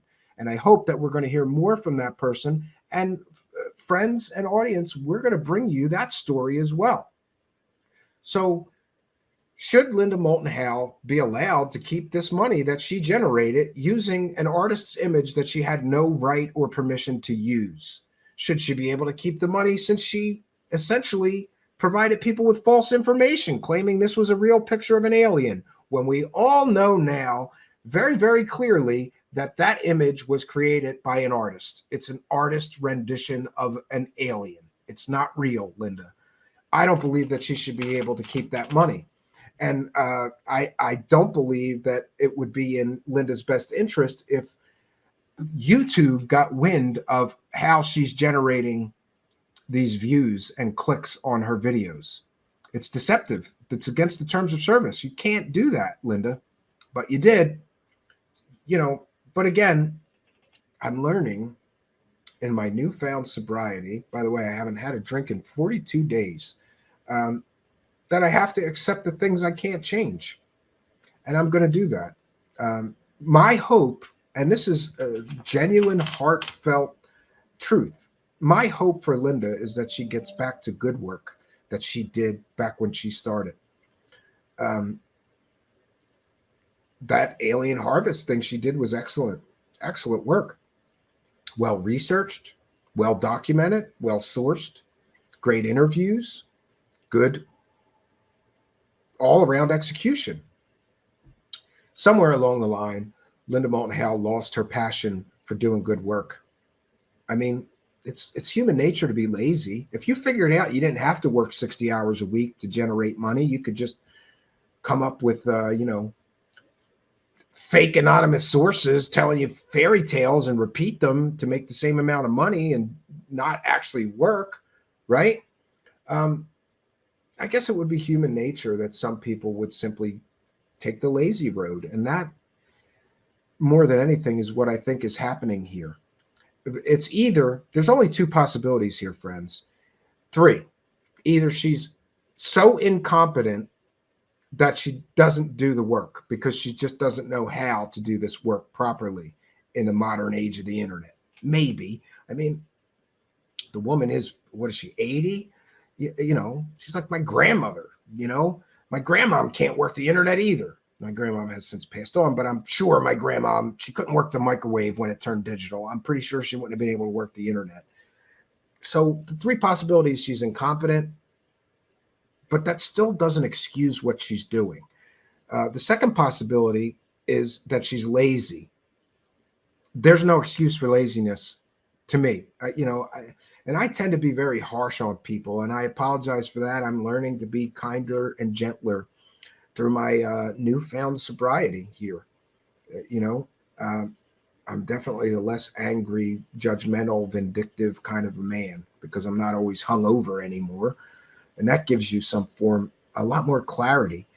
So if she's lazy, I can't forgive that. You've done this multiple times now. Now we're hearing from somebody in the live chat that you may have done this in 2007 as well. Taken CGI artwork and claimed it was real alien evidence. I can't excuse the laziness. She should give the money back if she generated this because she was just too lazy. If this all happened just because she was too lazy, fine. But she's got to own up to that fact, and she's got to accept responsibility for this. And the final and worst possibility that I can envision here is that she knowingly and willingly did this on purpose to generate money for herself. And to me, if that is truly the case here, that's inexcusable as well. No matter how this happened, it's her fault. It's her fault that people gave her super chats for completely and totally fake, made-up evidence. It's her fault that YouTube is going to be paying her ad revenue for media she produced that was all based on inaccurate information, 100% fake evidence that she used to sell and push that story. Linda Moulton Howe should not get to just simply keep this money. And I'm going to say the same thing I said the last time that we caught her doing this. She should have consequences. Now, again, try not to be too judgmental. I'm not saying what those consequences should be. Ideally, at the very least, she should own up to her mistake. She should apologize and give all of the money back to the people that gave her money for this level of garbage fairy tale Mother Goose stories that are not based on fact or reality, but rather based on fake anonymous sources that no one else is allowed to interview, and an artist rendering of an image that she's going to claim is a real alien. I just don't think that she should be able to keep the money. She should have to give it back. And if she does not give it back or give it to charity or make some statement about this, that speaks more about her character than anything. Now, there are some people who have argued in the past. Some people argue the bullhorn argument. Like, well, Linda Moulton Howe's getting 70,000 views, and you're only getting a few thousand. So that must mean more people agree with her. I don't care what people agree with. Fake evidence is fake evidence. Pushing fake evidence at an audience and then collecting super chats based on that fake evidence is wrong. And that's all I got for you, friends. But what I'm going to say, too, is that along with my newfound sobriety of late has been a reconnection with God and Source. And I was never a big prayer, but lately I've been praying more. And what I will say is that when I was very, very young, one of the first people that I noticed on television and, doing this work was Linda. And I hung on her every word. And maybe, just maybe, that part of me is angry over this because I feel betrayed and let down by somebody that I thought was better than this. And whether I was fooled or whether she just got lazy as time went on or whatever the case, I think she owes everybody an explanation. And I mean a real explanation, not the Men in Black time travel back to 2007 to discredit her story in 2022, or not that the government paid off that artist to pretend that he generated that image. He clearly generated the image. We can verify that that image was put on his website and on the internet in 2007, 2008 time frame. So I hope that she accepts responsibility. And my prayer for Linda is going to be that she gets back to the way she was when she started, right? Doing work that was worthy of accolades, awards, and respect. This work that she's done lately is only worthy of mockery and disgust. But I'm going to pray for her. And I'm going to pray for all of you. And I hope you pray for me too. So that's all I got for you, friends. Until next time, my name is Stephen Cambion. Good night, and God bless all of you, especially you, Linda, and all of the victims that you took money from pushing this fake story. Good night, friends.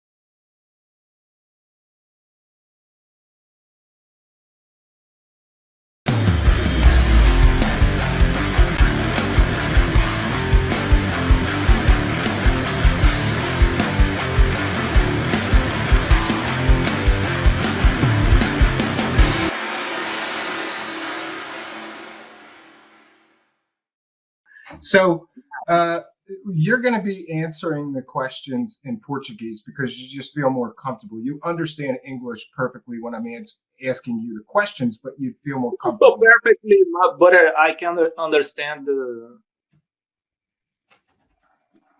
Sure. Okay. Well, no. Why don't we begin with this then? Can you tell us about the origin of those pictures, why you created them, when you created them, and what they were used for? Sure. Bom, então eu vou falar em português, certo? Vocês conseguem receber essa transmissão, essa tradução em tempo real? Em que velocidade devo falar? Okay. And can you tell us a little bit about your background as an artist? And is aliens just something that you were interested in? So you started creating aliens for your art? Ok. Bom, eu sou um artista brasileiro, trabalho há uns 20 anos com 3D, com animação e efeitos especiais e tal. Minha formação é em psicologia, eu sou psicólogo. E durante muitos anos eu trabalhei com empresas de games e animação e ilustração, fiz ilustração para várias revistas. Inclusive, eu sou ilustrador das duas maiores revistas do tema de ufologia no Brasil. Quer dizer, era, né? Agora sou só de uma delas. E é estranho para mim esse caso, essa reação das pessoas de acreditarem nessas ilustrações, porque elas foram feitas primeiro há muito tempo atrás, aproximadamente uns 11 anos atrás. Nesse tempo, eu sou o seguinte, eu trabalhava numa empresa de 3D, trabalhava com 3D, fazia jogo para PlayStation. Eu era da equipe de artes da Ignis Games. E durante um tempo que a gente tinha, às vezes, para fazer um lanche, eu contava algumas histórias que aconteciam comigo na minha vida. E essas histórias faziam um enorme sucesso. As pessoas que trabalhavam comigo começaram a me sugerir começar a escrever essas histórias, porque ia chegar um momento que eu ia esquecer. E também me dava muito trabalho, porque algumas histórias que eu contava eram tão inacreditáveis, e eram histórias reais, que eu tinha que levar minha mãe na empresa, para a minha própria mãe ir lá confirmar, porque os caras, meus amigos, não acreditavam. E aí foi assim que eu resolvi criar o Mundo Gump. Criei o Mundo Gump no ano de 2006. E com a criação desse blog, eu comecei a escrever mais histórias e tal, e algumas histórias reais e outras histórias ficcionais. E sempre dizendo, quando a história era ficcional, eu dizia que ela era ficcional. Quando era uma história real, eu contava, eu categorizava a história como uma história real. Por volta de 2007 para 2008, eu comecei a escrever o Relato de um MIB. O Relato de um MIB começou da seguinte maneira, que o Relato de um MIB é de onde vem essas fotos dos extraterrestres, das naves, etc. O relato começou por puro acaso. Eu não pensei a história, não, a história foi acontecendo. Então, começou assim. Eu tinha feito umas ilustrações 3D de um extraterrestre morto. Só de uma cabeça. Não são essas aí. São outras ilustrações. E eu queria levar essas ilustrações para um amigo meu do trabalho. Nessa época eu já trabalhava, já tinha saído da empresa de games e trabalhava no Instituto Nacional de Tecnologia. Lá nesse instituto, eu tinha acesso a vários equipamentos, vários computadores e várias coisas interessantes, né? Eu queria levar essas ilustrações que eu tinha feito do Alien para um amigo meu. Acontece que estava dando o horário, eu tinha que sair para o trabalho, porque precisava pegar... Aqui no Brasil, onde eu moro numa espécie de Nova Jersey de Nova York, do Rio. Então, eu tenho que atravessar uma baía num barco para chegar no Rio de Janeiro. Então, demorava para ir para o trabalho. Eu estava em cima da hora para poder preparar as coisas e não conseguia achar o cabo do meu celular, porque naquele tempo você precisava gravava a imagem do computador para o celular através de um cabo. e eu não encontrava meu cabo, então eu resolvi tirar uma foto da tela do computador. Quando eu tirei a foto da tela do computador, com a ilustração ficou muito mais realista. Então eu levei para esse meu amigo do trabalho as fotos e mostrei para ele, e ele falou: "Nossa, cara, tá muito realista isso. Você tem que fazer alguma coisa com esse troço, cara. Faz uma história, escreve uma história para você usar essas ilustrações de aqui, que tá muito real." Então eu resolvi, falei, cara, é uma boa ideia, vou fazer o relato do MIB. Assim eu comecei. E foi então um relato de um homem que trabalha no departamento de um Man in Black brasileiro. E esse cara, ele captura extraterrestres, ele conta desde a origem, de como ele foi contratado para trabalhar nessa empresa, né? Nessa empresa fazendo esse serviço sujo para o governo. E ele me manda para minhas próprias imagens, obviamente, ele me mandava essas imagens mostrando os ETs que ele teria assassinado em uma cidade chamada Passo Fragoso, no Maranhão, no norte do Brasil, quase na Amazônia. Então, eram aquelas primeiras imagens e tal. E a história seria só isso. Originalmente, a história seria só uma parte, com esses extraterrestres mortos da primeira parte. Eu publiquei e tal, passou um tempo, um amigo me falou, cara, um amigo meu que gostava de ufologia também, falou, cara, eu vi tua parada lá no Orkut, estão colocando lá como sendo real. Falei, porra, não, né? Não é possível. Foi aí que começou o meu pesadelo. Eu falei, cara, como assim? Estão botando minhas ilustrações? Cara, botaram lá um negócio, a história toda, mudaram algumas coisas só, mas o que você escreveu e estão botando como sendo real.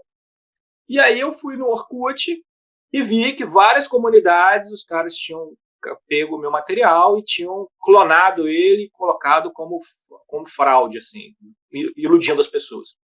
De que era um ET real. Isso tudo que está acontecendo hoje, 11 anos depois, aconteceu lá atrás, no início do relato. E aí eu fiquei muito bravo, que eu comecei a tentar dizer que não, que eu tinha feito, e os caras me expulsavam dos grupos para poder continuar mentindo, né, para as pessoas e tal. Aí o que aconteceu foi o seguinte, eu fiquei muito chateado e não quis mais continuar o relato, então eu parei o relato por 4 meses, desde a primeira parte. Mas o meu irmão André, que também trabalhava comigo na Ignis Games e trabalha com computação gráfica e tal, começou a me convencer que eu deveria continuar a história, porque eu não deveria parar, porque as pessoas estavam usando meu material para fazer fraude. Ele falou, cara, se as pessoas quiserem acreditar nisso, você não vai ter nada que você possa fazer para você dizer que não é, porque quanto mais você diz que é falso, mais os caras vão tender a acreditar que não é, que você está mentindo. E aquela ideia ali me interessou bastante porque mexe no psicológico do ser humano. Então eu resolvi passar a fazer a continuação dessa história 4 meses depois, 4 ou 6, não me lembro bem. Eu continuei a história e nessa continuação eu conto que o Vortex, esse meu interlocutor que trabalha como MIB, ele me agradece por não ter mostrado outras coisas que ele teria me mandado. E me manda um vídeo, o primeiro vídeo do ET, né? E o primeiro vídeo do ET viralizou. E era um vídeo que eu fiz em casa, um dia que estava chovendo, que eu não tinha nada para fazer. Eu fiz a animação desse extraterrestre. E é um extraterrestre capturado. Então você entra no YouTube, você vai digitar lá Captive Grey, e você vai encontrar o vídeo do extraterrestre. Então ele estava amarrado numa cadeira de bar bem típica do Brasil. E os caras falam com ele, fala filho da puta, e ele fica gemendo assim. Então. E esse vídeo fez um sucesso enorme. Inicialmente o meu plano era só fazer o vídeo para divulgar o meu blog, tanto que o Alien fala Mundo Gump, que é o nome do meu blog. Mas algumas pessoas começaram a acreditar na história. E a história começou a ganhar uma vida própria. Então eu demorava muito para pensar o que eu ia fazer com a história. Então, entre um capítulo e outro, às vezes passava 4, 5 meses. E as pessoas começaram a achar que aquilo ali era muito fora de uma sequência, de uma criação de um cara, né? De um produto. E essa sequência estava muito estranha. As pessoas começaram a se preocupar e começaram a achar que realmente havia toda uma, como se diz, uma mitologia paralela correndo ao largo da história que eu estava criando, né? E essa história explicava muita coisa, porque como é que eu fazia a história pesquisando coisas e encaixando elementos que realmente aconteciam. como a anomalia do Atlântico Sul, as reuniões que aconteceram com o Sarney, com o presidente Bush, e o Bush pai ainda, nem era o Bush filho. E aí foi a geopolítica mundial envolvendo a história toda. Tem um político brasileiro muito famoso que foi assassinado misteriosamente no Brasil, chamado PC Farias, e explicava a morte do PC Farias e várias coisas assim que pareciam, quando você ia lendo, começava a fazer um certo sentido, entendeu? E a história foi ganhando vida. E foi assim que eu continuei, eu fui fazendo assim. Então, assim, essas imagens, elas aparecem aproximadamente lá pelo meio da história, quando eu peço ao Vortex para me mandar fotos do que seria a Área 51 brasileira. Então, ele me manda fotos de laboratórios, me manda fotos dessa cirurgia, dessa necrópsia do alienígena, e ele me passa aquela mão e tal, esticada e tal. E ele vai me dando esses dados, né? Quer dizer, o ET era o ET 3D que eu fiz, e fui modificando ele, fazendo alterações e tentando fazer um render mais realista que era possível naquele tempo, que era muito limitado tecnicamente, então dava muito trabalho para conseguir fazer. Por esse motivo, a foto do alien que foi colocada na história não é a imagem oficial final. Eu tirei foto da imagem na tela de um computador lá no meu trabalho, no Instituto Nacional de Tecnologia, porque isso disfarçava um pouco a falta de realismo que eu não conseguia chegar num grau de realismo muito alto, porque tecnicamente os equipamentos eram muito deficientes naquele ano, né, naquele tempo. E foi assim que eu fui fazendo, fui criando as coisas e tal, aí recebi ameaças de morte por causa da história, e a coisa foi tomando uma proporção que até hoje acontece esse tipo de coisa aí, da pessoa olhar a foto e achar que é verdade e começar a espalhar dizendo que aconteceu, que tem um alien, que agora até dizem que eu trabalho para a CIA, né? Quem me dera trabalhar para a CIA. E assim as coisas vão acontecendo, entendeu? Basicamente, essa é o lastro por baixo da história do relato de um MIB. Eu continuo sendo um artista, eu trabalho hoje fazendo esculturas e aliens e monstros e coisas do tipo. Tem uma empresa de criações decorativas e objetos de arte chamada obscura.arte.br, e tenho também o Mundo Gump, que continua até hoje, continuo escrevendo, criando coisas, e estou atualmente no meio de uma história de ficção científica também, que o cara é um sujeito no espaço, em outro planeta e tal. E assim eu vou fazendo e vou criando, já tenho aproximadamente uns 18 livros publicados lá pelo Mundo Gump, isso. Entre eles o Relato de um MIB, mas o Relato de um MIB é só um deles, então tem outras histórias, entendeu? É isso. This next question is very important. When you found out that Linda Moulton Howe, who is, I suppose, famous in the United States for the show Ancient Aliens, was using your artwork, how did you feel about that? And also, does she have permission to use your artwork to make money for herself? And how does that make you feel? And, with her using them and claiming that they're real. Bom, eu primeiro preciso dizer que eu adoro ufologia, eu sou um leitor ávido de ufologia, algumas pessoas acham que eu sou ufólogo, inclusive. E eu estou nesse meio de ufologia fazendo capas das revistas ufológicas e material ufológico, tem um vasto material ufológico no Mundo Gump, vários artigos nesse sentido. Eu sou um fã da Linda, eu gosto do trabalho dela. Mas eu não dei permissão para o uso das imagens, também não dei permissão para ganhar dinheiro com as minhas imagens e tal. Realmente é um pouco triste ver que isso está acontecendo. A Linda poderia ter mandado uma mensagem para mim perguntando: essas imagens são suas mesmo? Mas nenhum e-mail nesse sentido aconteceu. De modo que faz parte um pouco da minha vida isso acontecia lá no início do relato de um MIB, continua acontecendo 11 anos depois, as pessoas pegando meu trabalho e mostrando como sendo real. Não só esse caso, mas, por exemplo, eu tenho uma luminária que eu faço, que é muito famosa, que é a luminária Depois eu vou te mandar as imagens referentes a essas coisas que eu estou falando. Uma luminária chamada a evidência tipo A, que muitas pessoas acreditam que é real, e as pessoas ficam debatendo sobre a realidade do meu trabalho e tal.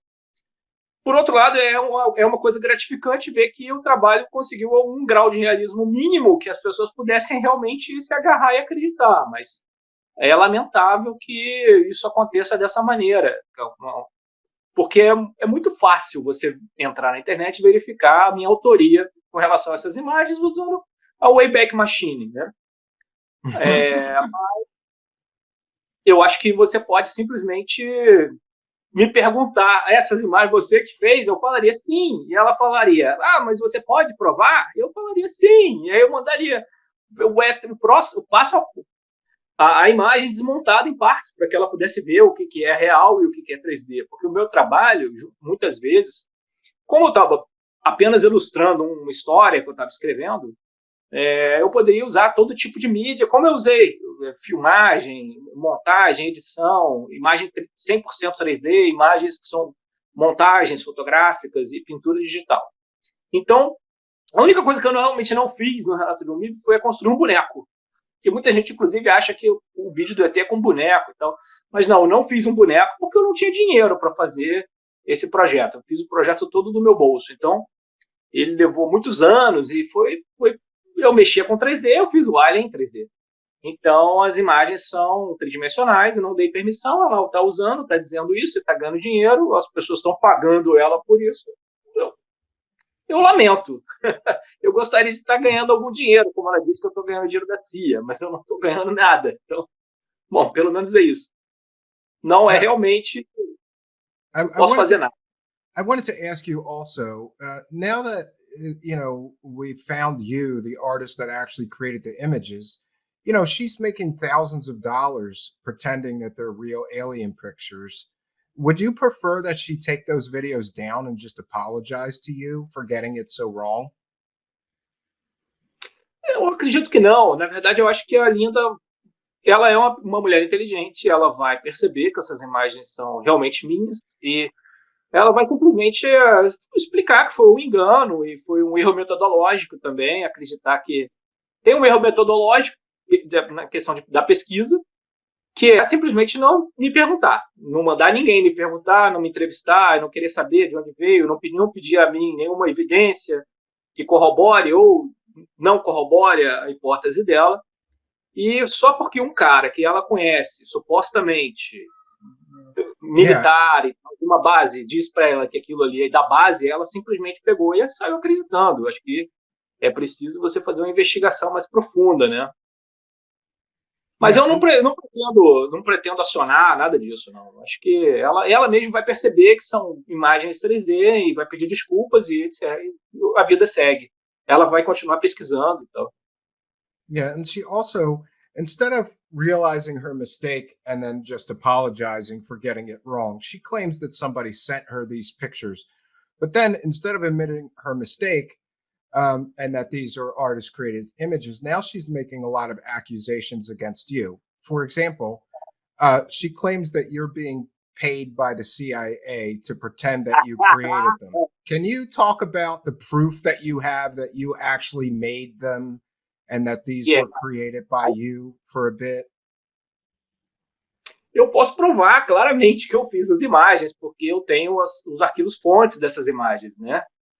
Por exemplo, essa pintura do Alien, sendo no Alien na necrópsia do extraterrestre, eu fiz por cima de um cadáver real que estava com a cara toda destroçada e fiz uma modificação, né, na imagem e coloquei a cabeça tridimensional do meu extraterrestre. Eu posso provar. Eu tenho os arquivos. Yeah, and did you have people around you that saw these as works in progress? In other words, while you were making some of these, did you have any friends, family members, fellow artists that saw this, just so that we could establish there were some witnesses of you making these things? I mean, besides the thousands of people that saw them on the internet, Sim, tenho vários amigos. Inclusive, tem amigos que me ajudaram muito no relato. E essas pessoas são meus amigos até hoje. Muitos deles, inclusive, me ajudaram efetivamente na construção da história, me dando sugestões, ideias. E, por exemplo, um amigo meu, que é um biólogo, ajudou na construção da questão biológica do ser extraterrestre capturado no Brasil. E aquele do vídeo, né? E a gente trabalhou bastante. Um outro amigo meu cedeu a empresa dele, a sala da empresa dele, para que a gente gravasse a cena da final do vídeo, na parte de documentário. Então, tem assim, muitos amigos que viram que acompanharam esse processo. O processo foi muito longo, né? Foram vários anos, foram acho que uns 4 anos produzindo. Então, envolveu bastante gente, assim. Meus pais, minha mulher vivia falando, vão te matar, para de fazer esse negócio. E meu irmão falava, faz. Yeah, então, and besides claiming that you were paid by she's got several things she said. First, she said that you were paid by the CIA to pretend that you created them. Then she said that you were sent these pictures from some high-ranking United States military person that got them from Wright-Patterson Air Force Base, where they keep the aliens. So I just wanted simple answers to these questions. First is, were you ever approached by or paid by the CIA or any other government agency? And were you ever sent these pictures by somebody? Nunca fui pago pela CIA, nunca fui pago pelo FBI, nunca vi a cor do dinheiro gringo para essas coisas. Mas eu confesso a você que alguma coisa tem... A história tem uns elementos de verdade na história. Talvez por isso eu tenha sofrido uma ameaça de morte. Mas, efetivamente, né, na construção dessas imagens, não tem não recebi nenhuma ajuda do governo americano para fazer nenhum tipo de golpe, nada disso. São simplesmente ilustrações que usei no meu post, na criação do meu conteúdo. Isso lá atrás. As imagens que a Linda está usando, elas estão cropadas, elas não estão mostrando a imagem real, final. Inclusive, ela modificou a posição do alien e tal. Na foto original, você pode ver que existe uma garrafa de água muito típica do Brasil, chamada marca Minalba, que é ao lado do monitor Dell. E você percebe, isso é quase que um DNA da fabricação desse material sendo feito no Brasil. Eu acho muito difícil que numa base militar os caras estivessem tomando água Minalba do Brasil. Yeah, that's very interesting. And also, I wanted to show you a picture that I sent you earlier today, because apparently Linda Moulton, this person Linda, is also she is going on other shows, and he and this person made additional claims. This is a picture that was included in the 11 pictures originally on your website. And they claimed that no artist in the world would have this in their studio, that this has to be real, this has to be from the government. Can you tell us a little bit about how you created this specific photo that obviously fooled these two clowns? Sim, posso dizer. Acontece o seguinte, essa imagem é uma das imagens do conjunto das imagens do relato de um MIB que eu recebi. E essa imagem especificamente, ela mostra uma coisa chamada ponte rolante, um crane, né? Uma ponte rolante levantando a nave dos extraterrestres. Essa imagem ela foi feita com montagem fotográfica, então eu usei umas fotos que eu tinha feitas no laboratório da Universidade Federal do Rio de Janeiro, no laboratório de pesquisas em petróleo e gás. E eles têm todos esses equipamentos, inclusive as pontes rolantes, e está tudo lá para quem quiser ir lá dar uma olhada. Então eu tinha todos esses materiais porque eu trabalhava no Instituto Nacional de Tecnologia. E o Instituto fazia várias pesquisas junto com a Petrobras e outras empresas grandes.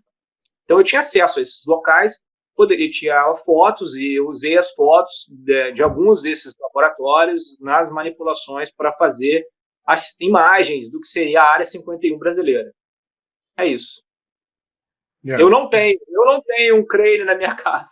Como você pode ver, minha casa é normal. Yeah, interesting. And also, I have informed you that after it became clear to her when I and other people sent her your website and your information and some of your video links telling her that these were fake photos, she employed the services of a psychic, a remote viewer, who claimed that you're lying and that these pictures are 100% real. And then he went on to tell the story of how the alien died. What do you think of her doing that? And what do you have to say to this so-called psychic who claims that you're lying and that these are real pictures of an alien that crashed in Brazil somewhere? What do you have to say to him specifically? Ela contratou, então vou dizer um pouco do que você disse. Ela contratou um médium para que ele fizesse visão remota e pudesse verificar a minha alegação de que eu tinha feito a minha arte. E o médium que ela contratou, ele viu remotamente que aquilo ali realmente teria acontecido num acidente com uma nave com múltiplas entidades extraterrestres, né, na fronteira do Peru e na Amazônia. É uma alegação legal. Eu gostaria de escrever uma parte da história com relação a isso, mas eu posso dizer que eu acho que ele está errado. Eu não fiz isso, mas se ele tiver provas, ele pode apresentá-las para as pessoas, né? Agora, falar, qualquer um fala, pode falar qualquer coisa. Eu também posso fazer visão remota e dizer que eles combinaram de falar isso. Yeah, and let's go back to the money, because she has made thousands of dollars with your artwork, and I'm assuming she had no permission to use your artwork. She put copyright on your artwork, claiming that she owned it. How does that make you feel as an artist, knowing that some person just took your artwork and then put copyright on it, claiming that she now owns the photographs? What do you have to say to her for doing something like that? How does that make you feel? Eu me sinto muito triste pelo fato das pessoas usarem o meu trabalho sem o crédito e sem nenhuma compensação, e conseguir ganhar dinheiro com isso sem nenhuma compensação financeira para o criador. É um pouco triste e é um pouco desestimulante também, porque se eu tivesse um apoio maior das pessoas e tal, eu estaria criando mais histórias, escrevendo mais livros. E esse projeto, por exemplo, do Relato de um MIB, eu gostaria muito de transformar numa série para Netflix ou para outras produções. Poderia lançar uma série de livros, poderia se transformar numa bela história em quadrinhos, que daria bem legal. Mas assim, cara, eu trabalho assim pela grana, então é muito triste você ver o seu trabalho sendo usado por outra pessoa que alega que o seu trabalho é dela e ela sai ganhando dinheiro e você não. É um negócio muito triste. Mas assim, é um fato da vida, né? Eu sou um criador, eu continuo criando outras coisas. Se as pessoas que estão acompanhando essa história acharem que o meu trabalho é legal, eu fico feliz. Eu agradeço a elas por todo o apoio que elas puderem dar ao Mundo Gump e às criações que eu faço. Vocês podem dar uma olhada na minha loja no obscura.arte.br, vocês vão acompanhar as coisas que eu crio. Eu crio produtos sob demanda, escrevo livros, faço uma série de coisas, né? Eu não fico só nesse negócio do extraterrestre, porque eu acho que o mundo é muito amplo, tem muitas possibilidades. Eu gosto de trabalhar em diversas possibilidades.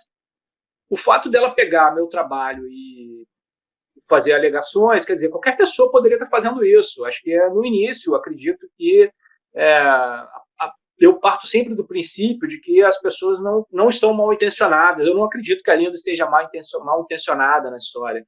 Eu acho que ela simplesmente recebeu realmente de alguém aquelas fotos dizendo que eram verdade e ela acreditou, porque talvez ela confie bastante nessa fonte que mandou esse material para ela.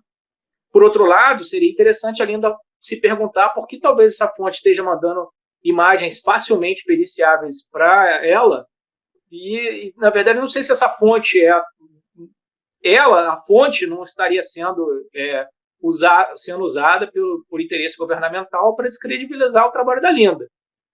Aí eu não vou entrar nesse mérito, isso aí eu acho que é algo que a Linda deveria pensar. Mas o que eu posso dizer é que é uma coisa bem triste. Eu espero que uma hora a hora que ela se der conta de que realmente eu sou o criador da história, ela se retrate e mostre a verdade, que eu não ganhei dinheiro da CIA, eu fiz isso realmente há 11 anos atrás, e sou um artista brasileiro. E de preferência que ela fale o meu nome, porque as pessoas ela não dá o direito nem de que as pessoas possam elas mesmas investigar a história, né? Porque ela fica dizendo aquele artista do Brasil, aquele site. E se você não dá o nome, não dá a especificação, as pessoas ficam sujeitas apenas ao que a Linda diz, né? Eu gosto que as pessoas tenham o direito de investigar com a sua própria conta. Inclusive, muitas pessoas não acreditam no relato de um mito. Há pessoas que não acreditam. Quase todo mês eu recebo alguém me fazendo perguntas e tal com relação àquele vídeo do alienígena. E muitas pessoas não acreditam. Acham que realmente há uma conspiração subjacente à história que eu criei. Eu, como criador, fico assistindo isso e acho que é uma coisa que enaltece um pouco o meu trabalho. Eu fico um pouco lisonjeado com isso, mas o fato dela dizer que aquele material ali é um copyright dela, acho questionável. Okay, and also, what's shocking to me is that anybody, including me, Philippe, I found you through some very simple means. I took the images, I did a reverse Google image search, and then my friend Sixth Sense also found you. He contacted you, and we're talking to you. Don't you think it would have been better if she would have done the work and found you and then just talk to you about these things instead of running right to the internet claiming those are real aliens? Exatamente, o que eu esperava que a Linda fosse fazer. Mas, não sei, eu acho, como você mesmo disse, eu sou uma pessoa facilmente localizável na internet, porque eu tenho um site muito grande, já passei na televisão, já fui entrevistado por vários programas e tal. Falar comigo é muito fácil, você manda um e-mail para mim, eu respondo o seu e-mail, ou me localiza pelas redes sociais, eu estou em praticamente todas as redes sociais. É só me perguntar. Eu estou aqui à disposição de qualquer pessoa. Inclusive, eu presto serviço para as pessoas. As pessoas vêm falar comigo e falar: aquele alien que você fez, eu queria um boneco assim, queria um boneco de um jeito, de outro, e tal. Você pode fazer um boneco para mim, de um extraterrestre? Por exemplo, essa semana eu recebi uma proposta para fazer um boneco do Skinny Bob, o extraterrestre da KGB, que apareceu também há 11 anos atrás, logo depois do relato do MIB, esse vídeo apareceu. Muitas pessoas acreditam que foi eu que fiz. E eu já deixo logo claro que não fui eu que fiz aquele vídeo. Mas é muito fácil falar comigo, quer dizer, eu estou na internet, é só simplesmente mandar uma mensagem, né? Tem o meu e-mail, meu e-mail está na internet para todo mundo saber qual é. Entra no Mundo Gump, você pode mandar um e-mail, está lá o meu e-mail lá. Então, cara, é muito fácil falar comigo. Ela não quis falar comigo. Eu não sei por que ela não quis. Porque qualquer pessoa pode falar comigo.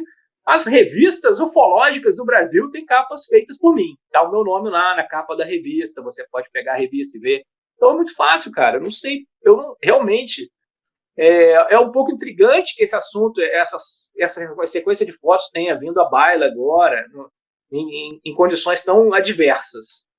Mm-hmm. And finally, I suppose I would ask you, this woman could have done a little bit of research and found out that those photos were not real alien pictures, but instead she chose to run on the internet and claim those are real alien pictures, and she's made thousands of dollars off of your artwork without your permission. If you could speak to her, what would you say to her about her doing this? Cara, o que eu falaria para Linda, minha mensagem para ela é: preocupe-se, em primeiro lugar, com a fonte que te mandou essas imagens como sendo imagens reais de uma base militar. Pergunte-se em seguida por que tem uma garrafa de água Minalba numa base militar dos Estados Unidos. Em terceiro lugar, pergunte-se por que é só agora essas fotos, que são de 11 anos atrás, que podem ser verificadas facilmente pelo Wayback Machine, estão aparecendo com sua fonte, que é um militar, de uma área militar, né? Então, tem uma série de questões que ela pode se perguntar. E tem um problema de falha metodológica. Na metodologia de pesquisa ufológica, você tem duas linhas. Você tem uma linha científica e você tem uma linha espiritual holística. Visão remota não está na linha de investigação científica. Ela está na linha de investigação de contatados, de interplanetárias e tal, de alegações que não são verificáveis. Como é que eu posso fazer a verificação do médium, do psíquico dela? Não tenho como. Eu simplesmente só posso fazer a verificação real entrando no Wayback Machine, onde a imagem surgiu no Mundo Gump. De quem é o Mundo Gump? De Philip Kling. Quem é Philip Kling? Um criador de imagens 3D. Trabalhou aonde? Trabalhou fazendo monstros de videogame, tem uma empresa de fazer ET, ele faz GT o dia inteiro, ele faz as capas das revistas de disco voador. Então, a lógica é a navalha do plano. A lógica é que o mais fácil, o mais óbvio, é que eu sou um artista, eu escrevi aquela história, eu fiz essas imagens, conforme eu estou dizendo que fiz. E posso mostrar e posso provar que fiz. Não que um psíquico diz que, não, isso veio do Peru, lasers derrubaram a nave, tinha outros extraterrestres dentro da nave, eu não sei o que eles estão fazendo aqui. Quer dizer, é muito fácil você sair falando qualquer coisa, mas ainda ela não é uma divulgadora, ela é uma pesquisadora. Então ela não pode agir como uma simples divulgadora, ela tem que investigar. E o que a gente espera que a Linda faça é que investigue bem. E ela não está investigando bem. Ela está simplesmente me acusando de trabalhar para a CIA. E eu não trabalho para a CIA. Caso alguém da CIA estiver vendo aí e quiser me dar uma ajuda financeira, eu estou completamente à disposição para fazer imagens realistas de extraterrestres para a CIA. Yeah, and then finally, I thought that there's got to be a way to find some good in what happened for you. So I wanted to ask you if you have these pictures available and can maybe sell prints to people, or the rights to make prints, because we'll sell some prints for you and people want to buy them and just hang them. And I myself would like to take those 2 pictures and print them and hang them, but I don't feel good just doing that because they're your pictures. I'd like to take them and hang them in my studio here and remind me of this story. I'd like to do that with certain stories. Can you tell people where they can contact you in case they want to buy something from you, so that at least maybe from this publicity, you can make a couple of bucks instead of just letting this lady make thousands of dollars off of your artwork that she doesn't own or deserve to use? You have a website. Eu acho uma ideia ótima, inclusive. Eu tenho algumas artes que eu produzo na Society 6, na Redbubble. Essas imagens não estão lá ainda. Eu estava com planos de colocar essa imagem na minha página da OpenSea, que eu vendo como NFT.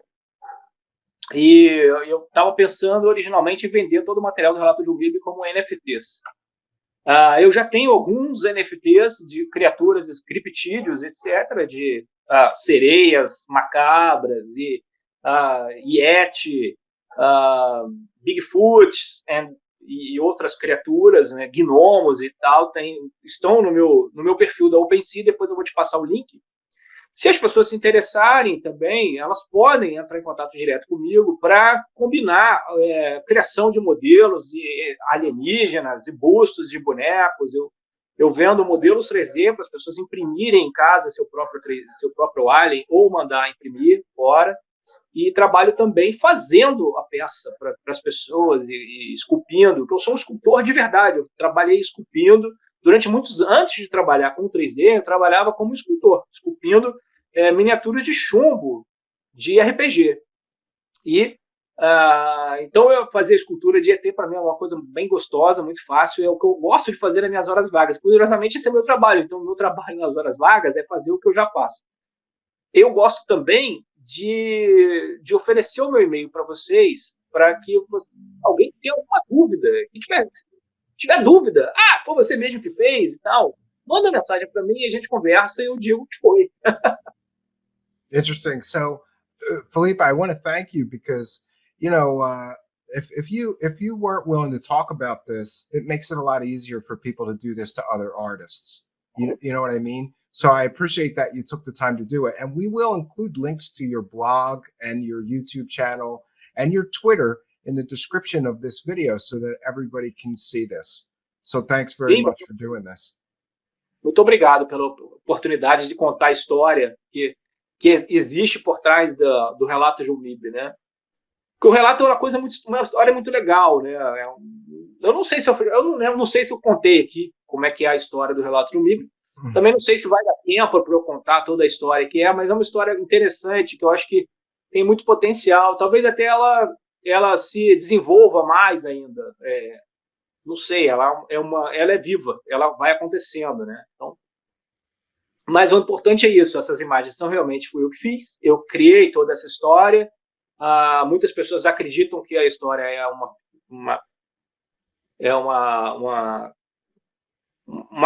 ação, uma coisa assim, mas não, eu não faço fraude ufológica, eu escrevi uma história. Desde o início eu disse que aquela história era real, era um conto real, era um conto, ficção, e muitas pessoas começaram a pensar que ela era de verdade, né? E começaram a criar teorias, hipóteses e tal. Eu gosto de ver as hipóteses das pessoas. Talvez algumas hipóteses podem até estar certas, né? Eu acho interessante. Okay. Well, thank you for your time.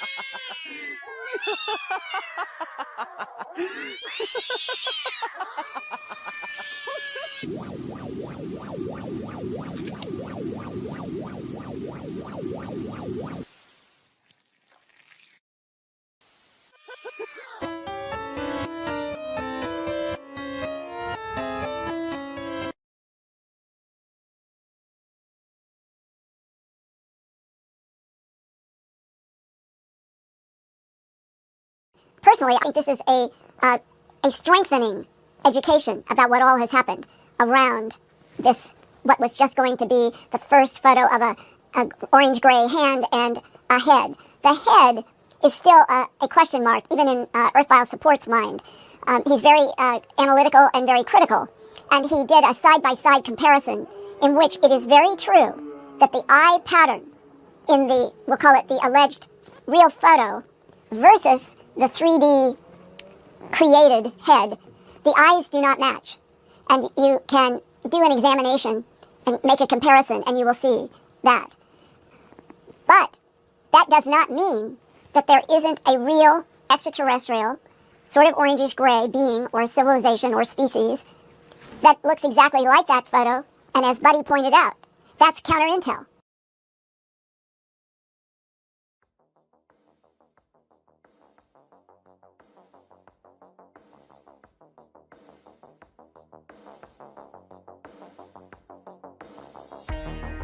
Truth Seekers is a viewer-supported show.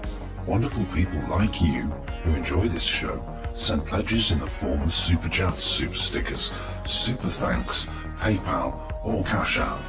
Instructions for how to help are in the description. You can also join our Patreon, and for as little as $1 a month you can get extra content. Patreon supporters get a backstage pass, early access to all our production videos before they are distributed publicly, Stephen Campion's music, private writings, a monthly show journal, and more. You can also become a YouTube channel member for $5 a month. A YouTube membership includes all of the Patreon benefits, plus a special members badge, priority reply to video comments, and the live chat, plus a monthly members only video. We thank you all, kind and generous benefactors, for supporting Truth Seekers. Thank you for your generosity and support.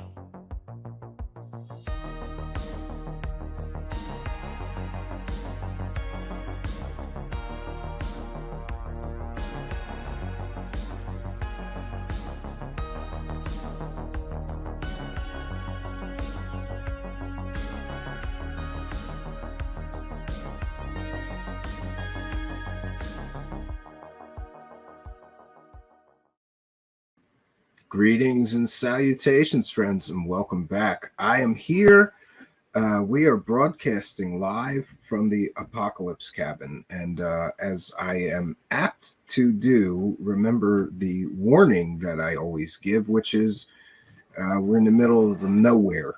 And so the internet can sometimes be wonky. If I should happen to get thrown out of my own stream, usually it's a matter of rebooting everything and jumping back in. So if I should happen to de-res in the middle of the show, don't be concerned. Just the wonky internet here. But tonight is a bonus show of sorts. Many people are asking me to cover this ridiculous Marina Sarin girl again. And, you know, this is interesting that there was some controversy because Linda Moulton Howe, Christopher Mellon, and others were at a UFO conference and taking pictures with her. And they got a lot of negative, I suppose, attention for taking pictures with this girl. For those unaware, she has made many ridiculous, stupid statements that are factually incorrect about the Nazis. You know, talking about the good Nazis that separated from the bad Nazis. And I am aware that she has recently lost her Patreon because of anti-Semitic and Holocaust-denying statements that she was making. So for her to deny that she's a Nazi, I mean, what is the proper term? Do we call her a Nazi sympathizer? Do we call her a fan of the Nazis? After all, she's all over her Instagram wearing SS earrings, one on each side. She's wearing the Black Sun pendant. She's wearing literal Nazi uniforms. She did an interview with Dave Scott where she had a Nazi helmet behind her, and she talks about the good Nazis. So somebody, you know, sent me a message. We called her New Age Nazi Marina Sarin in the description of this video, in the title. Someone took offense to that. Sorry, not sorry. I don't know a better term than New Age Nazi. But it's important that we recognize some things here. You guys know that I get upset when somebody will not stay in their lane. What do I mean? Well, there used to be lanes. You were an alien abductee. You were an alien experiencer. You were someone who had a UFO sighting. You were someone in the secret space program. You were somebody who had past lives. You know, pick a lane. But this girl, Marina Sarin, has not picked a lane. And in fact, this girl is an alien hybrid, a starseed, a super soldier who was in the secret space program.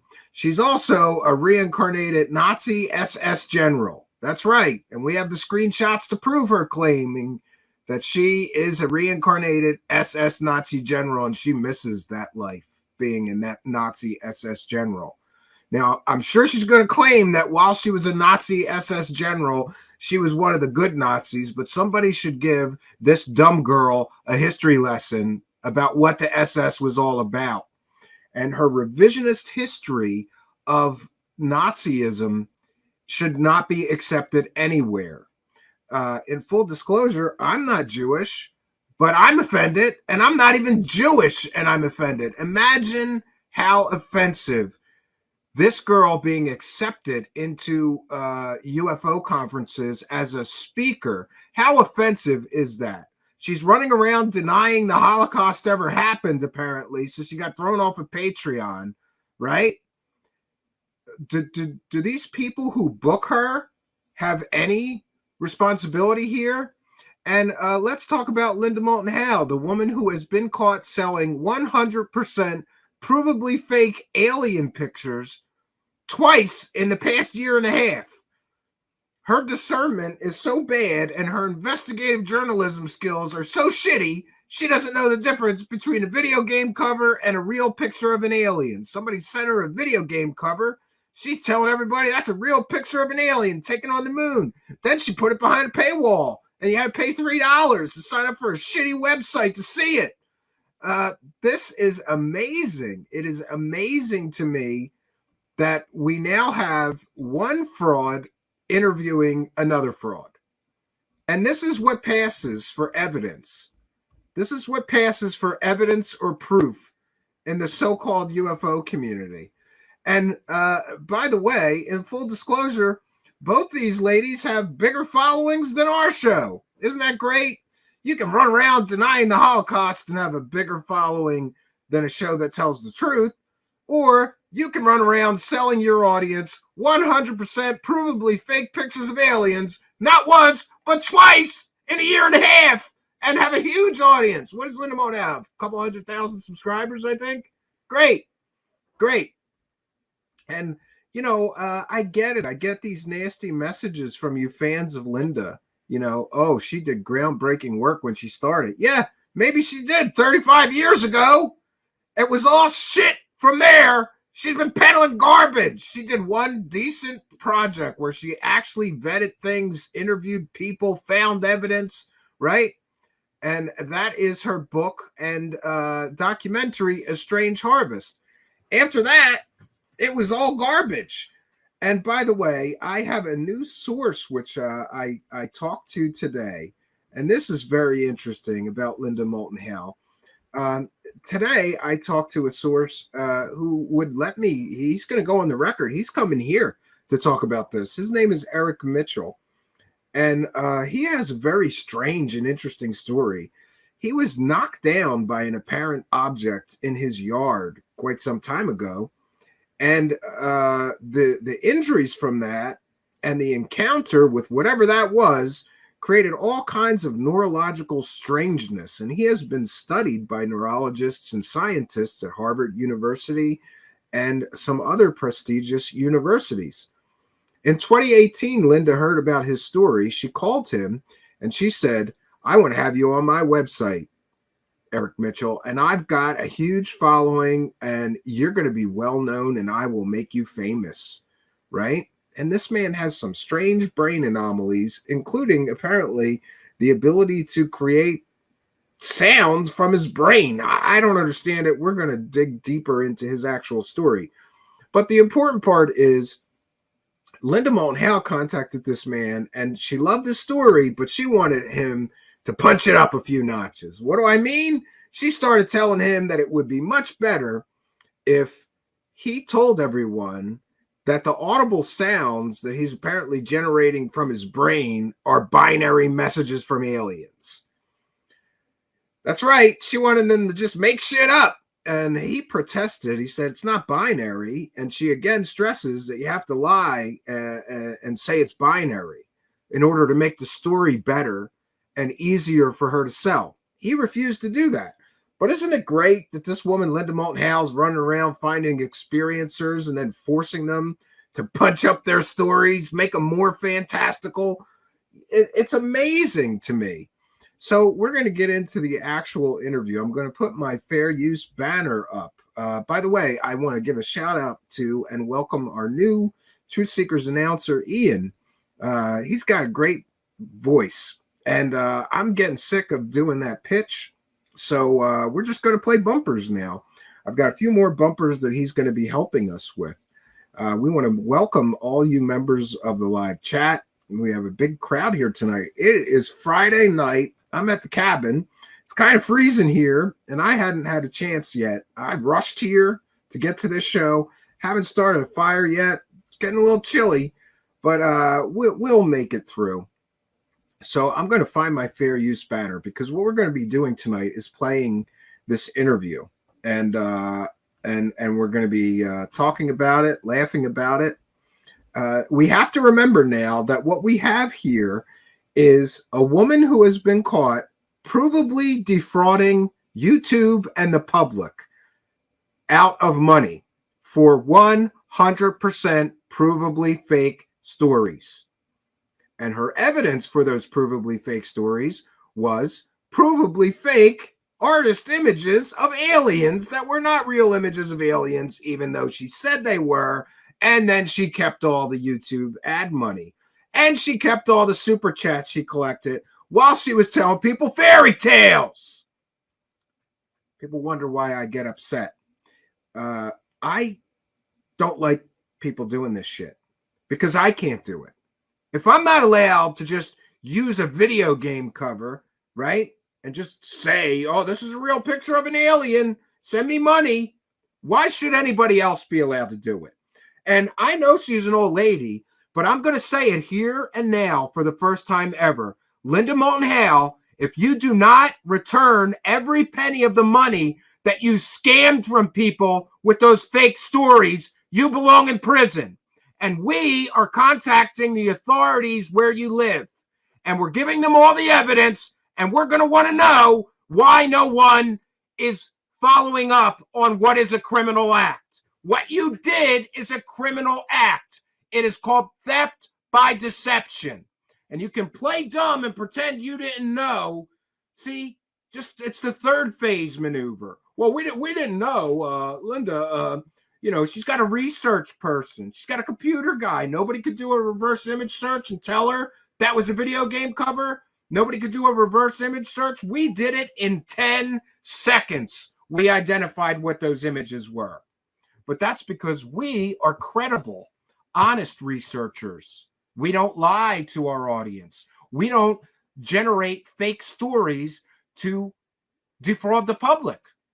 So a real or credible person could tell that those images were fake in 10 seconds. She did not do 10 seconds of research.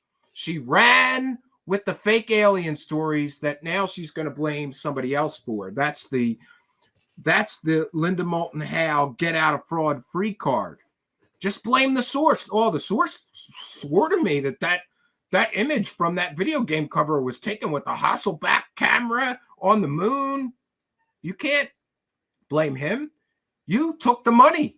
You took all those super chats. And what about the Brazilian artist photo? That was fraud. It is fraud.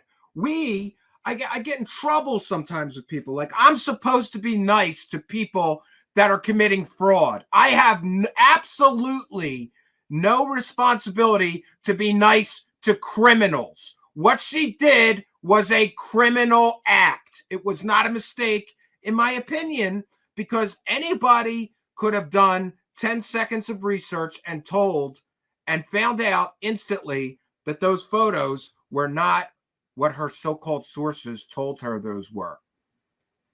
That makes it theft by deception. It's more than $500, Linda. It's a felony. What you did is a felony. But I'm supposed to be nice about this? I'm supposed to be nice as you're defrauding honest people who believe your fairy tales? I'm supposed to be nice to you while you're stealing money from the UFO community and the YouTube? Why do you still have a YouTube channel? You committed a fraud with those 2 fake stories and probably a lot more. But somehow she's allowed to continue in this dark and dangerous path. And I'm the bad guy for saying that she's defrauding the public. And I believe that saying she defrauded the public in those two cases is a 100% provably factual statement. I know she's an old lady. I got old ladies in my family, but they can't run around stealing from people. That's not, you don't get to steal from people and defraud people and commit felonies just because you're an old lady. Is she going to plead she talks about having a photographic memory. So is she going to now say that her memory is failing her, or she's got dementia and that's why she's ripping everybody off with these 100% provably fake stories? There's no excuse for what she did. And she has yet to acknowledge it and apologize for it. And by the way, at least give the money to charity or something that you scammed everybody for, so that we know that you're not a degenerate criminal and did it on purpose. That's what a real moral or ethical person who made a mistake like that. What, by the way, you made that mistake twice? You're so dumb you did it twice? I don't believe that this was a mistake. I believe that this is my, based on all available evidence and we've investigated this, I believe that it was an intentional defrauding of the public designed to put money in her pocket with 100% provably fake stories. And by the way, if myself or someone else didn't catch her doing that, would anybody have said anything about her doing that? Or would she just keep the money and roll on with another fake story? In fact, I believe that she had many, many more parts to that last one, the orange gray alien story, right? She even brought in a fake remote viewer to remote view the death of the alien in the photo that wasn't a real alien. It was an artist's recreation. It was CGI. Great. So we have that woman, the criminal, interviewing a woman who denies the Holocaust happened, who says the good Nazis separated from the bad Nazis, who wears Nazi jewelry, Nazi necklaces. She got suspended on Twitter for Nazi symbology on her Twitter. She got thrown off of Patreon for being a Holocaust-denying anti-Semite. She called YouTube JewTube. She's also an alien hybrid, a starseed, a reincarnated Nazi SS general. She is also claiming that she has alien babies. People took her genetics and made alien babies out of her genetics. And by the way, she's claiming that the aliens gave her alien DNA somehow, and she's an alien hybrid. She also claims that she has superpowers, and she charges people money for her to use her superpowers. So we have a criminal interviewing this Nazi girl. It is a laugh riot of bullshittery. And I, for one, am sick of this shit. And by the way, Portal to Ascension, you booked these two frauds on purpose. You booked these two people and charged people money to listen to this drivel, this garbage, this fairy tale bunch of nonsense. Did you check into the Nazi girl? Were you aware of Linda Moulton Howe's recent defrauding of the public with two 100% provably fake stories with 100% provably fake alien pictures before you booked her and charged people money? What stories did she tell at your conference? Was it more bullshit with fake pictures of aliens that aren't real? All right, so this is a transformative work. We're going to critique the video that we're sharing, besides laughing at it and talking about how ridiculous this is. And we are educating the public about people who defraud people with their fake stories for money. Both these people were paid to be speakers at Portal to Ascension. And I would encourage everyone to contact the people who run that organization and ask them why they are promoting anti-Semites, Nazis. Here's more proof of her Nazism. Oh, wait a minute. Wrong one. Sorry. Let me share the other one. I have another photo of her where she is glorifying her so-called connection to the Nazis, right? And in this, she's pretending to be a well-known vril psychic, right?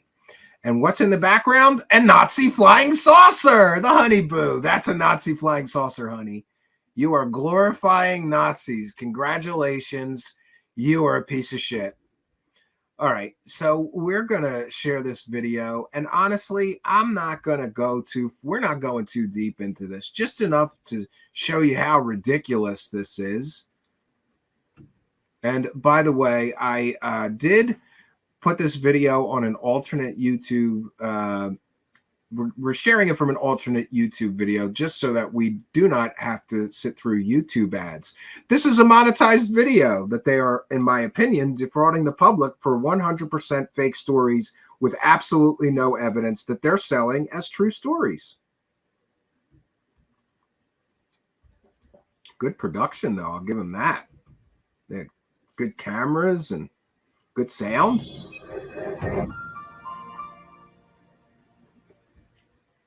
UAMTV is putting this garbage out.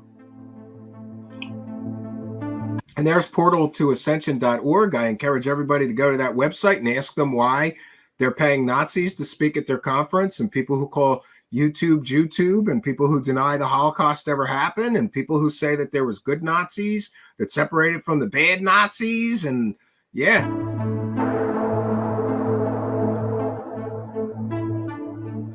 And by the way, one last comment on Portal to Ascension. If you're really interested in Ascension, are these two people really who you want to listen to? A criminal that's defrauding the public with 100% provably fake alien pictures, and a Nazi sympathizing, glorifying idiot who rewrites history of World War II? I don't think that those people know anything about Ascension. You should listen to someone who is a spiritual master. Somebody calling YouTube and talking about the Holocaust never happened and getting thrown off of Patreon because she's a Nazi girl is not somebody that you want to listen to about spiritual practices. That's just my opinion, and I'm entitled to it.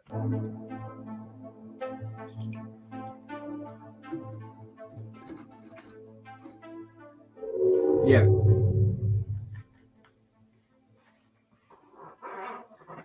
Oh, Zohar Entertainment. Marina, one of the questions that I often have with people who have either been in the abduction or some sort of a relationship with what we call high strangeness of other intelligence.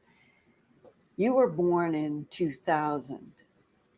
When you think back now, growing up, when was the very first memory of something that might have been a light in your room, a buzz in a closet, where you were, as a child, aware of something that was strange and becomes connected to the rest of your life? When was that very first memory? Well, Linda, when I was 6 years old, I was some sort of aware of my nature as a starseed or hybrid, and I...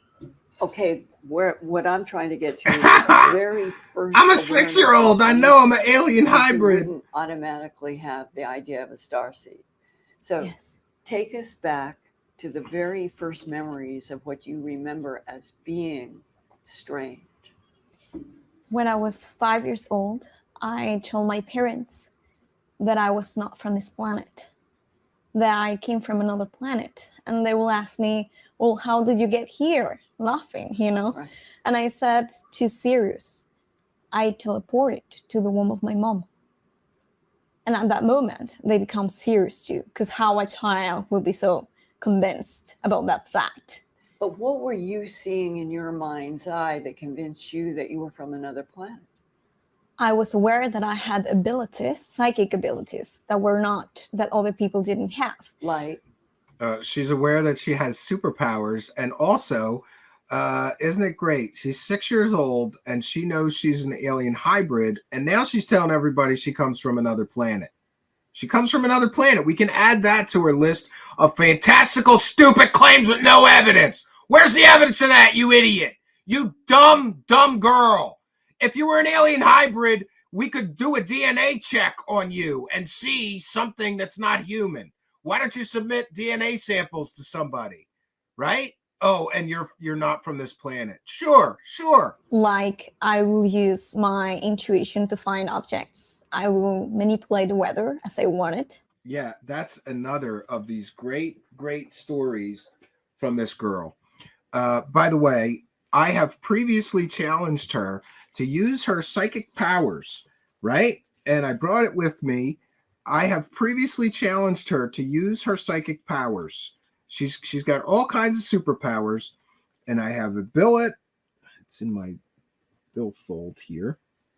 I have a billet, and I said that if this girl can use her psychic superpowers and tell me what's written on this billet, and I have shown this to 2 other people who I've given permission to check me if I lie or anything like that. They know what's on this, and I know what's on this. So 3 human beings on Earth, those 2 people I trust not to tell her, I have given her the challenge. I will give her $10,000 in a bank-issued cashier's check if she can use her superpowers and tell me what's all written on this tiny slip of paper. So far, crickets.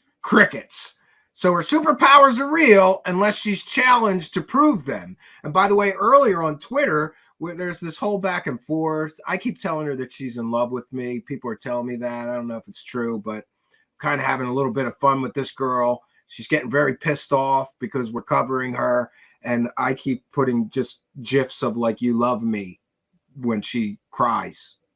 But hey, Marina, prove your superpowers. You can make $10,000. Forget those shitty UFO conferences. They only give you a couple $100. $10,000. Just prove your superpowers are real. And I will have some dreams with extraterrestrials that to me felt familiar enough to not be afraid of them. Okay, now that's the area that I'm asking about. What was the very first dream that you remember? At what age? And what were you seeing in the dream? The very first conscious dream, it was when I was a child, but I was not able to interpret it correctly. So I just thought, well, these are some beings, but I didn't thought these are extraterrestrials, and I didn't know. Oh, Marina's here. Why don't you use your superpowers live? In the dream? Come on, give us a demonstration. ETs of blue skin. Blue skin. Yes. And when you say ETs, did you know as a child? Come on, Marina, tell me what's on this. Come on, use your alien superpowers. Call your alien friends. You fraud. Call your alien friends. Use your superpowers. You're in the live chat. Tell me what's written on this. I give my word, if you get it right, I will tell the truth, and I will give you a bank-issued cashier's check for $10,000. Bank-issued cashier's check is as good as cash. Child that they were extraterrestrial, or? No, I didn't thought. I mean, I thought they came from another planet, yes, but I didn't thought about them as my star family. But why, as a young child, would you even think of extraterrestrials? What did you say to your mom and dad about your I was dream? obsessed about it, and I didn't know why. And the blue, what color blue that I would know and you would know? Light blue. So you remember having dreams from, say, age 5 on, trying to talk with your parents about dreams in which you Only were fans seeing ufology. something that wasn't human, but you didn't really understand what it was. How long from age 5 did you live with dreams? And then when did it transition into something that was telepathic? She's from Spain, Tim. Can you tell us from age 5 on what was progressing and what was happening? So until 15, I was completely unaware of the whole phenomenon, what's going on Earth and Earth history. But I had this knowing of my hybrid nature. But you were just having dreams as a young child about these other beings. Yes. There must have been a transition point. Yes. Either in dreams or in telepathy, like in a room. Yes. What was the we'll call it the pivotal moment that you realized it wasn't just dreams, that you were being communicated with by other entities? So the dreams stopped when I was growing up. I forgot a little bit about this, and I continue my life normally as any other child. Of course. By the way, Marina, I hope you're still here, because today I talked to a man who's also an experiencer who's worked with hundreds of experiencers. His name is Eric Mitchell. And Eric Mitchell talked to Marina a few years ago, and Marina was making completely different claims. She was not making a claim of being an alien hybrid. She was not making a claim of being a starseed. She was not making a claim of having superpowers. She was making totally different claims just a few years ago. So what happened, Marina? How did you go from, oh, I've had these abduction experiences and I've got marks on my body, to now you're an alien hybrid, you're a starseed, you're a reincarnated SS Nazi general, you were in the secret space program, you're a super soldier. She's got all kinds of superpowers, friends, all kinds of superpowers. And all of these things manifested in the past couple of years. Because a few years ago, and by the way, I found more people besides him that you talked to back then, Marina. You had totally different stories a few years ago, which would seem to indicate that you are handcrafting this bullshit narrative to make some money here, right? You got to get a big tent, bring in the super soldier fans, bring in the Nazi UFO fans, bring in the alien hybrid fans, the starseed fans, right? Bring them all in. Bring in the people that are spiritual and like psychics that have superpowers. Of course, having psychic experiences, but not in communication with these beings. But at age 15, when my first memory came about abductions, and I started to become visited by extra-dimensional beings and have downloads of information, that's the pivot point. Besides the superpowers, she's also getting abducted. She's having experiences with extra-dimensional beings now. She's getting downloads. She is like Chris Bledsoe, a one-stop shop for alien fans. Is that at all a little convenient? I think it is. Stay in a lane, honey. Pick a lane. Point in which everything started to come. And what's important is at age 15, compared to the young 5-year-old having dreams, what happened? Was it a physical interaction with you in your house? How did the first relationship where you knew that you were dealing with something that was from another planet, how did that start? It started with really strong. Who would win a fight, her or Randy Kramer? I put my money on her. Randy Kramer's really a pussy. Complex metaphysics and physics. Give an example. For instance, is the structure of existence, the mechanics of consciousness. Yes, and please like what do. would have been communicated to you as a 15-year-old? I wanted to be a physicist, so I wanted to make a sense of existence. Yeah, and by the way, by answering that question, Marina is here in the live chat making excuses. Marina, if you submit a DNA sample to a DNA lab, which I will approve, I will pay for it. I will pay for a DNA analysis of your DNA to see if it's wholly human or something else. And now she's in the live chat making experiences. I'm the one putting the money where my mouth is. You're taking people's money, defrauding them for your fake superpowers, but you won't prove you have superpowers. You're the one taking money from people claiming to be an alien hybrid, but you won't submit a DNA sample to an independent lab and prove that. That's all it takes. Submit your DNA to any DNA lab and they'll see something strange in there, I would imagine, if you're half alien, right? Evolution of humanity. If we were but here come the excuses. A transition from hominid, or rather like a hybrid and genetic experiment. That's when the heavy downloads came, and that's when I started to get questions to things that a 15-year-old will never know. Not reading a book, not having read any book. Yeah, call Gary Nolan. Can you give an example so he likes balls? He might do that. Question that you would ask. He's busy with those balls. You would start getting John a Doe. download in your mind's eye, seeing images, hearing sound. what would be an example of information coming to you? Yeah, give an example so that people would understand what you mean at age 15, that you were getting a download from something. Yeah, Linda Moulton Howe didn't even ask. Physics of the universe. Well, I asked about God, about how is that we exist. And I got a paradox. I got an answer that is paradoxical, that says we exist because non-existence couldn't exist, because some say she was, Matt. Denying. Depends on who you ask.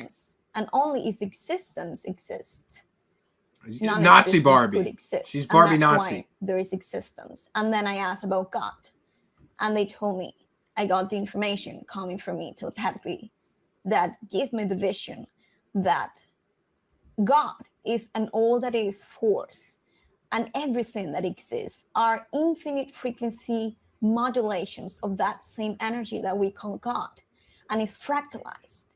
And the purpose behind God and the universe existing and fractalizing into infinite aspects of itself is because God, by being everything, it was nothing at the same time. So God wanted to be someone, and that's why it fractalized itself to become someone. And the only number that God could divide itself, by definition, technically, mathematically speaking, is infinite, which is an abstract number. And oh, what a bunch of word salad nonsense. Let's hear about the nature of God from a Nazi girl. This is great. And this whole concept that I've heard. By the way, are you talking about the Jews' God?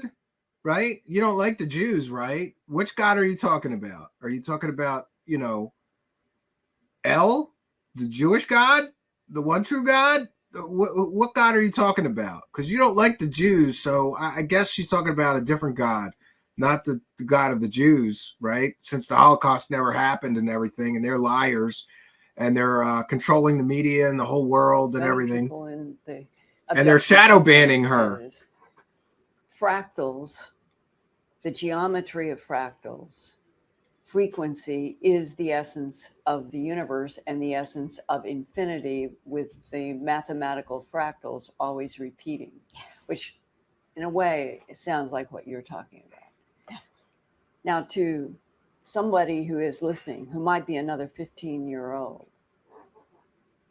thank you, Banana Planet 666, about a God force for the DNA that is test, infinite and thank you, UFO John Doe. Creating itself mathematically. I'll help pay for the DNA test to expose another fake fraud. Non-existence. We've got volunteers, Marina, to pay for your DNA test to prove you're just a normal human dumb girl. 22 years old. Nazi Barbie dummy. What is your perspective right now on the intelligence that has been putting these downloads into you for the last 22 years? I have to say that I will divide that collective into the ones that are not agenda-based, which are all about experience, for expansion, for spiritual expansion and experience, and the ones who have an agenda that unfortunately have been the ones that have been manipulating and controlling deeply the awakening of humanity and all of these word salad And nonsense, which new age type nonsense. would this be, and why? My personal experience ranges from the agenda base, the very agenda base, and the non-agenda base. So I have a mix, a duality of both of them. But what would be the agenda of those that are denying their existence to humanity? You mean the people who deny they exist? Yeah. What are those entities? What are they like? What do they look like? And why are they denying information? Well, what kind of information are you asking?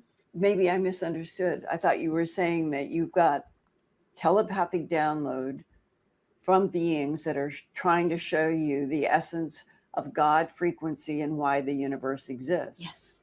And that then there are others that are trying to block that information from humans. More than blocking that information, they are using it for an agenda. They're controlling how it gets to people. What kind of information gets to people's consciousness and subconscious, which is the most important part, to then apply an agenda to that? Well, I think a lot of people, especially 22-year-olds watching, they would want to know, how do you interact with these other intelligences? Yeah, it's called in her imagination. That's how she interacts with these other intelligences. In the land of friggin' make-believe. Are you taken in a beam of light into a craft and facing and getting telepathic downloads? She's giving her suggestions. She's giving her ideas like, say you're taken in a beam of light, Marina. It'll punch up the story and make it better. What is your relationship with the non-humans that you feel are trying to show you that the universe is related to a God force that is based on math? I mean, how does that work versus others that are trying to block? I think that I'm hearing from you, there are those that are giving you information, and you're aware of others that are trying to block all of humanity from knowing the truth. So what do they look like, and why are some trying to communicate and others trying to block? We need to understand that. So the beings that are responsible for my downloads, that explain to me all these dynamics and the structure of existence, are called Anunnaki, but there are various kinds of Anunnaki. Those specifically are blue-skinned, and they have a connection to what we will call the Celtic people from Earth. Yeah, and isn't it interesting that all the so-called information that she's getting from the so-called aliens she's in contact with is all shit that has been in the UFO community for years and years and decades already? You know, there's nothing original here. It's all regurgitated, slapped together, bunch of different stories from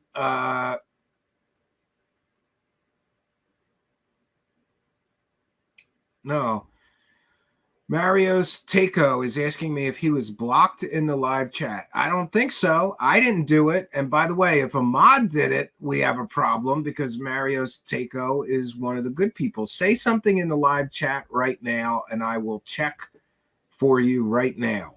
If I don't see a message from Mario's Takeo, then we have a problem. He may have been added to hidden users by the mods, not by me. And yeah, sounds familiar, Ron? They are connected to specifically one important civilization from the past that they call Hyperborea. And they taught me history and their background. They taught her history. So they taught her that the Holocaust never happened and there was good Nazis. Maybe she's talking to demons.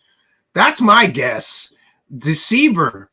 Trickster spirits, maybe, but she's not talking to aliens with advanced knowledge of history and technology, because why would those people lie to her and tell her things like the Holocaust never happened, right? Hyperboreans. Yes. And their connection, the Anunnaki is a word that the world knows from ancient history. And you are saying that... Yeah, and it's often mistranslated, too, by Zecharia Sitchin and other proponents of the so-called ancient alien hypothesis. You feel that who is communicating with you is a current living version of the Anunnaki. Yes, but... And they're blue-skinned. Yes. But what many people don't understand... Uh-oh! Somebody call Anjali. This girl's talking to blue-skinned aliens. Oh, no, she had purple-skinned aliens. Yeah. And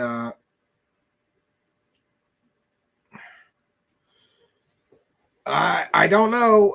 Type a message and hit enter. Reboot your computer and start over. I can't. I'm in the middle of a live broadcast. I don't know what's happening, Mario, so I apologize. Whatever it is, I can look into it after the broadcast, but... I just want you to be aware that oftentimes people think that something's wrong on our end and they just need to reboot their computer. And I hate to be an IT guy here, but have you tried turning it off and turning it back on? Try that. Is that Anunnaki is nowadays a very general term because it's a species made of many different races and sub-races. So even in the And there's nothing in any other text that says that they are a species made of many species. So this part, I guess, she's making up. I don't know. Between them, they have political conflicts. They have different mixing of genetics. They have different histories. They have different, let's say, paths of evolution.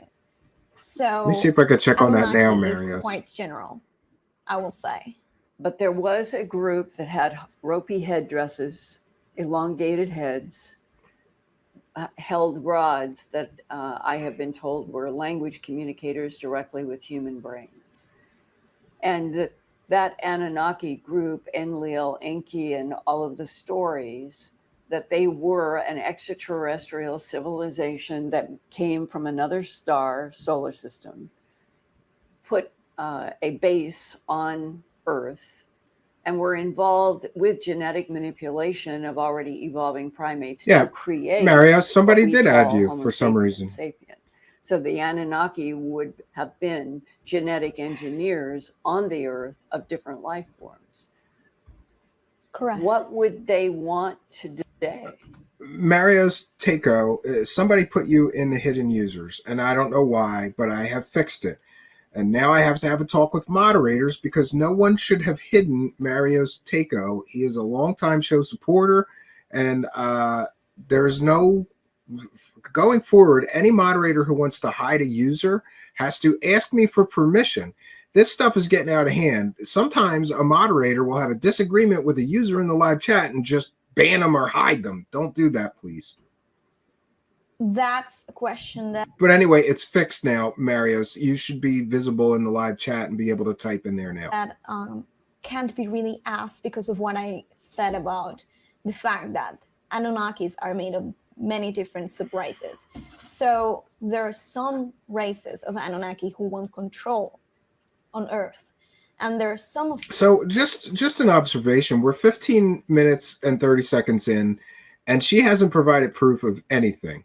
Just bullshit stories so far. No proof. Linda hasn't asked her for any proof. But hey, keep telling us stories, right? And this is what it is. To the believer crowd, this is music to their ears somehow. Like, oh yeah, those Anunnaki, they're made up of all these different alien races spliced together. And how do you verify any of this is factual? This is what passes for a true story in the land of make-believe aliens and UFOs lately. You know, it used to be that these frauds had to actually manufacture some fake evidence or something. But we reached a point, thanks to Corey Good and David Wilcock and Emery Smith and other frauds, that all you got to do is tell fairy tales and people will pay you. Them who want to live right Earth and leave humans that kind of freedom to evolve naturally without more genetic iterations, without control and manipulation. So that's why we have a lot of conflict in our history to the day of today, because they're behind the scenes. What category do you put yourself in terms of there are human abductees, meaning they are taken in beams of light, they're in craft, sometimes on another planet, there's communication face-to-face with beings. Welcome back, Mario. It's not his fault. Other cases where it's definitely not his fault. It's dreams, and it appears to be communication only. Then there are people who say that they are a product of genetic manipulation ongoing, a creation of hybrids on the Earth that even government, political... Yeah, don't be sorry. You didn't do anything wrong that I'm aware of. Possibly a threat. I'm sorry that happened, Marios. What category are you in? And if you can describe what you feel that you are right now in this whole huge complex story. Who's so a shady fucking... Who's shady, a product Gigi? of genetic engineering. I was given extraterrestrial genetics. I'm also an experiencer of breeding programs, those that you mentioned. Yeah, so she's saying that she has been given extraterrestrial genetics. Then that could be tested, Marina. You screwed up with your fake stories here because You should have learned from Corey Good. You need to create a story that cannot be disproven. Yours can be disproven incredibly easy with a simple DNA test. Your genetics will show as human. If you really were given extraterrestrial genetics, there would be some signs of it in your DNA profile. This is so stupid. And I saw Mario's apologizing. I apologize. I don't know what happened. I don't know why you got hidden. And again, I'm going to stress that to the moderators. Nobody gets hidden or banned from our channel here. We have a free speech zone here unless I approve it. So if you want to ban somebody or hide them, come to me, tell me what's going on, and we will deal with that. Sweet Caroline is here. Welcome, Sweet Caroline. Good to see you. I'm so pissed off because I meant to bring popcorn to the cabin, and I checked just before the broadcast, no popcorn here. And we even had like the old school, like the can of the kernels and oil, and that's gone. My kids ate it over the summer or something, and no microwave popcorn. I got to sit through this with no popcorn. That are a threat. And she's getting extraterrestrial genetics. She's got extraterrestrial genetics, and she's a part of a breeding program. And they're taking her genetics and making alien babies out of her genetics somehow. To humanity, that I kindly agree. And my genetics were taken to create hybrid babies, which I am not okay with. Isn't it great too? Linda's not drilling down on any of this or asking for proof. She's just accepting all of this as factual. And you dummies that messaged me saying that I'm being too hard on her, she's a great researcher. I'm here to tell you, if somebody was sitting in front of me telling me they had alien genetics, the first thing I would do is try to get a DNA sample so that we could prove that or disprove it. Linda's not doing that. Now she's talking about Marina Saren's having alien babies, everybody. So let's add up these claims. She's a reincarnated Nazi SS general.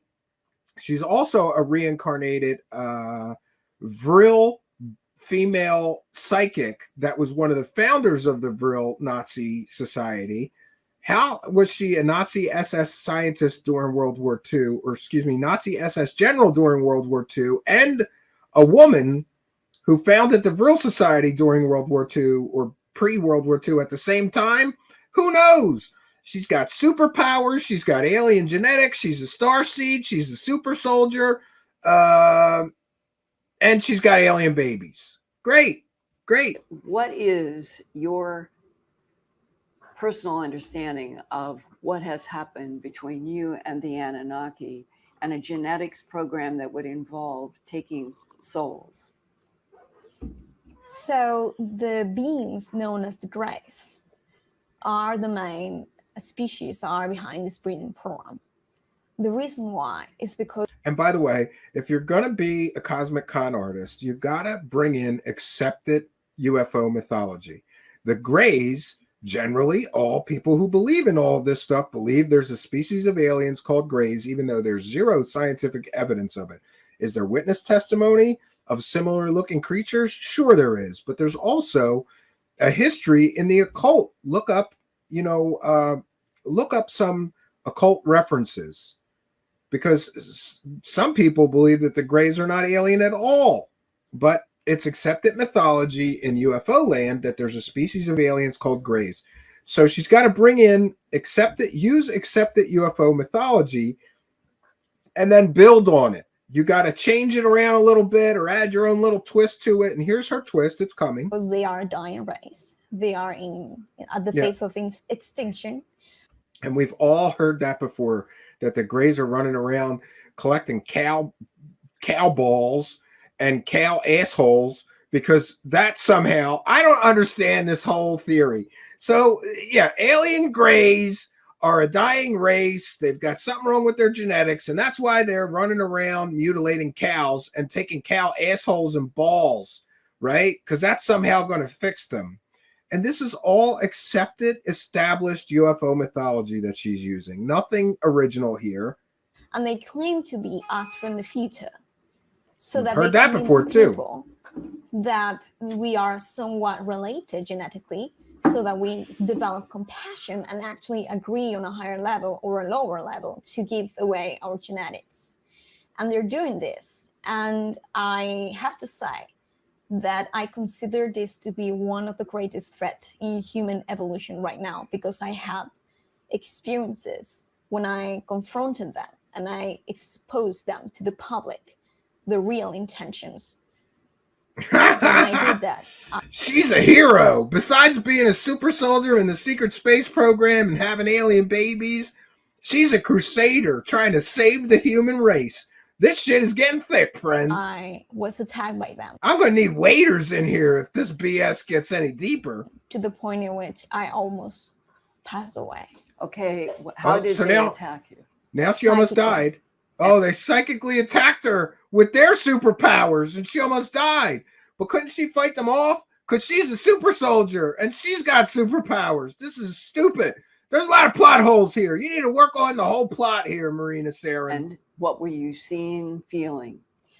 My breathing was not normal. My tension was getting way too high out of no reason. And the explanation that I got from my contact, extraterrestrial, contact, is that there is an inner technology inside the human soul that is called the Merkaba. It's basically, in physics understanding, it's two vortices of energy spinning in different orientations.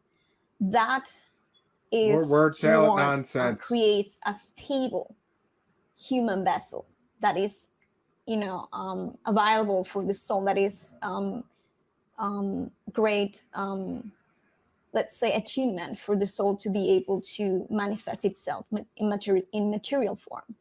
When it spins into different directions, when it is manipulated and it's not balanced, illness, sickness, and even death can occur.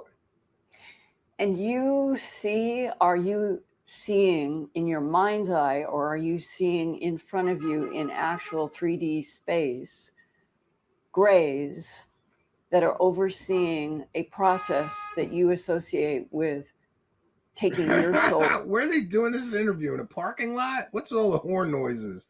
Come on. To apply to them. It was astral experiences.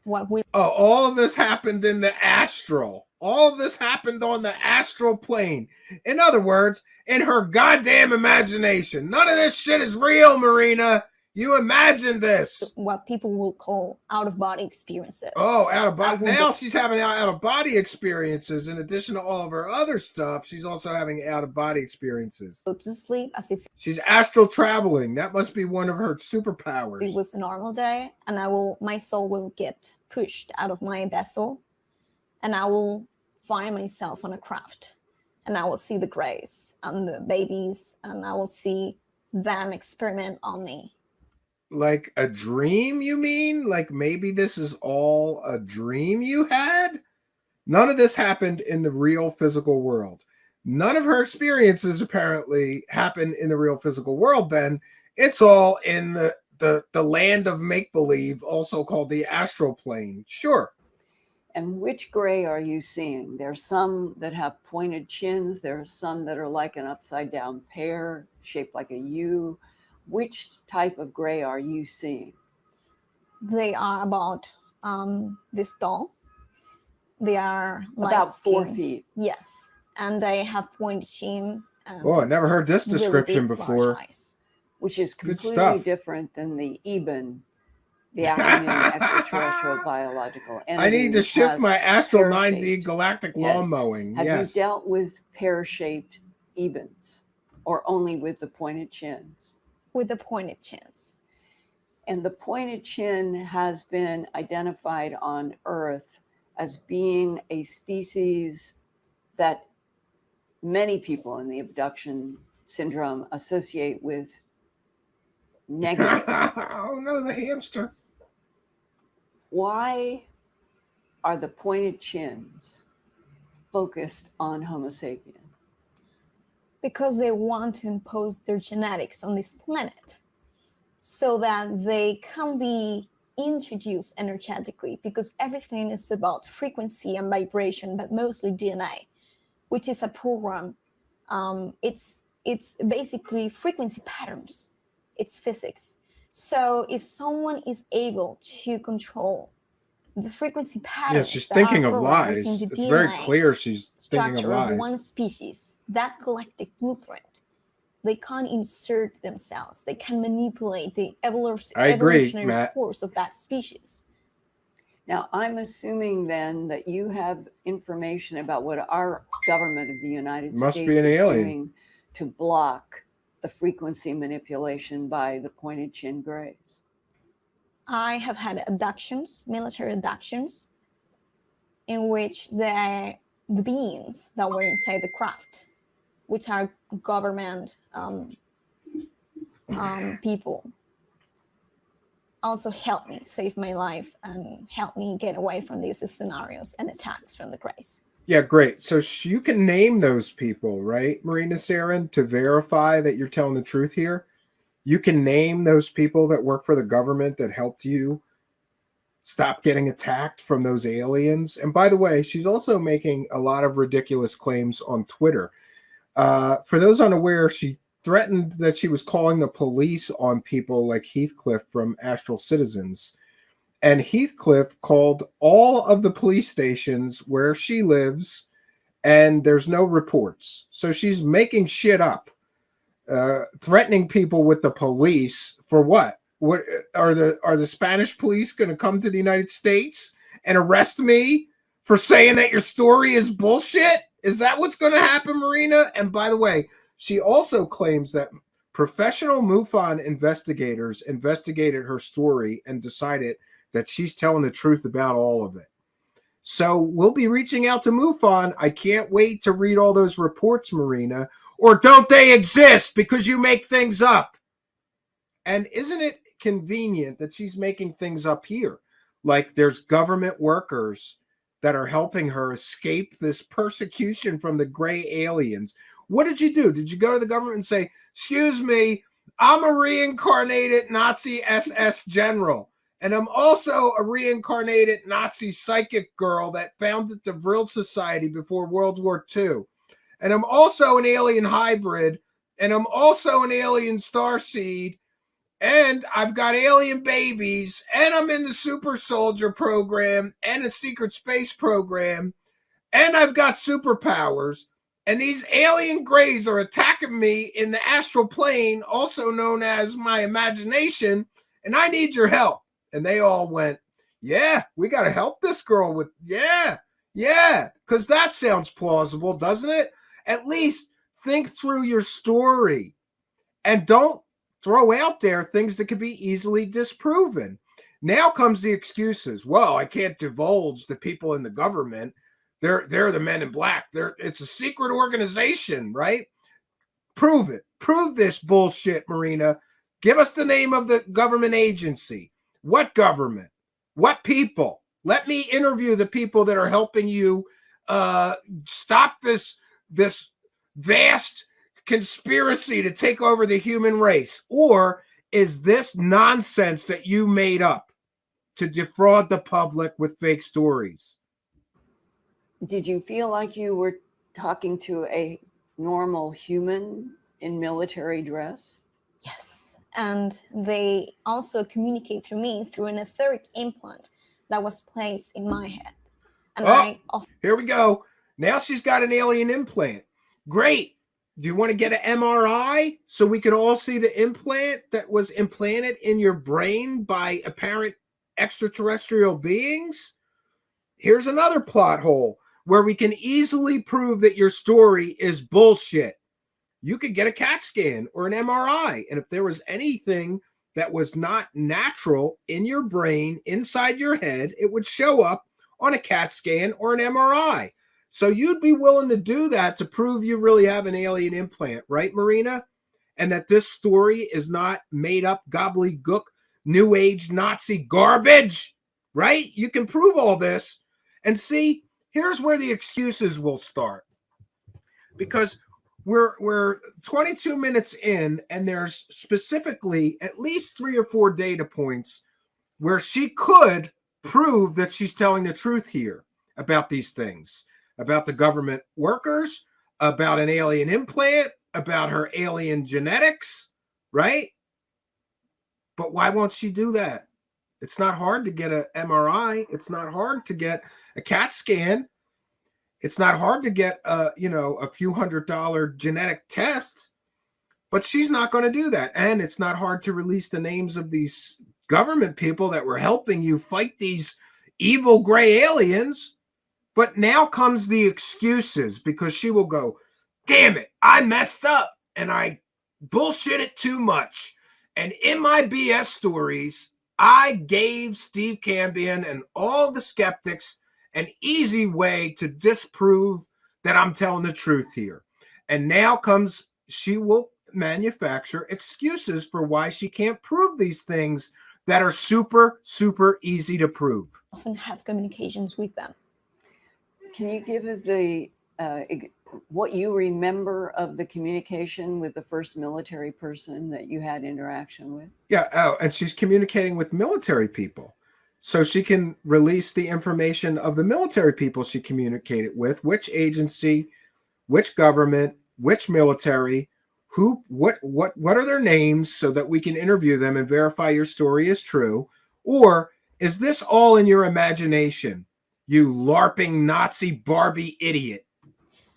The first interaction, conscious interaction with this military group was when I recovered my memories about my,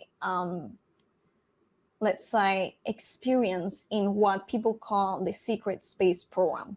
Or the Here we go. She's in the secret space program. You think she banged Corey Good while she was in there? I don't know. Which is the Nazis and the German space programs. He is partial to blondes, I hear. Corey Good, by the way. That was the first time that I came in contact with groups. There are factions within the SSP, the Secret Space Program, but that thank you, KMM on the 177. Let's say mission or towards the MRI agenda. scan. We're gonna read all these before we end the show too. And also, they help me save my life from the graves. Well, let me ask you a historic question. Adolf Hitler, leading up to World War II. We're going to get to the Nazi part. Talk to people about the fact that he was working with extraterrestrials from the Thank you, solar system, KMM Aldebaran, 177, for that's, kindness. correct. We appreciate you. And that they were blonde, blue-eyed, and that he was going to, in the war, make it possible for the Aldebaran, blonde, blue-eyed beings to help him and then to take over the world and get rid of what he considered to. By the way, all these people that make these claims, she just claimed that Adolf Hitler was in contact with blonde hair, blue-eyed, extraterrestrial aliens from Aldebaran. Where is the proof of that, Linda? Again, this is just, it's like these people think, well, I heard this person. It's like that game where you line up 10 people and the first person whispers into the second person's ear. By the time it gets to the 10th person, it's a completely different story. There's no evidence. There's no evidence that Adolf Hitler was in contact with extraterrestrials. And these stupid people that say it, if he was in league with some super advanced extraterrestrial races that had the technology to travel between star systems, and they were on his side, he wouldn't have lost the war, Linda. This makes no sense. To be a reptilian presence on the earth. That was in the 1930s, leading up into what we all know as World War II in the first 5 years of the 1940s. Has either humans or the pointed chins showed you actual images of beings that were blonde, blue-eyed, and explained were they from the Aldebaran star system, and what would be the current, I guess you would say. And by the way, the James Webb telescope is going to disprove a lot of UFO mythology, because James Webb is going to be able to look at the Aldebaran star system and see if there's habitable planets there. It's going to be able to look at Zeta Reticuli and see if there's habitable planets there. So you people are going to need some new material soon. This is old ass, decades old I call it UFO mythology. These stories that the Aldebaran was in contact with the Nazis and the Greys come from Zeta Reticuli. It's all UFO mythology. Never been proven, but everybody repeats it as if it's fact, right? And as if there is evidence of it. It's just accepted as true. Say status lay of the land of those blonde, blue-eyed extraterrestrials who communicated with Hitler, and we know what happened in World War II. Are they still she's moving in on Corey's patch now. Entity trying to take over the planet Earth today? Yes, that's correct. I got contact from the beings from Aldebaran. They told me telepathically in a astral telepathically. Experience. They took me also out of my body. They said, you have connections to us because in 1 or 2 or 3 incarnations, I don't remember how many I had. They said in general, you were one of us. You were a being from Aldebaran. Oh, now she's a reincarnated alien. In one of her previous lives, she was an Aldebaran, blonde hair, blue eyed, those Nordic hot chick aliens. That's who she's trying to emulate now. Great. So besides being a reincarnated SS Nazi general and a reincarnated Vril Society female psychic founder, she was also an Aldebaran, blonde hair, blue eyed hot chick alien too. All right, great. Parallel incarnations as one of our species. And they told me also that I had 2 incarnations in that period of time in which during World War I and World War II. In one of them, I was a medium lady who was part of a really famous society that started the whole thing, the contact with the beings from Aldebaran. I was a real medium. I channeled those extraterrestrials. Do you mean the Vril Society? The Vril Society. And the Vril, V-R-I-L, became the names of the alleged UFOs being built underground in Pienemunde. And there's no verifiable factual evidence that Hitler or the Nazis built any spaceships, flying saucers, or anything else. With the possible exception, maybe, it depends. If you're going to accept just testimony from people and stories, then there's the Bell story. And there's the Honeyboo, which was largely disproven, and it was pushed by tabloid newspapers after the war. Pro-Nazi people thought there would be a resurgence of Nazis, and they claimed that they would be using flying saucers and alien technology. But there's no verifiable factual evidence of any of this. So these 2 people, it's like 2 children playing make-believe. That's what I get when I watch this whole thing. These 2 are 2 children playing make-believe. They've got to make believe that gray aliens are real. They've got to make believe the Nazis were in contact with extraterrestrials. They have to make believe that past lives are real. They have to make believe that this girl was an alien. They have to make believe this girl has alien genetics. She's got superpowers. She has alien babies. She was in the secret space program. This is a lot of make-believe, Linda Moulton Howe and Marina Sarin. By Hitler. Correct. Do you know information about who was exactly creating those Vril machines? Sure. It was the German military. And in fact, there was a conflict because the Draconians. Here we go. She's going to tell the story of the good Nazis. Draconian Empire knew the plans of the Aldebaran people, and they wanted to take over. And that's when the Nazis became what they are to the day of today. They started to, they created the genocide of thousands of lives, and they started to become more aggressive and take a different path from the original mission, because many of them were actually manipulated from behind the scenes in the astral by these draconian entities or species. Yeah, and here is another whole storyline that is offensive to anyone affected by the Nazis during World War II. So she's giving the Nazis an out. It wasn't their fault. The Draco reptilian aliens were manipulating them in the astral plane to make them evil and commit genocide. Before that, Nazis were good. She said that on previous broadcasts, but I guess she's softening things because people took the soundbite of her saying the good Nazis. I'm a little disappointed. I was hoping she was going to say the good Nazis here. And that's when they split. And Maria Orsic, who was the principal medium of that society, A blue-eyed, blonde-haired female. yes, she said, we're no longer staying here. And she left and went to Aldebaran because they observed that they were taking a different path and they were being influenced by the draconian people. And the ones who were influenced by these draconians, these reptiles, they are the ones who are now called the Dark Fleet. The Dark Fleet. Which is a negative. And the negative Nazis. Yes, the negative Nazis and the good Nazis. And Marina is one of the good Nazis, by the way.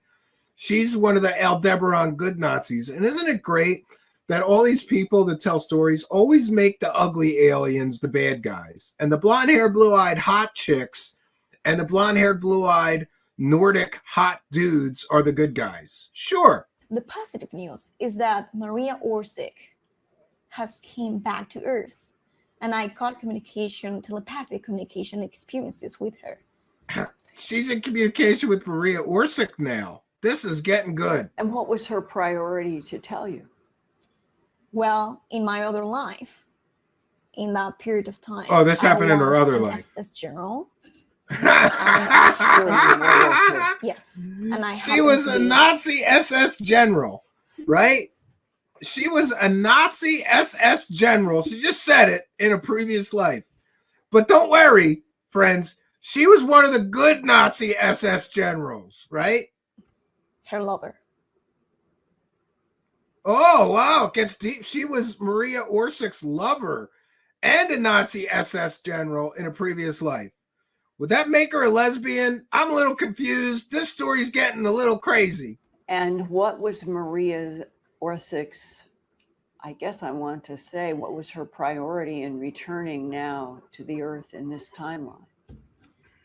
Help humanity's ascension. And how do you see that occurring? I see that they are working with the group of the Germans, of the Nazis that didn't take the bad path, let's say. She's working with the good Nazis. And became a breakaway civilization, or even what we call... Oh, somebody contact Richard Dolan. She's stealing his terminology, that Nazi breakaway civilization. Positive secret space program groups or factions, because they exist and they are working with the good extraterrestrials.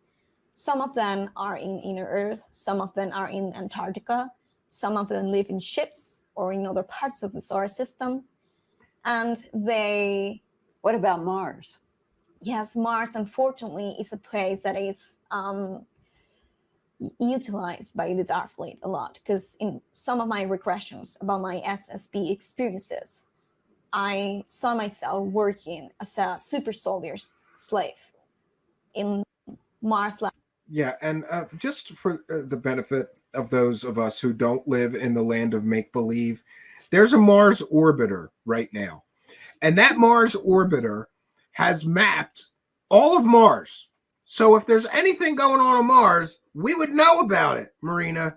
And Marina's going to sit here and tell you that there's all kinds of, Mars bases, right? There's Mars bases, there's Draco reptilian aliens and space battles taking place on Mars. All of that would be seen from the Mars orbiters, you dummy.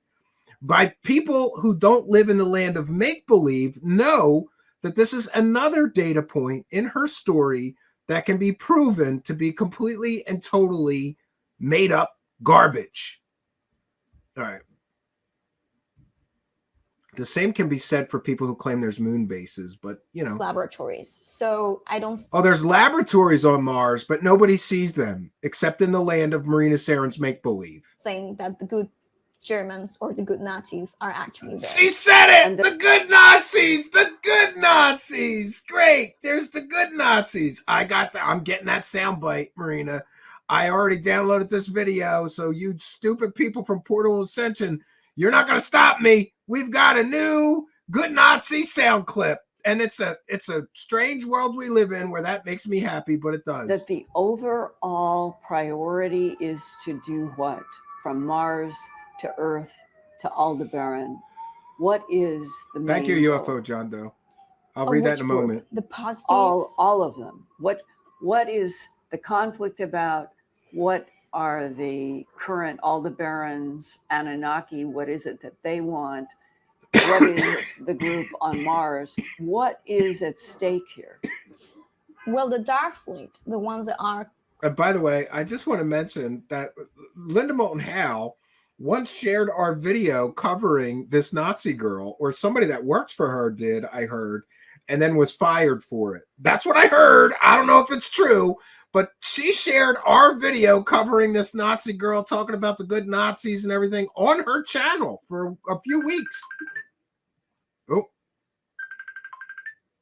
1 second. Hello? Yeah. No, I'm live right now.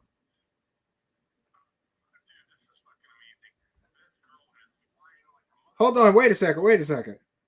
Oh, I don't know how to get it. You're going to have to, I'll send you my phone number if you want to call in. Oh, wait a minute. There you go. I got it. Eric's here with us.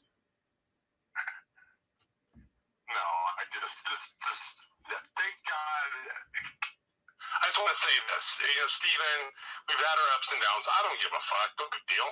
But the bottom line is, where were you 5-6 years ago when Corey Good popped into the scene and started shoveling at this bullshit with David Wilcock? This is total bullshit. So you have the female version.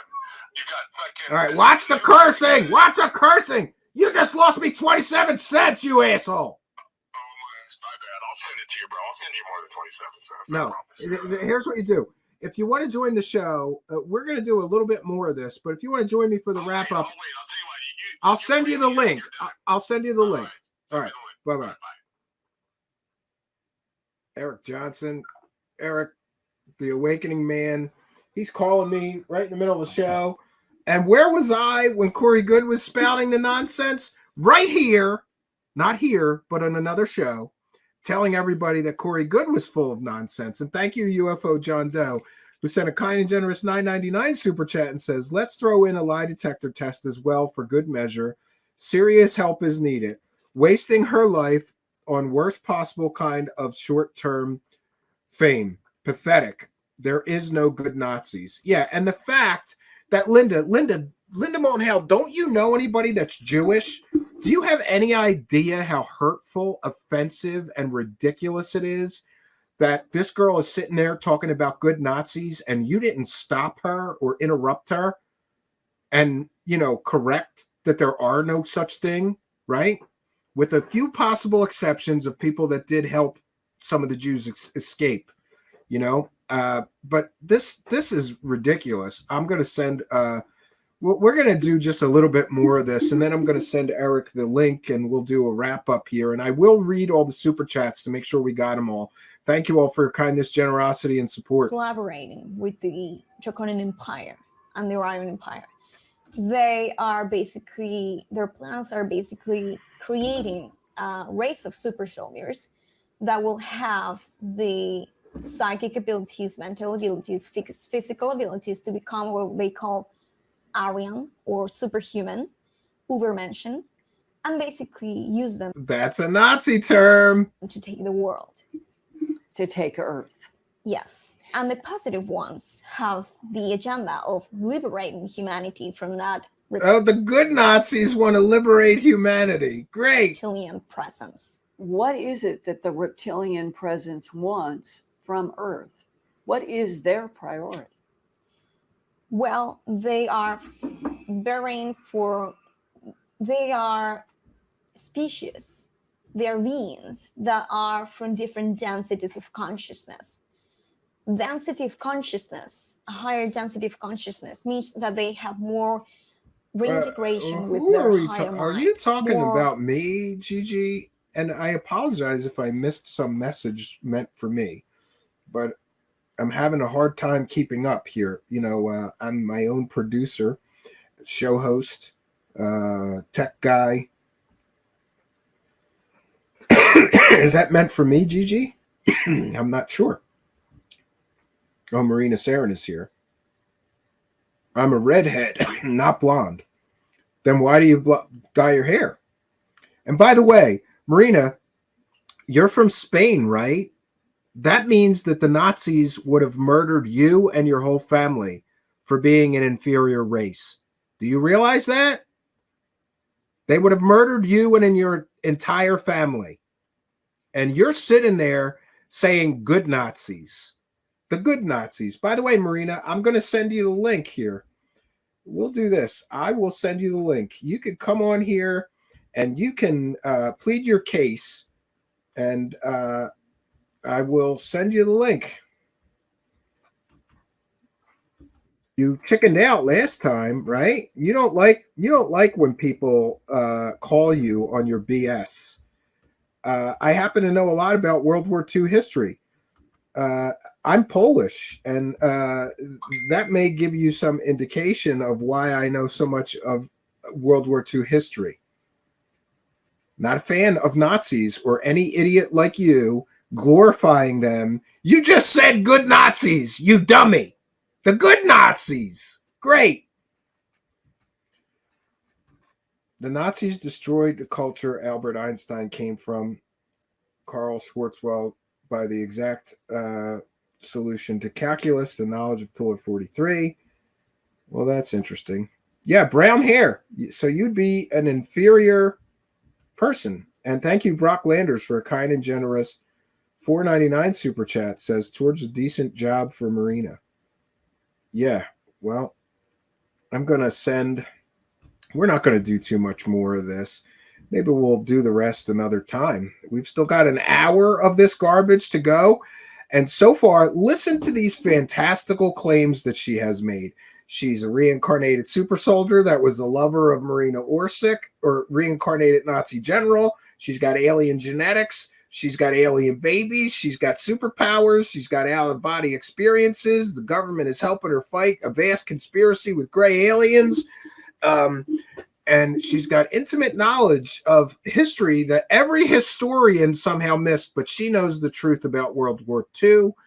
And she's got superpowers. And we're 30 minutes into all these fantastical stories and not a single shred of actual proof or evidence yet. Dimensional depth as to the structure of existence. But it does not mean, though, that they have a more positive state of being necessarily. That has more to do with the soul development, with the heart space. So they're more intelligent, they're more advanced, and in the food chain, if we will compare it or use that example, they are over us. So she's an Avenger. Yes, she has superpowers. And animals, because they are lower density than us. They have less energy. So instead of feeding from their energy, they feed for us, humans. But it seems like that there are two main arenas. Girlfriend thinks she's got it all going on. There are physical extraterrestrial beings in different solar systems, and that some of them want to claim the territory of Earth as theirs so that they could run operations here. But then there seems to be a whole other perspective that gets into why the hybridization, why the tanks on UFOs with babies, that there is some goal by some form of the grays to have interaction with souls. So you've got soul activity and generation of bodies by grays, but you have also this issue of claiming Earth as territory. And it's not really clear what is the reason that any of them are fighting each other over claiming Earth as their territory. Because they have genetic connections to us. It's a repeating cycle from, I will say, millions of years in Earth's history, in humanity's history. So they all have some small tie or connection, or even higher connection to us genetically, because they became took a break from playing golf. Genetic massive experiment of creating the human race. And so they see that as a an open door, an opportunity of embossing their genetics by, frequency manipulation, consciousness control. And by doing so, they can take over the planet itself and control the course of evolution. But I haven't heard you talk about the tall whites in the Nordics. Me too. Yes. Which military people and aerospace people tell me Yeah, we have. people tell you a lot of stuff. I guess help would be the word from tall whites and Nordics, and you haven't mentioned them.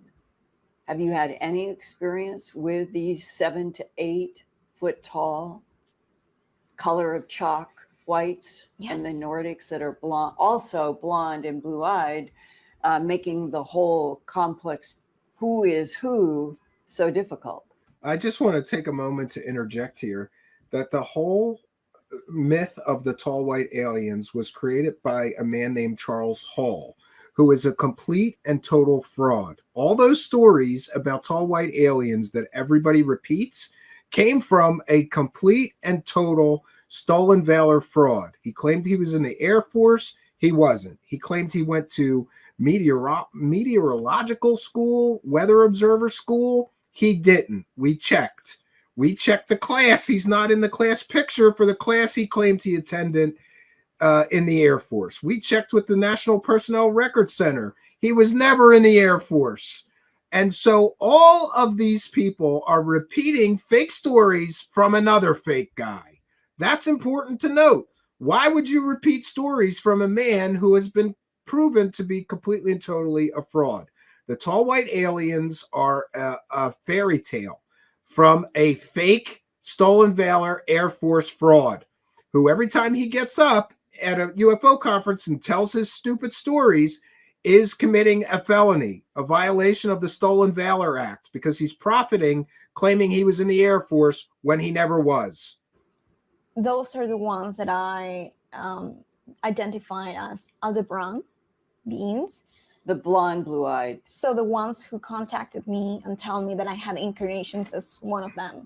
Those were tall. Matt's our resident reptilian alien expert. Okay, their Nordics can be 6 to 7 feet tall with blonde hair and blue eyes. The tall whites are a completely different order. They usually are at least 8 feet tall by the time they interact with humans. They have the color of chalk. This is all from Charles Hall. The hair is white. He's a fraud, Linda. He's fake. And so are his stories. And their eyes can be a pale blue, but they are a distinct order. But it doesn't sound like you've had any interaction with them at all. And it's hard to understand the geopolitical complexities of what is happening in Earth historically and currently if we actually do. Anjali was just on Gaia TV, and everybody knows my rule, except for Walter Bosley. If you're on Gaia TV, you're full of shit. And while she was on Gaia TV, Richard Doty told her that I'm a CIA government agent or something like that. That the two journalists who interviewed her last year were government agents. So Richard Doty just accused me of being a government agent on Gaia TV. I'm going to get the clip. This made my month.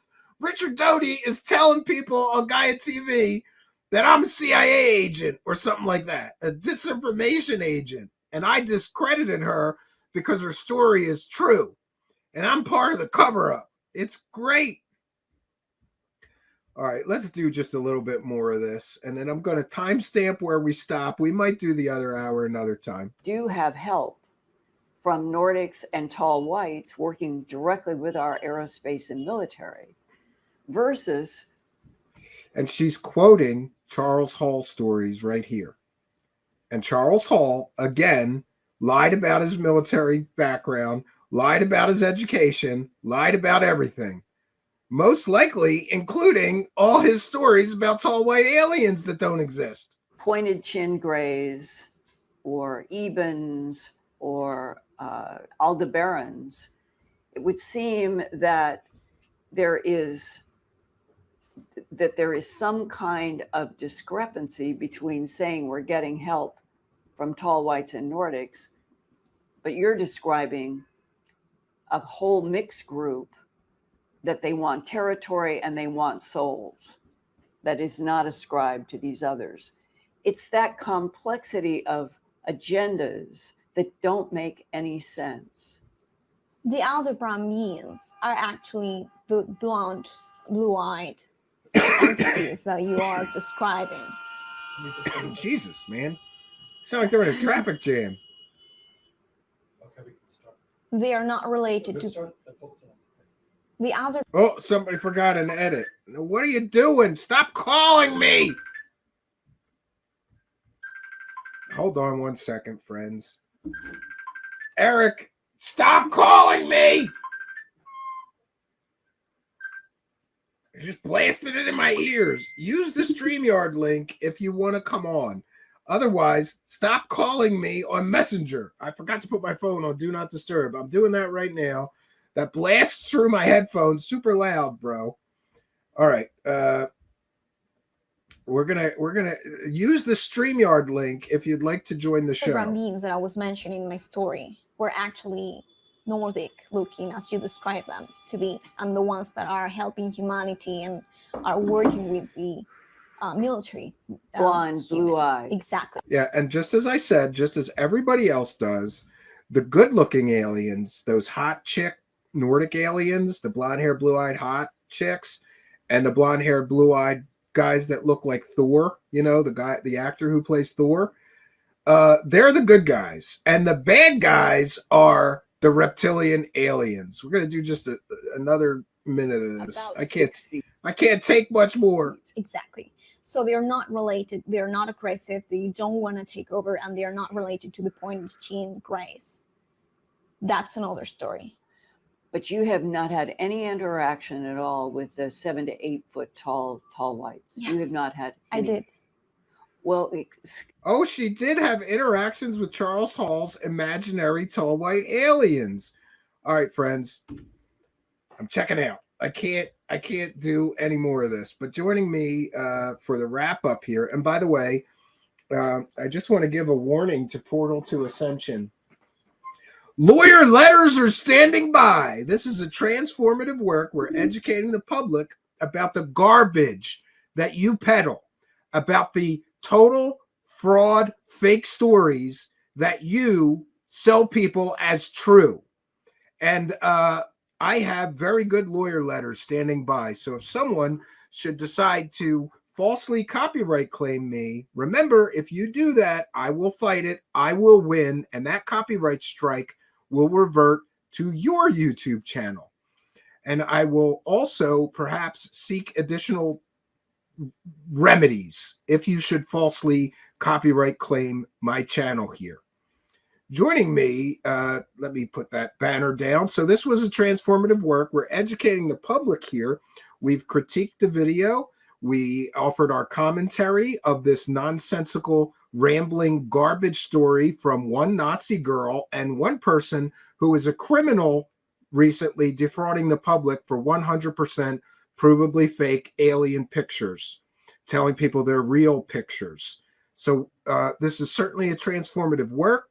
This is the textbook definition of fair use, and we will defend our right to using this interview in the spirit of fair use.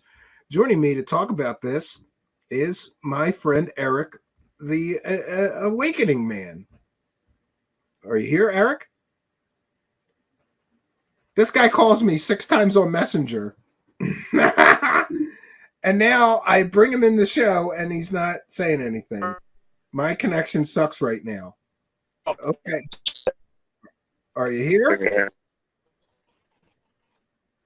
Can you hear me? Yes. Yes. It's not going to work. Okay. It may cut out. There's an F3 developing into an F4 over Hot Springs, Arkansas. And when I tried to call in earlier, it wasn't so bad, but now there's a huge storm. You know what? Marina is here, and she was making fun of me on Twitter saying, what, you want me to watch this? I'm not going to watch it. She was here the whole time. She's in love with me, Eric. That's what I heard. It's a rumor. You know, here's the thing.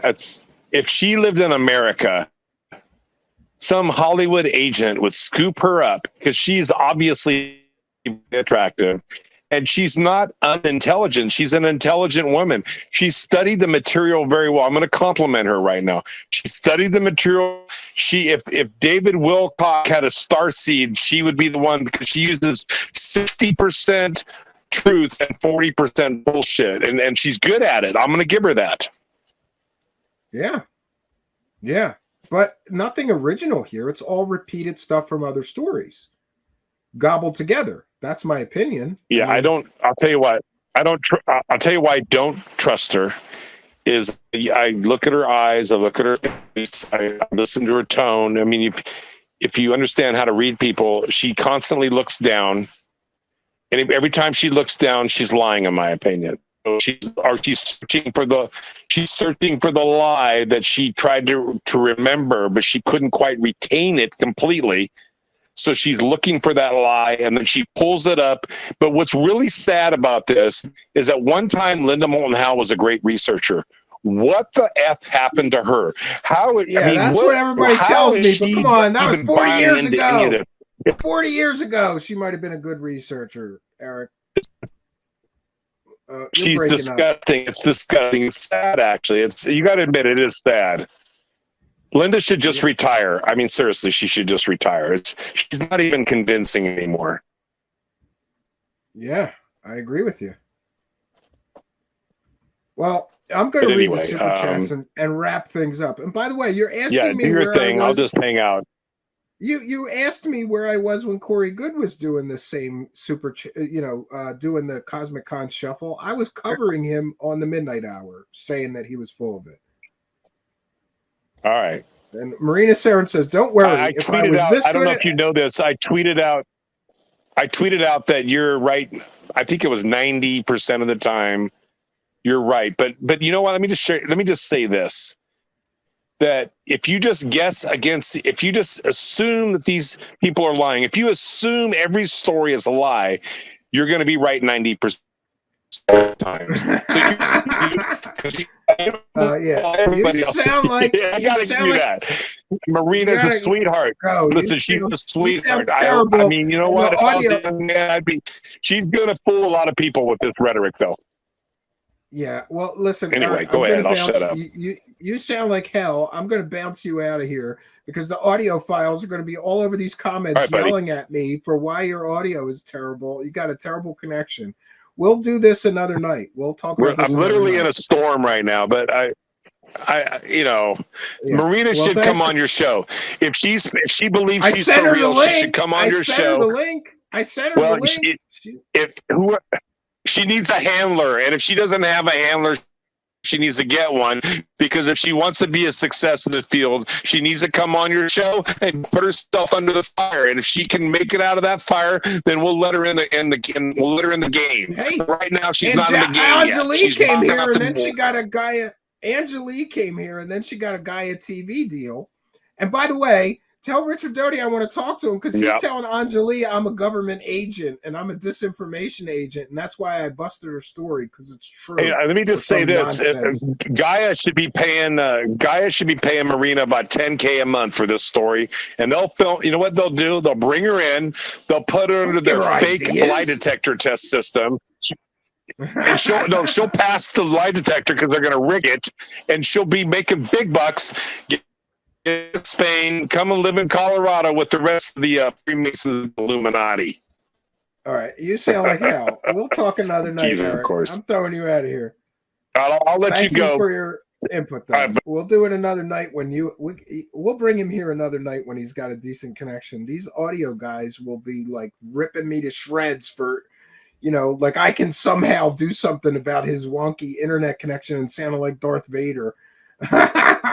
All right, so what we're going to do is we are going to read the super chats, and we're going to read the super chats and thank everybody for their kindness, generosity, and support. To make sure that we got them all. Let's throw in a lie detector test as well for good measure. Serious help is needed. Wasting her life, a worst possible kind of short-term fame. Pathetic. There is no good Nazi. That's UFO John Doe, kind and generous $9.99, and Brock Landers towards a decent dye job for Marina, $4.99. KMM177, kind and generous $10, says towards the MRI scan. UFO John Doe, kind and generous $9.99. I'll help pay for the DNA test to expose and out another fake fraud. Yeah. Banana Planet 666 says for the DNA test, kind and generous $5. Lord Ludicrous. Oh, that's from yesterday, but Lord Ludicrous, thank you very much. From yesterday, says Third Phase of Moon says it was all entertainment on Alien Addict. Yeah, and by the way, we've got another great story coming up about Third Phase of Moon. Oh, it's great because now people are starting to send me private messages which prove that Rich and Third Phase of Moon knew that a video was 100% fake, and they hyped it up and put it out as a real UFO anyway, and we're going to bring that to you, right?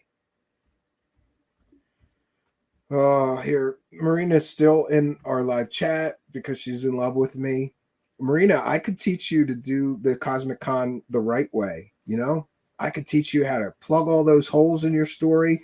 You can't give people like me all those data points to prove that you're lying, and you did. The DNA test would prove that you don't have alien hybrid DNA. Let's see. You said that the government and the military is in contact with you. Great. Let us talk to them and prove that you're not a liar, right? And there were some others in there. It just doesn't work out. You've given everyone too much information. You should have been trained by somebody like Corey Good or David Wilcock to do the Cosmic Con Shuffle better. Not that they do it much better than you. Those guys are so full of shit they waddle when they walk. But you know, the challenge remains. I have a billet here. That's what we call this in magic. You write something on it. So there's a secret message here, and if Marina can discern with her superpowers and her alien friends what's written on this slip of paper, I will give her $10,000. And if she will submit a DNA sample to an independent DNA laboratory, we'll check her DNA to see if it's human or more than human. And, you know, if she's not willing to do that, I'm willing to pay for it. And we will pay for a retired FBI polygraph examiner I know to give her a polygraph exam, a lie detector test. Do I think she's going to do any of that? No. And she could give us the name of the government people and military people she's talking to that she's saving Earth with. But here come the excuses, friends. She is going to come up with excuses for what I challenged her on Twitter. Show us your superpowers, Marina. Show us your superpowers, or are you a fraud? And she made excuses for why she couldn't show us her superpowers. And of course, she's making excuses for why she can't prove her superpowers and win a $10,000 bank-issued cashier's check from me. I've offered her $10,000. I will send her proof that I have that money sitting in an account waiting for her to meet our challenge, tell us what's on the sheet of paper, and prove her superpowers and alien friends, her alien super friends, are real. Until then, yes, somebody called me, said I was trolling her on Twitter. She's got a lot of stupid men that, like, I guess they watch her Instagram for her hotsy-totsy pictures, right, of her dressed up like an alien superhero with all those filters and everything. Great. And they're all white knighting for her, telling me I'm an asshole. I'm not defrauding the public, telling people that I have superpowers, or I'm not re-victimizing all the victims of the Nazis and the Holocaust by saying stupid things like the good Nazis, or giving the Nazis excuses for the Holocaust like they were under the influence of evil reptilian aliens. That's why they did that, right? Yeah, I don't know what else to say, friends. We're going to bounce on out of here. And once again, I want to apologize to Mario's Takeo. I don't know what happened. I'm going to ask the mods. Somebody put you in the hidden users. I don't know who did that. But going forward, anybody who hides a user or bans a user in our live chat without my express permission loses the wrench. I don't know who did that. We'll figure it out, though. Sandy Smith is here. Let me guess. It said, I'm a huckster. I'm not going to even give any hints. That's my $10,000 online, Sandy Smith. I'm not giving her any hints. But it is funny, though. The message written on there is funny. It is definitely funny. So we've got another story for you, but I will save that for another time. And all those talking points of Rich from GoofOn, where he's telling everybody that Third Phase hasn't faked anything in the past 5 years.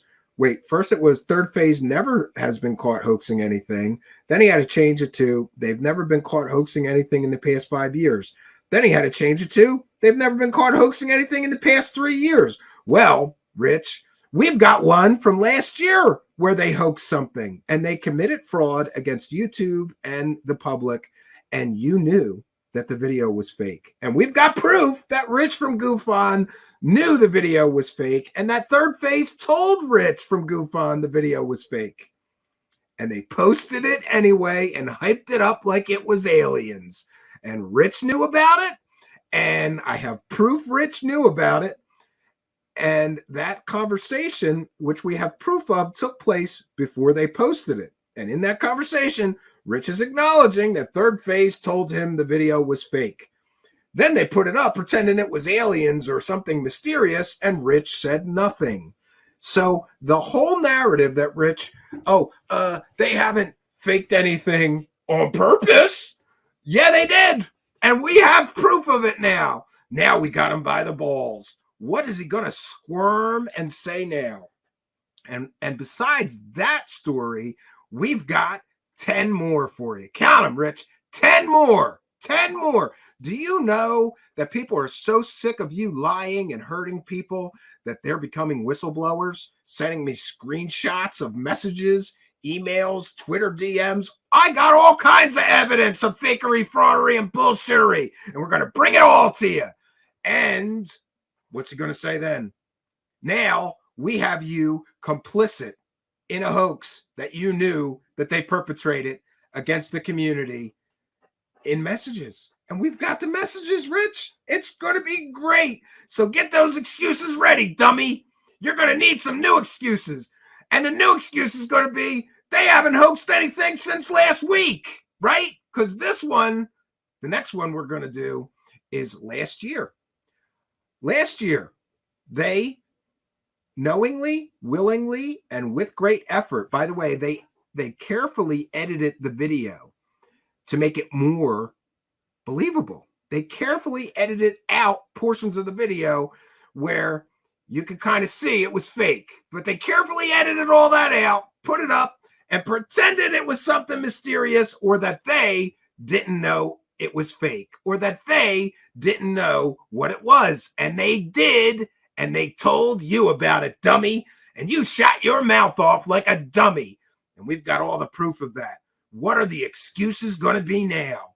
How many times will I prove that Rich from GoofOn lies to his audience constantly? How many times do I have to prove that? And you stupid people keep sending him money so that he can, let's see, fat shame people. You send him money so he can make fun of disabled people. Do you know that he has now made fun of at least 4 disabled people? And the ADL, whatever that organization is that protects disabled people, is getting involved. And they're getting to YouTube. This is going to be great. Can't wait to hear the excuses for making fun of 4 disabled people. And you people sending him money are supporting him, saying, that's good, Rich. Keep making fun of disabled people. And you people sending him money are saying it's okay to be a misogynist and be crude and nasty and talk about women's breasts that he doesn't even know. You people sending him money are saying it's okay to make fun of somebody with a paralyzed eye. It's okay to make fun of people on disability. It's okay. Here's some money, Rich. Go say another guy who's battling cancer is faking it. You people sending him money are directly supporting these things. You are signing off on it. You're saying, that's good, Rich. Here's some money. Keep doing that on your show. You are saying it is okay to do these things. And by sending him money, you are saying, I approve of you lying to your audience. I approve of you knowing that Third Phase of Moon is faking things and not standing up and doing the right thing. I approve of you lying to your audience, saying they never hoaxed anything. Calling people pedos. Here's some money, Rich. Call some more people pedos with no evidence or no proof.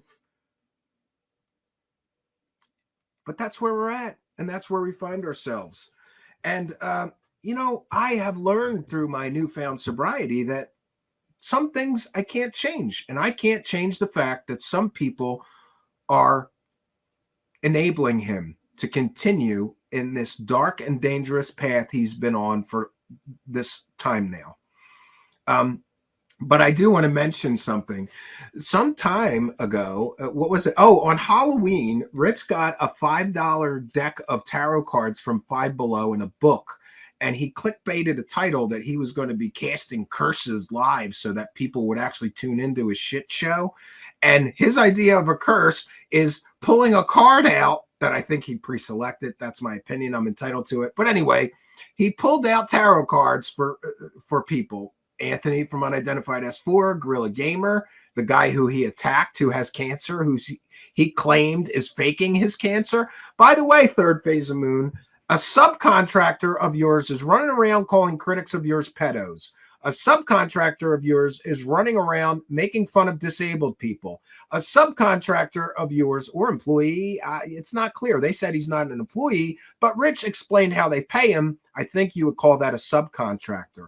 So a subcontractor of yours is running around doing all these things, making fun of someone who has cancer, claiming that he's faking it and so that he could get donations. He's not even monetized. I want a statement from Third Phase of Moon. Do you condone or condemn your subcontractor doing all those things in defense of you? All those things he did were against people that spoke out against your fake shit. Do you condemn him doing that? Will you sever that business relationship with him? Or will you let him keep doing this stuff? Do you condone it? Do you encourage it? Because you're not condemning it. I want a statement. You have a company. He's your subcontractor. And you may be held responsible for some of the things that he's been doing in your name, in your defense. We want a statement about that. Cousins, brothers, idiots. So we got more for you. We got more for you. Keep lying. Keep lying. And by the way, some of this information I have had since this disagreement started. It's all in folders, Rich. And how much more do I have? That's what you got to worry about. How much more? How many more times am I going to prove that you keep lying through your fake teeth, that you keep lying to your audience, that you keep lying about me? Now you got King Milk Fart repeating your lies. Congratulations, you dummy. It's great, but I've got a lot more. I've got so much more evidence. There's people close to some of those hoaxes, Rich. They're all coming forward. My inbox is ringing, and these wonderful little birds are whispering sweet things in my ears. It's music to my ears. Steven, do you want the absolute proof that they absolutely put up a fake video they knew was fake last year? You're goddamn right I do. Send me that shit. And I am going to come down on a hammer, like a hammer, on the righteous side of this thing. I have told the truth since the beginning of this stupid nonsense disagreement. I have done nothing but tell the truth about what it is they really do and who they really are. And I will continue to do that. And I will be the hammer of righteousness when necessary. And that's where we're at. And that's where we find ourselves. And, it's a shame because there's no stopping this now. There's no stopping this now. He could have at the very beginning of this just said, Steve Cambion's got his opinion of Third Phase of Moon. They're my friends, and I believe that they're not faking or defrauding everything. Steve's allowed to have his opinion. He he's come up with 4 stories for why I stopped talking to him. I stopped talking to him because he told everybody I may have pedo friends and that might make me a pedophile with absolutely no evidence. And he made fun of my disability. Now we're also up to him making fun of my dead father, him calling my wife ugly, him bringing my child into this, him lying and saying that I'm begging for super chats for a PlayStation when I had already bought the PlayStation a month before I ever even mentioned it on my show. And by the way, I just commented about how expensive children's gifts we're getting. I certainly did not beg for super chats to buy a gift. But that's what pisses him off, is that me and my wife are doing great. Oh, I forgot. I won $400 on a scratch off today. $400 cash. I should have brought it with me. I'll show it. Rich is, the grand wizard of the trailer park that he lives in, telling everybody he's going to curse people live on his show. And he drew the Wheel of Fortune card, right, for me, and told everybody that my whole situation was going to hit rock bottom and my finances were going to be a mess, right? I don't know exactly, I'm paraphrasing, but he basically told everybody that my financial outlook is going to hit rock bottom, right? Wrong. I won $400 in a scratch off. And by the way, today my wife got some amazing news, Rich, and she got a huge raise at work. A huge raise. I think it's like 10%. And she already does incredibly well. I'm not going to tell you what it is, but that should prove that your bullshit curse just bounced right off of me, you dummy. It bounced right off of me. It's coming back at you. You cannot use black magic without the threefold law in effect.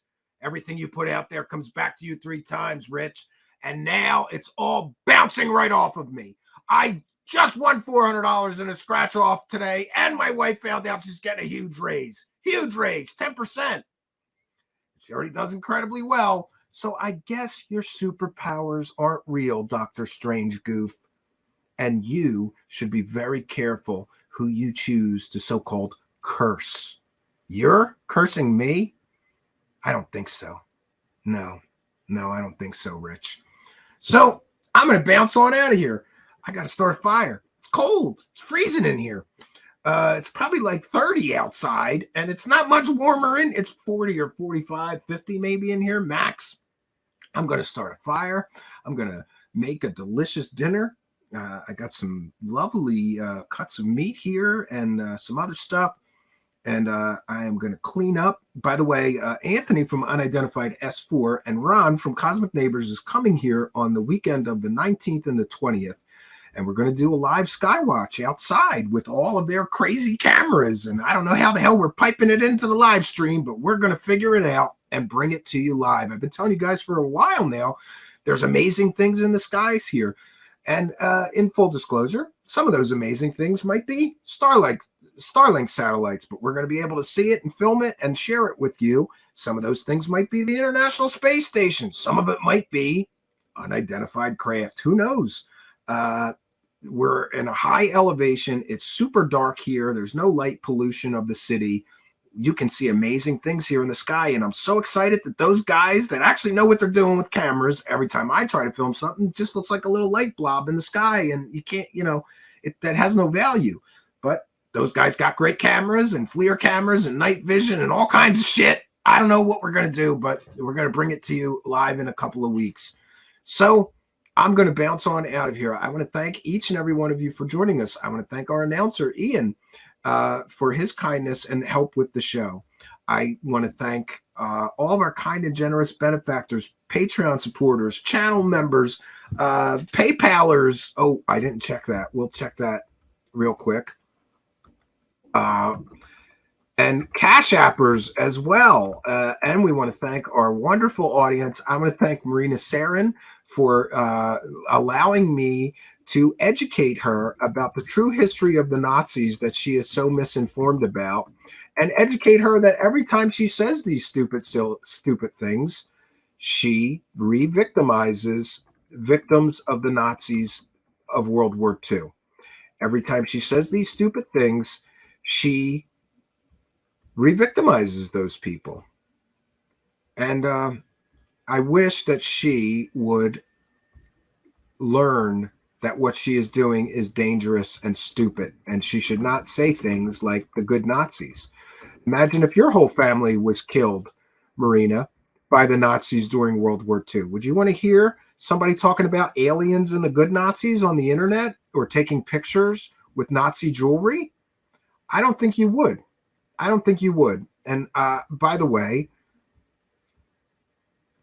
the good Nazis, Carolyn, Sweet Caroline was the last PayPal donator. So thank Sweet Caroline. So instructions for how to help us is in the description of the video, but now we've got a bumper for it, so I don't have to do that pitch ever again. I'm so happy about that. I'm making it a point that I am going to do things that I've been procrastinating. I've been saying I'm going to do playlists for a year straight. I'm really going to do it. And I've been saying that we would have a bumper to do the pitches and a bumper to say like, subscribe, share, so I don't have to keep doing the dumb dance anymore. I'm getting that done. We've got one bumper done, and Ian, as kindly, he's going to be helping me with a few more, so thanks to him as well. Thanks to the mods in the chat. And again, I'm sorry to Mario's takeout. I'm going to look into what happened with that, right? And hello to Unidentified Celebrity Review. I'm glad to see you. I hope you're getting a lot of golf in. And I invited Lou. He's on the West Coast, but I invited him to come camping with me at the new corporate headquarters. I don't know if he's going to make it, but I'll pick him up at the airport if he wants to. Yeah. And I wish him the best. I hope he's getting a lot of rest away from this shit show conspiracy land. There was a funny picture of him and Stephen Greenstreet. He put on his Twitter, and so did Greenstreet. And I'm jealous because I want to be there, hanging out with Greenstreet. I got a lot of love for Greenstreet. I can't wait to see his new what happens next. He left us with this huge cliffhanger on the basement office, and we don't know what happens at the Skinwalker Ranch visit, but I want to know, right? So I'm going to bounce on out of here. I want to thank each and every one of you for joining us. It really means a lot to me that so many people were here to support me. And I would welcome Marina Sarin. I will pay for her to visit a Holocaust museum. Whatever it costs, I'll buy her lunch for the day, and I will pay for the visit to the Holocaust museum nearest her. I'm not sure where that is, but she's in Europe. She's in Europe. There's one near her within a few hour drive or train. I'll pay for her train fare. I'll pay for her lunch, and I'll pay for her visit. And then maybe she will shut up and stop saying foolish things that hurt people about the good Nazis, right? That's what I think. So, yeah, we're going to bounce on out of here. We're done for the week. I've got a ton of stuff to do. I've got a ton of things to do here at the cabin. So that's all I got for you, friends. Until next time, my name is Stephen Cambion, live from the Apocalypse Cabin. Until next time, good night, and God bless all of you.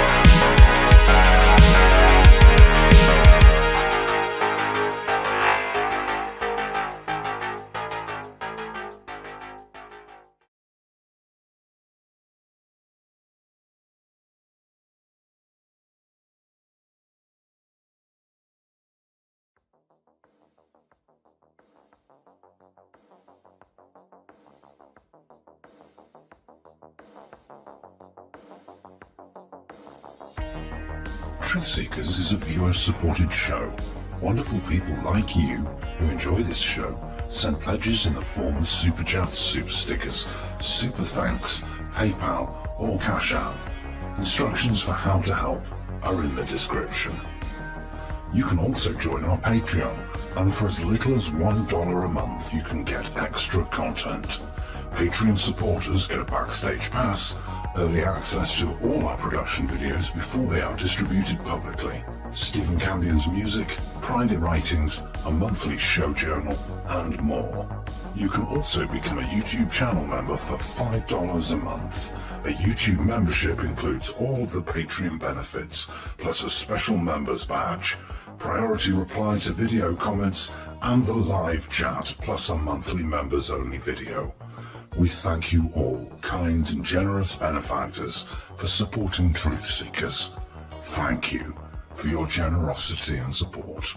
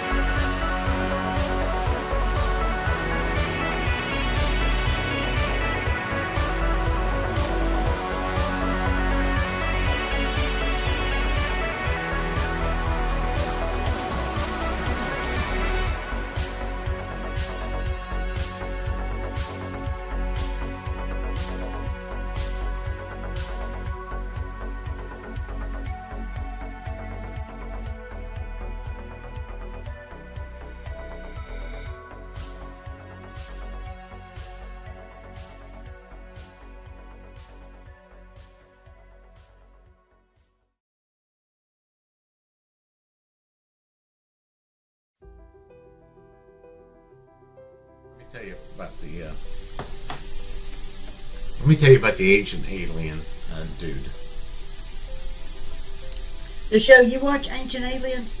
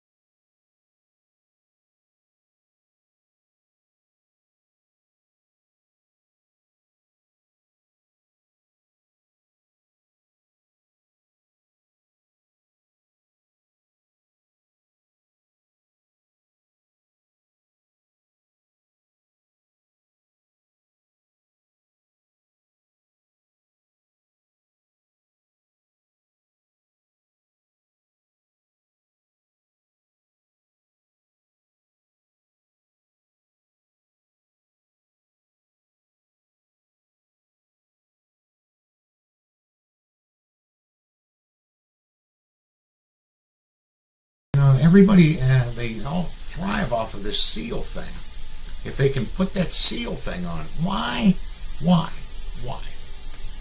would they send a fucking aircraft carrier to Antarctica with a seal who takes a helicopter to go in and extract a scientist with all this alien stuff that he's discovered? Why would they do it? They didn't have anybody else on that carrier qualified to get out of a helicopter and go, hey, come here, you get in. They had to send a SEAL? No. But they used that for the ratings. However, he just sounds dumb from the fucking minute he starts opening his mouth till the end of the video. Let's just scroll down. Let's see, Mick said, let's just scroll down there a little bit. That's why I busted out laughing. What's that?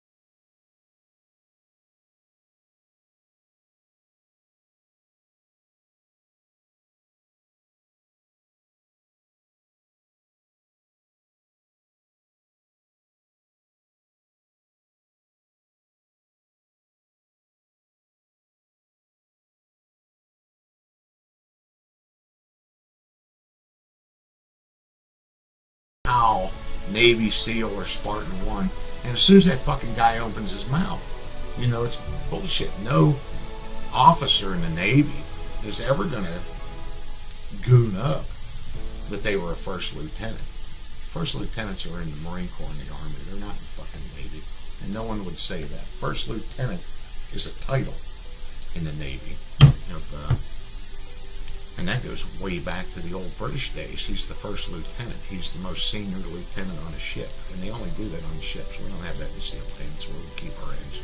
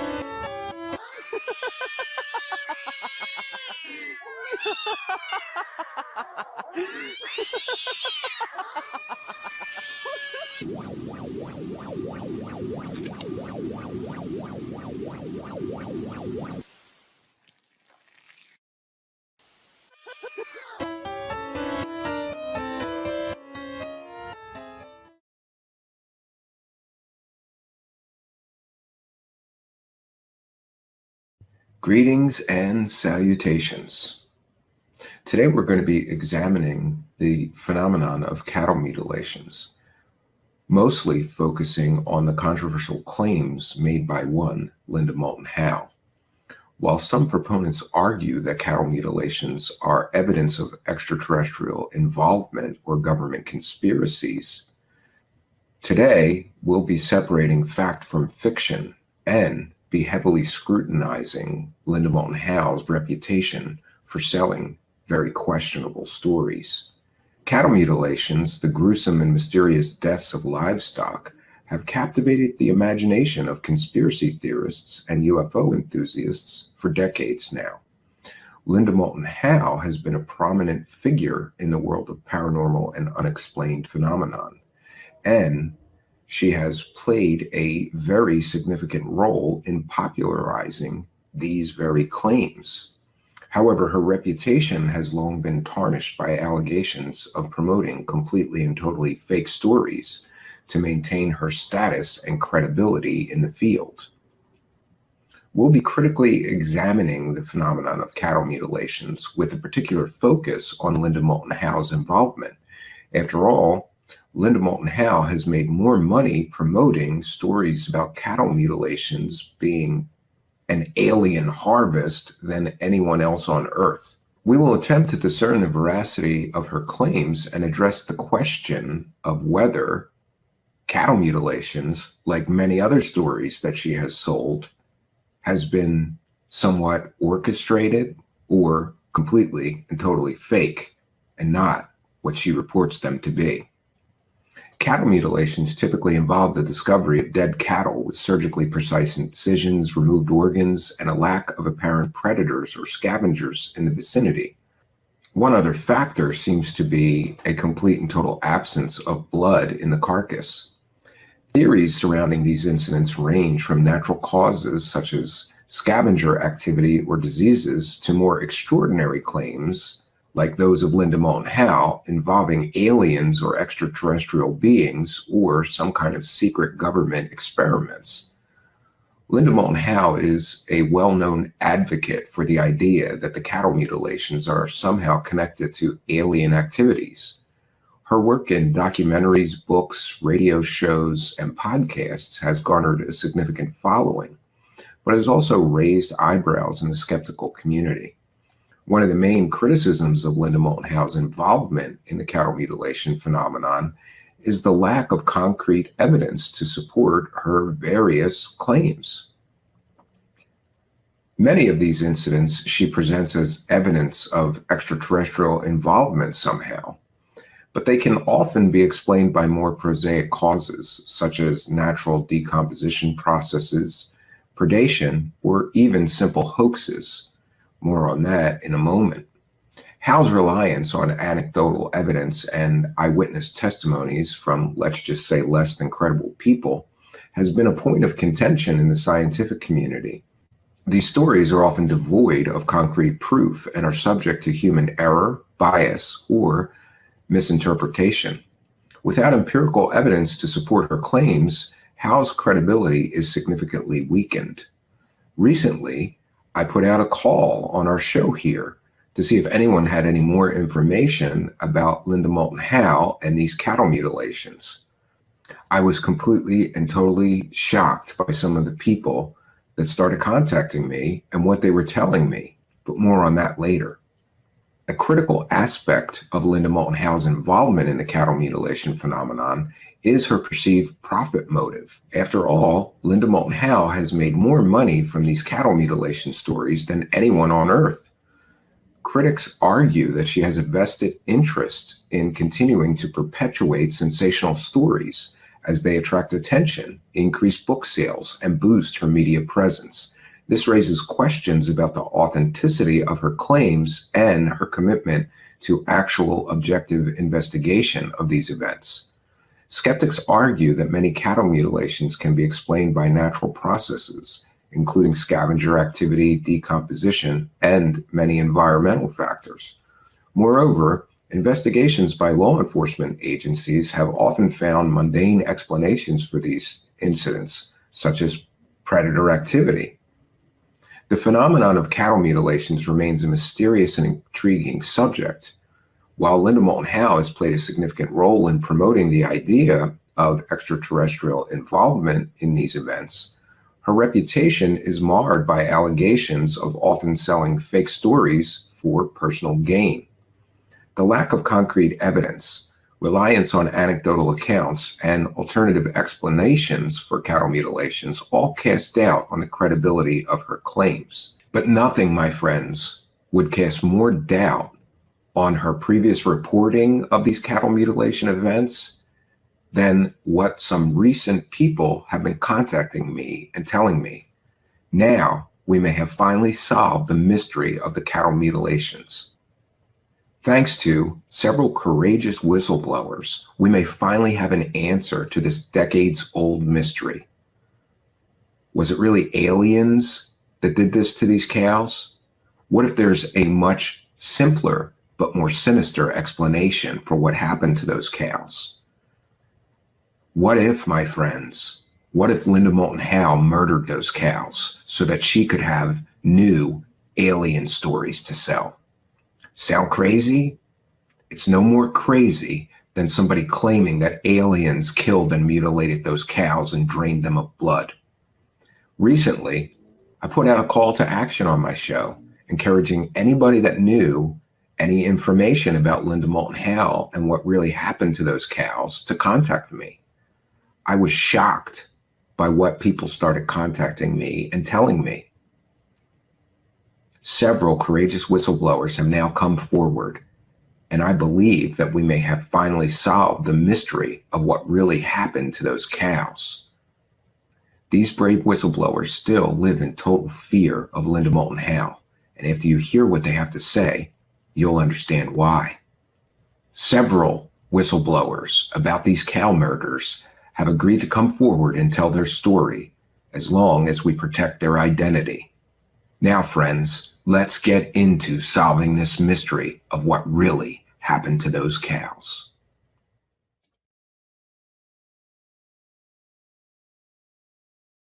In a shocking turn of events, we bring you an exclusive interview with an individual allegedly involved in a bizarre case. A suspect has emerged, accused of being paid $200 to commit an unusual and disturbing act, the killing of a cow using an old wooden-handled shovel.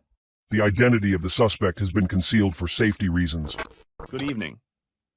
We appreciate your willingness to speak with us. To start, could you confirm whether you were involved in the incident where a cow was killed using a wooden-handled shovel? Yes, I was unfortunately involved in that incident. Can you tell us what led you to accept such a bizarre and disturbing offer? Well, times have been tough, and I was desperate for money. I never imagined I'd find myself in a situation like this.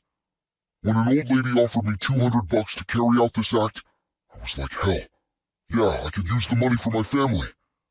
And did the old lady provide any reasons for wanting this gruesome act committed? She claimed it was some sort of vendetta against the cow's owner.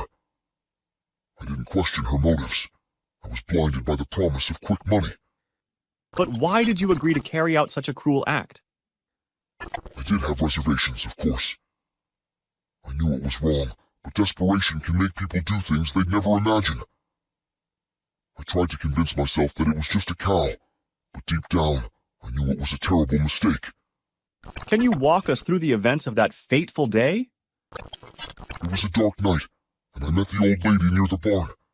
She handed me the shovel and pointed to the cow. My heart was racing, and I hesitated for a moment. But the thought of the money pushed me to do the unthinkable. I approached the cow, and, well, you know the rest.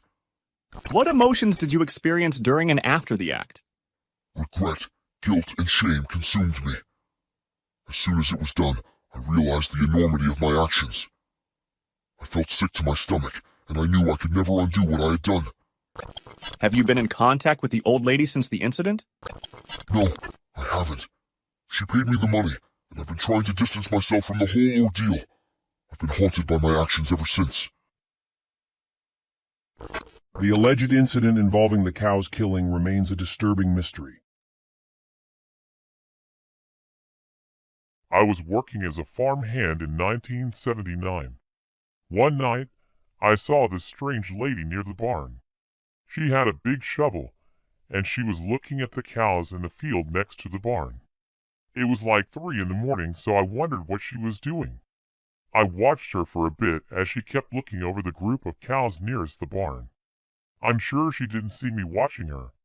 The next thing I knew, she ran up to one of the cows and just clocked it in the head with a shovel. The cow was stunned and went down. I was shocked and speechless. I didn't know what to do. I got some binoculars out of my trailer and got a closer look. I couldn't believe it. It looked like she hit it so hard that the cow literally dropped dead. What happened next was shocking. It looked to me like she was cutting the lips and the asshole out of the cow with some kind of big knife. Then she hooked up some kind of portable pump and pumped all the blood out of the cow, spraying it around the field. Finally, I had had enough. I ran up to her yelling. She was so calm I couldn't believe it. She pulled a bunch of $100 bills out of her pocket and handed it to me. She said, "I was never here, you never saw me. I'll come back soon to report on this story, and you won't ever say anything about what you saw tonight." I didn't know what to say.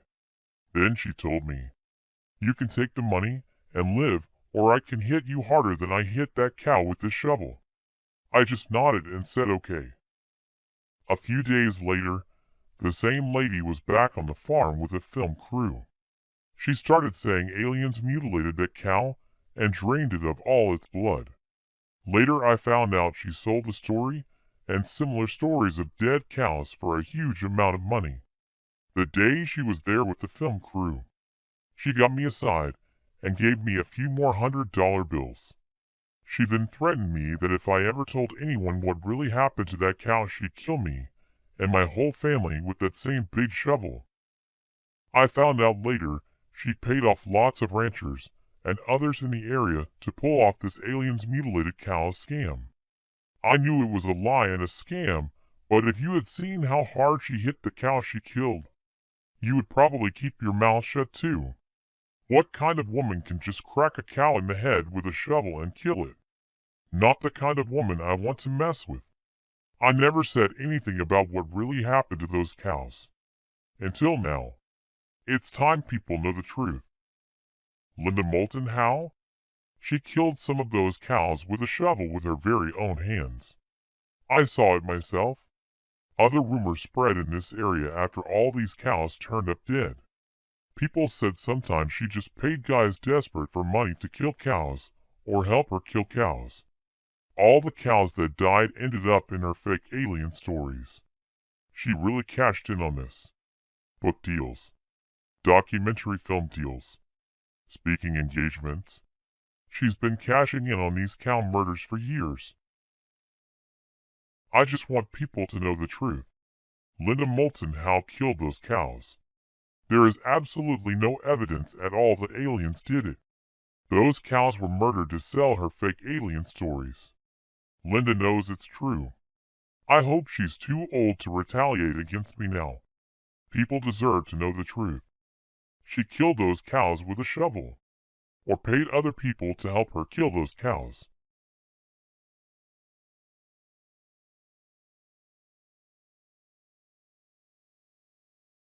This strange lady approached me one late night.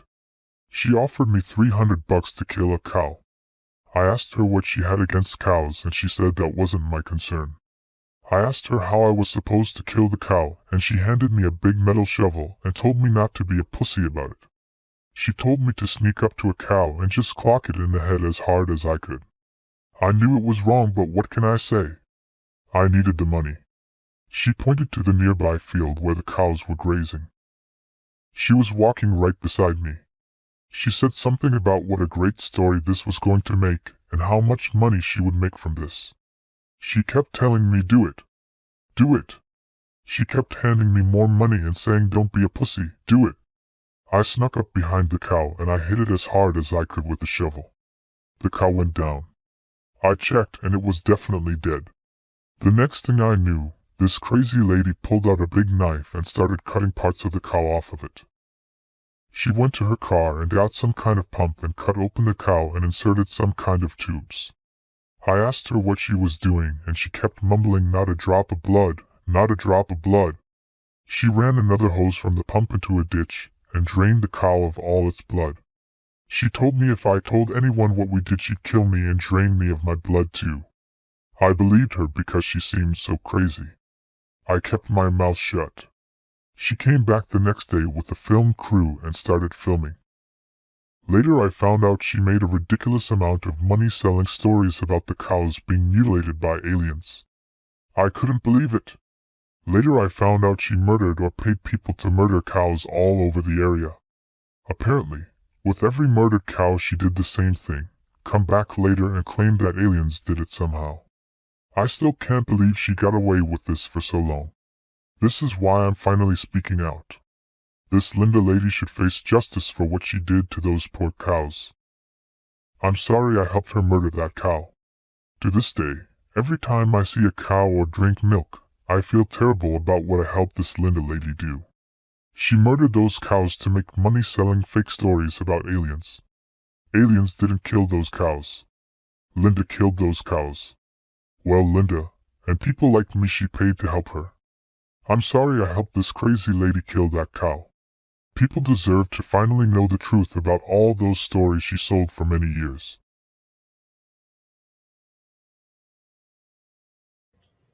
As time goes on, friends, more and more people are coming forward and telling the truth about what really happened to those cows and Linda Moulton Howe's involvement in those events. It seems clear from the amount of evidence that we have so far gathered that Linda Moulton Howe was responsible for the deaths of those cows. There is now much more evidence that Linda Moulton Howe killed those cows than there is evidence that aliens did it. Linda Moulton Howe has made perhaps millions of dollars claiming that aliens killed and mutilated those cows. But now we may have finally solved the mystery thanks to these courageous whistleblowers. Linda Moulton Howe killed those cows with a shovel, or she paid accomplices to kill those cows so that she could profit from these fake stories about aliens killing those cows. Linda Moulton Howe has made millions of dollars claiming it was aliens when she knew all along she killed those cows.